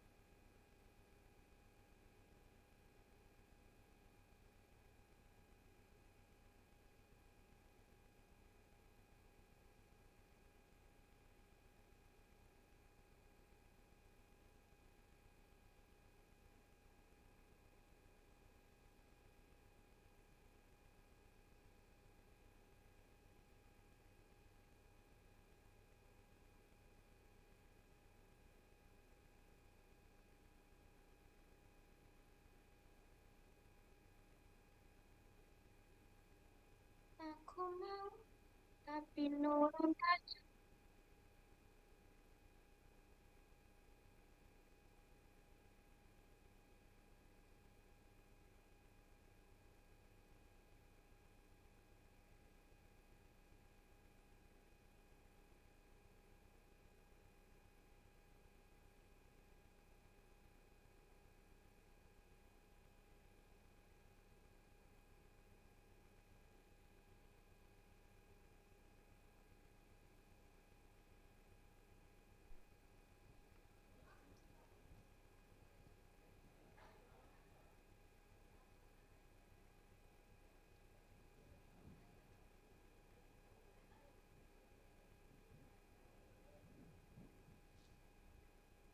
Cek.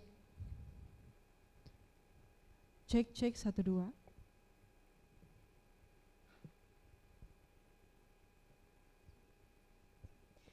Hadirin yang kami hormati, selamat datang kembali di ruang pleno di Auditorium Institut Teknologi dan Bisnis Widyagama Lumajang.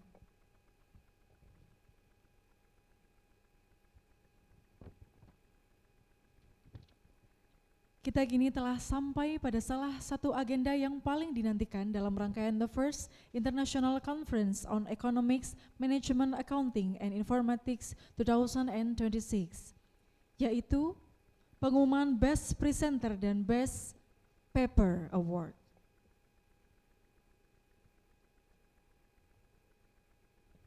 Sepanjang pelaksanaan konferensi pada hari ini, kita telah menyaksikan berbagai presentasi ilmiah yang berkualitas, inovatif, serta memberikan kontribusi nyata terhadap pengembangan ilmu, pengetahuan, dan praktik profesional. Penghargaan yang akan diumumkan pada sesi ini merupakan bentuk apresiasi dari panitia penyelenggara kepada para peserta yang menunjukkan keunggulan dalam kualitas penelitian, orisinalitas gagasan, penyampaian presentasi, serta kontribusi akademik berdasarkan hasil penilaian Dewan Reviewer dan Scientific Committee. Distinguished ladies and gentlemen, welcome back to the plenary hall. We have now arrived at one of the most anticipated moments of the first International Conference on Economics, Management, Accounting, and Informatics 2026, namely the announcement of the best presenter and best paper. Throughout today's conference, participants have demonstrated remarkable academic excellence by presenting innovative research findings and engaging in meaningful scientific discussion. The award to be presented this afternoon represents the organizing committee's recognition of outstanding scholarly contribution, presentation quality, originality, scientific merit, and the potential impact of the research presented during the conference.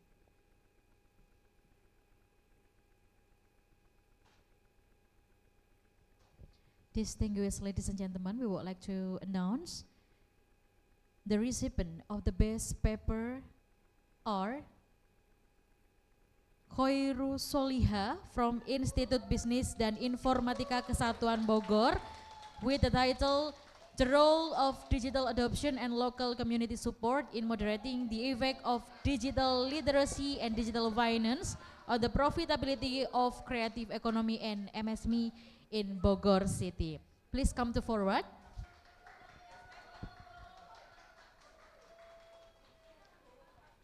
And then we would like to announce the next recipient of the best paper is Cindy Eka Maulidia from Institut Teknologi dan Bisnis Widyagama Lumajang with the title Green Innovation, Green Investment, and Green Governance on Firm Value of Energy Companies listed on the Indonesia Stock Exchange during 2022 until 2024.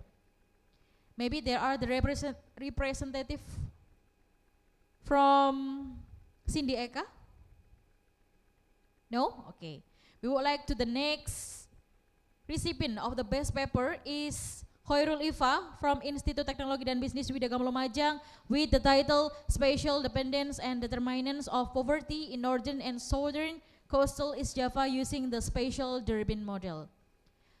Kepada Ibu Dr. Retno Cahyaningati selaku Ketua LPPM mohon berkenan menyerahkan sertifikat penghargaan kepada peraih Best Paper atas nama Khairul Soliha dari Institut Bisnis dan Informatika Kesatuan Bogor.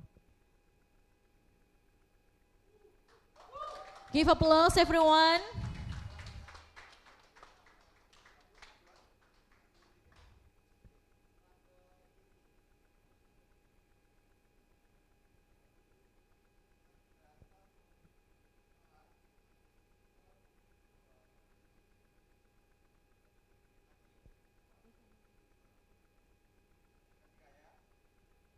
Ganti gaya, big smile.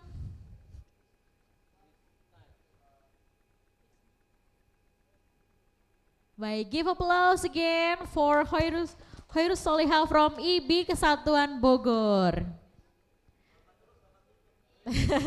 Congratulations. Okay. Distinguished ladies and gentlemen, we would like to announce to the next category. Miss Nadia, please. Okay, we shall now proceed with the announcement of the Best Presenter Award. The Best Presenter Award are presented in recognition of outstanding presentation skills, effective scientific communication, and excellence in delivering research finding during the first International Conference on Economics, Management, Accounting, and Informatics 2026. The recipient of the Best Presenter Award are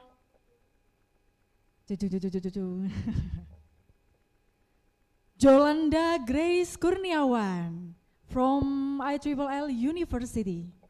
Okay, because she is online, maybe the operator could show the certificate for Jolanda Grace Kurniawan from IEEE University.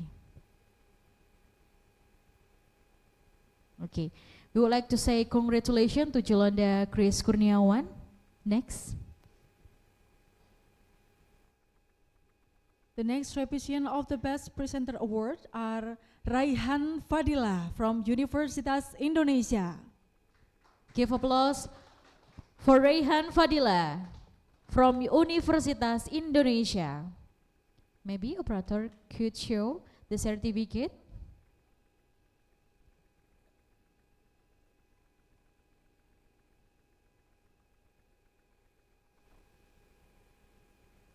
Congratulations to Raihan Fadila from Universitas Indonesia. The next recipient of the Best Presenter Award are Dr. Moh Yusri Ibrahim from University Terengganu, Malaysia. Congratulations to Dr. Muhammad Yusri Ibrahim from University Terengganu, Malaysia. The next recipient of the Best Presenter Award are Fadli Husaini from IBIK Bogor. Come forward, please. The next, the recipient of the Best Presenter is Khairus Solihah from IBIK Bogor. Come forward. Because you are join offline, please come forward. Come forward, please. Kami persilahkan kepada Bapak Dekan dan juga Bapak Masyuri untuk menyerahkan sertifikat penghargaan terkait Best Presenter. Kami persilakan kepada Bapak Maisa Syafi untuk menyerahkan sertifikat penghargaan kepada Best Presenter atas nama Fadli Huzaini.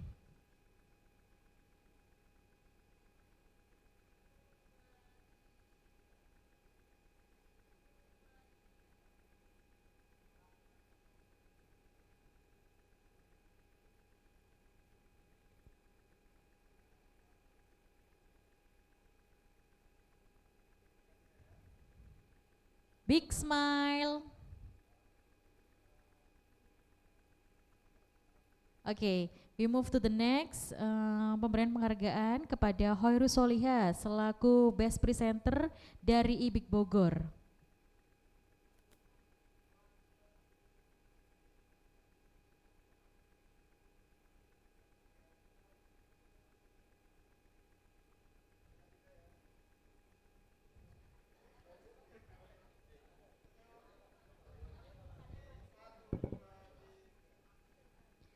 Baik, kami sampaikan terima kasih. Sekali lagi kami ucapkan selamat kepada Fadli Huzaini dan juga Khairus Solihah dari IBIK Bogor memenangkan Best Presenter secara offline.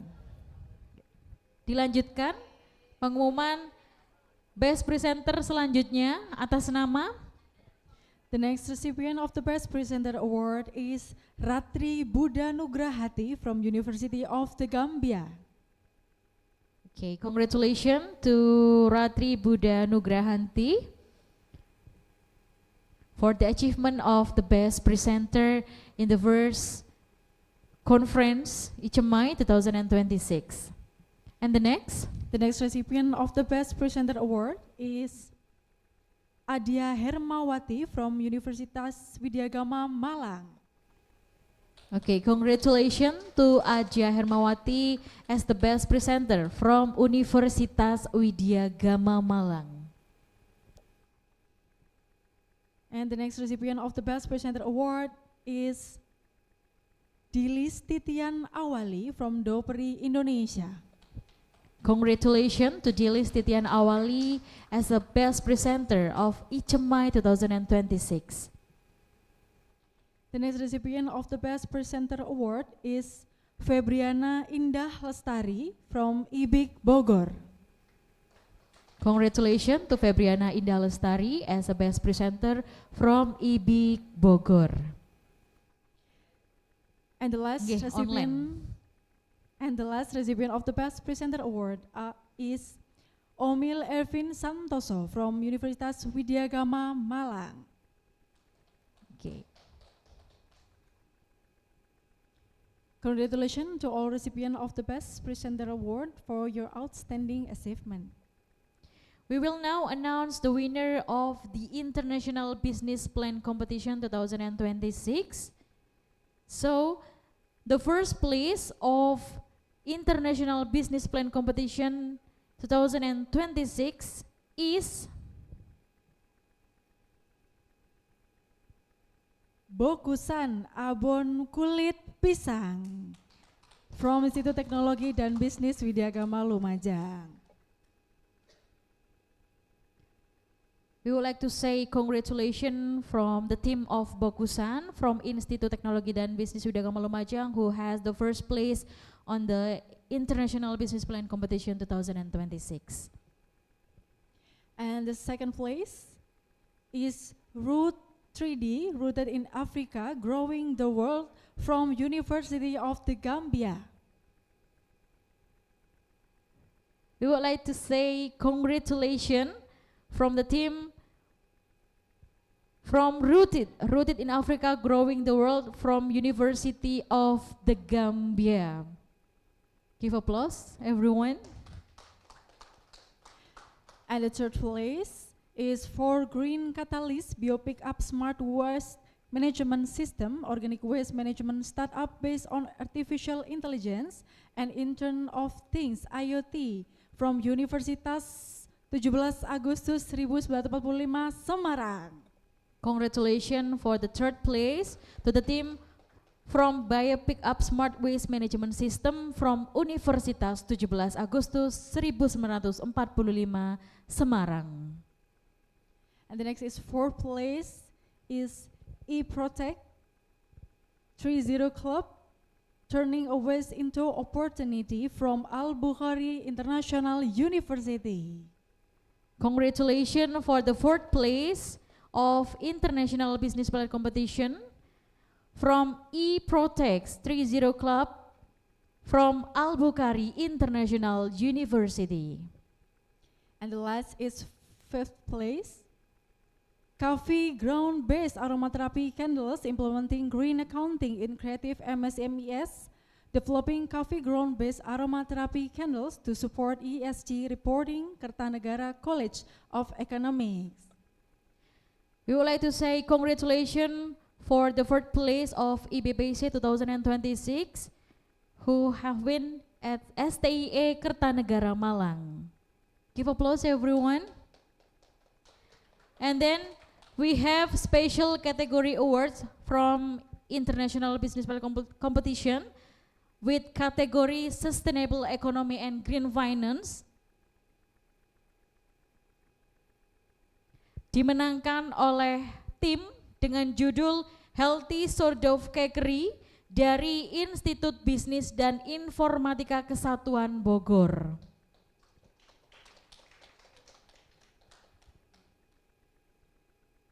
And from the category sustainable product and waste innovation is Limonero Cleaner Waste toward innovation through the utilization of orange peel waste into eco-friendly dishwashing soap based on the circular economy from Universitas Pamulang. Kami sampaikan selamat kepada tim dengan judul tim Limonero dengan judul proposal Cleaner Waste Toward Innovation through the utilization of orange peel waste into eco-friendly dishwashing soap based on the circular economy dari Universitas Pamulang meraih penghargaan pada kategori Sustainable Product dan Waste Innovation pada International Business Plan Competition 2026. And the last category, Technology Driven Sustainable Startup is Devlowin, subscription-based WFR development for MSMEs is from Institut Teknologi dan Bisnis Widyagama Lumajang. Okay, we would like to say congratulations to the all recipient about ICEMAI and IBPC 2026. We hope that we could meet in another year with another activity. Please give us applause.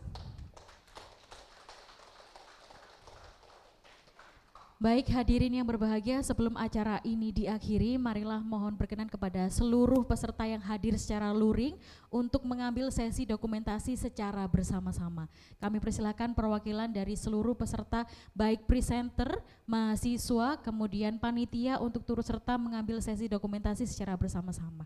Kami persilakan kepada Bapak Dekan, Ibu Ketua LPPM, keseluruhan dari IBIK Bogor, kemudian dari Universitas Muhammadiyah Mataram, Bapak Ibu Panitia, kami persilakan untuk sesi dokumentasi secara bersama-sama. Monggo, Ibu Mimin, Bapak Zainul, kemudian dari Perpustakaan, Ibu Yesi, Ibu Nur Latifah, Ibu Heni, kemudian Bapak Muksin, Bu Alifi dari Prodi, monggo kami persilakan untuk mengambil sesi dokumentasi secara bersama-sama. Bu Novita, monggo.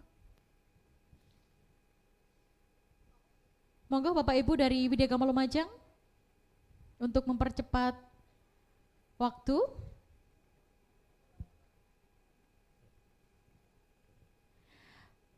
Kepada seluruh hadirin yang mengikuti secara online, kami himbau juga untuk mengambil pose untuk sesi dokumentasi secara bersama-sama karena pengambilan gambar akan kami gabungkan secara luring dan juga secara daring. Kami persilakan kepada Bapak Ibu dari Widyagama Lumajang untuk sedikit bergegas. Okay, for all the participants in Zoom meeting, would you open your camera so you can join the documentation together with the participant by luring in Institut Teknologi dan Bisnis Widyagama Lumajang. Kami persilakan kepada Bapak Ibu yang hadir secara luring untuk dibagi dengan dua barisan. Ada yang di depan dan juga ada yang di belakang supaya tidak tertutup terkait layar karena peserta yang hadir secara online juga akan kami ikutkan sesi dokumentasi secara bersama-sama.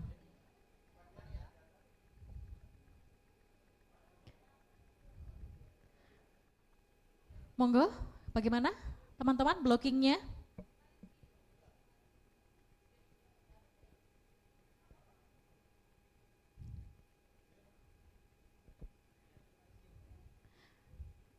Dari IBIK Bogor mungkin bisa dibantu foto, Bu Novita bisa memfotokan.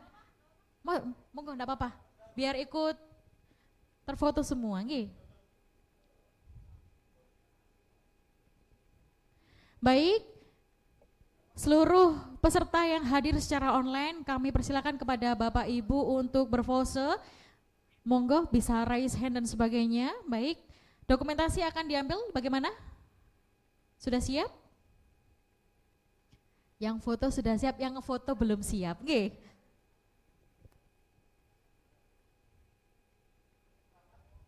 Boleh lebih merapat lagi Bapak Ibu?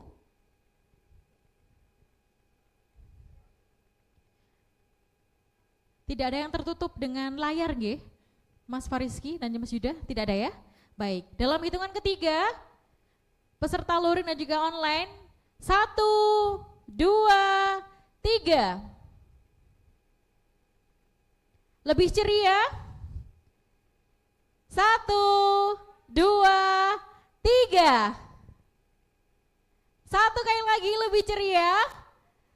Say cheese semua ya. Ketika nanti MC bilang 1, 2, 3, mohon untuk berkenan say cheese gitu ya. Baik, oke, dalam hitungan ketiga. 1, 2, 3, cheese. Baik, terima kasih kami perkenankan kepada peserta yang hadir luring untuk kembali ke tempat. Kita akan melakukan sesi closing ceremony.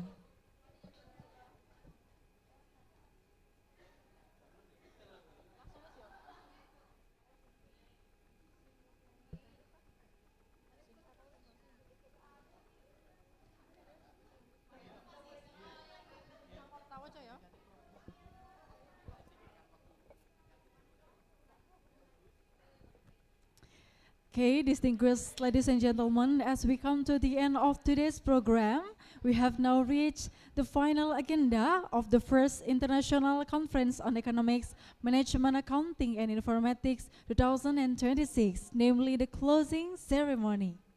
On behalf of the organizing committee, we would like to express our deepest gratitude to all distinguished keynote and invited speaker, representative of partner institution, member of the reviewers, presenters, participants, sponsors, co-host institutions, and all committees whose dedication and collaboration have contributed to the success of this international conference.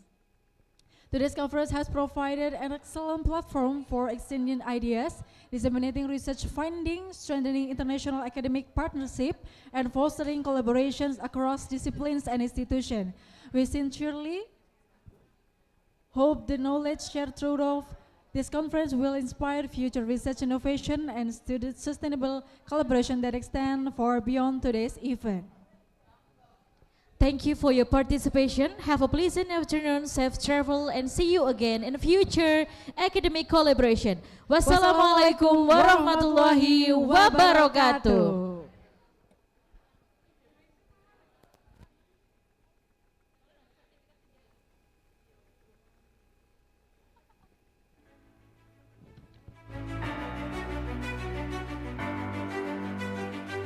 Kami sampaikan terima kasih sebesar-besarnya kepada seluruh partisipan yang berkenan hadir melalui luring via Zoom meeting.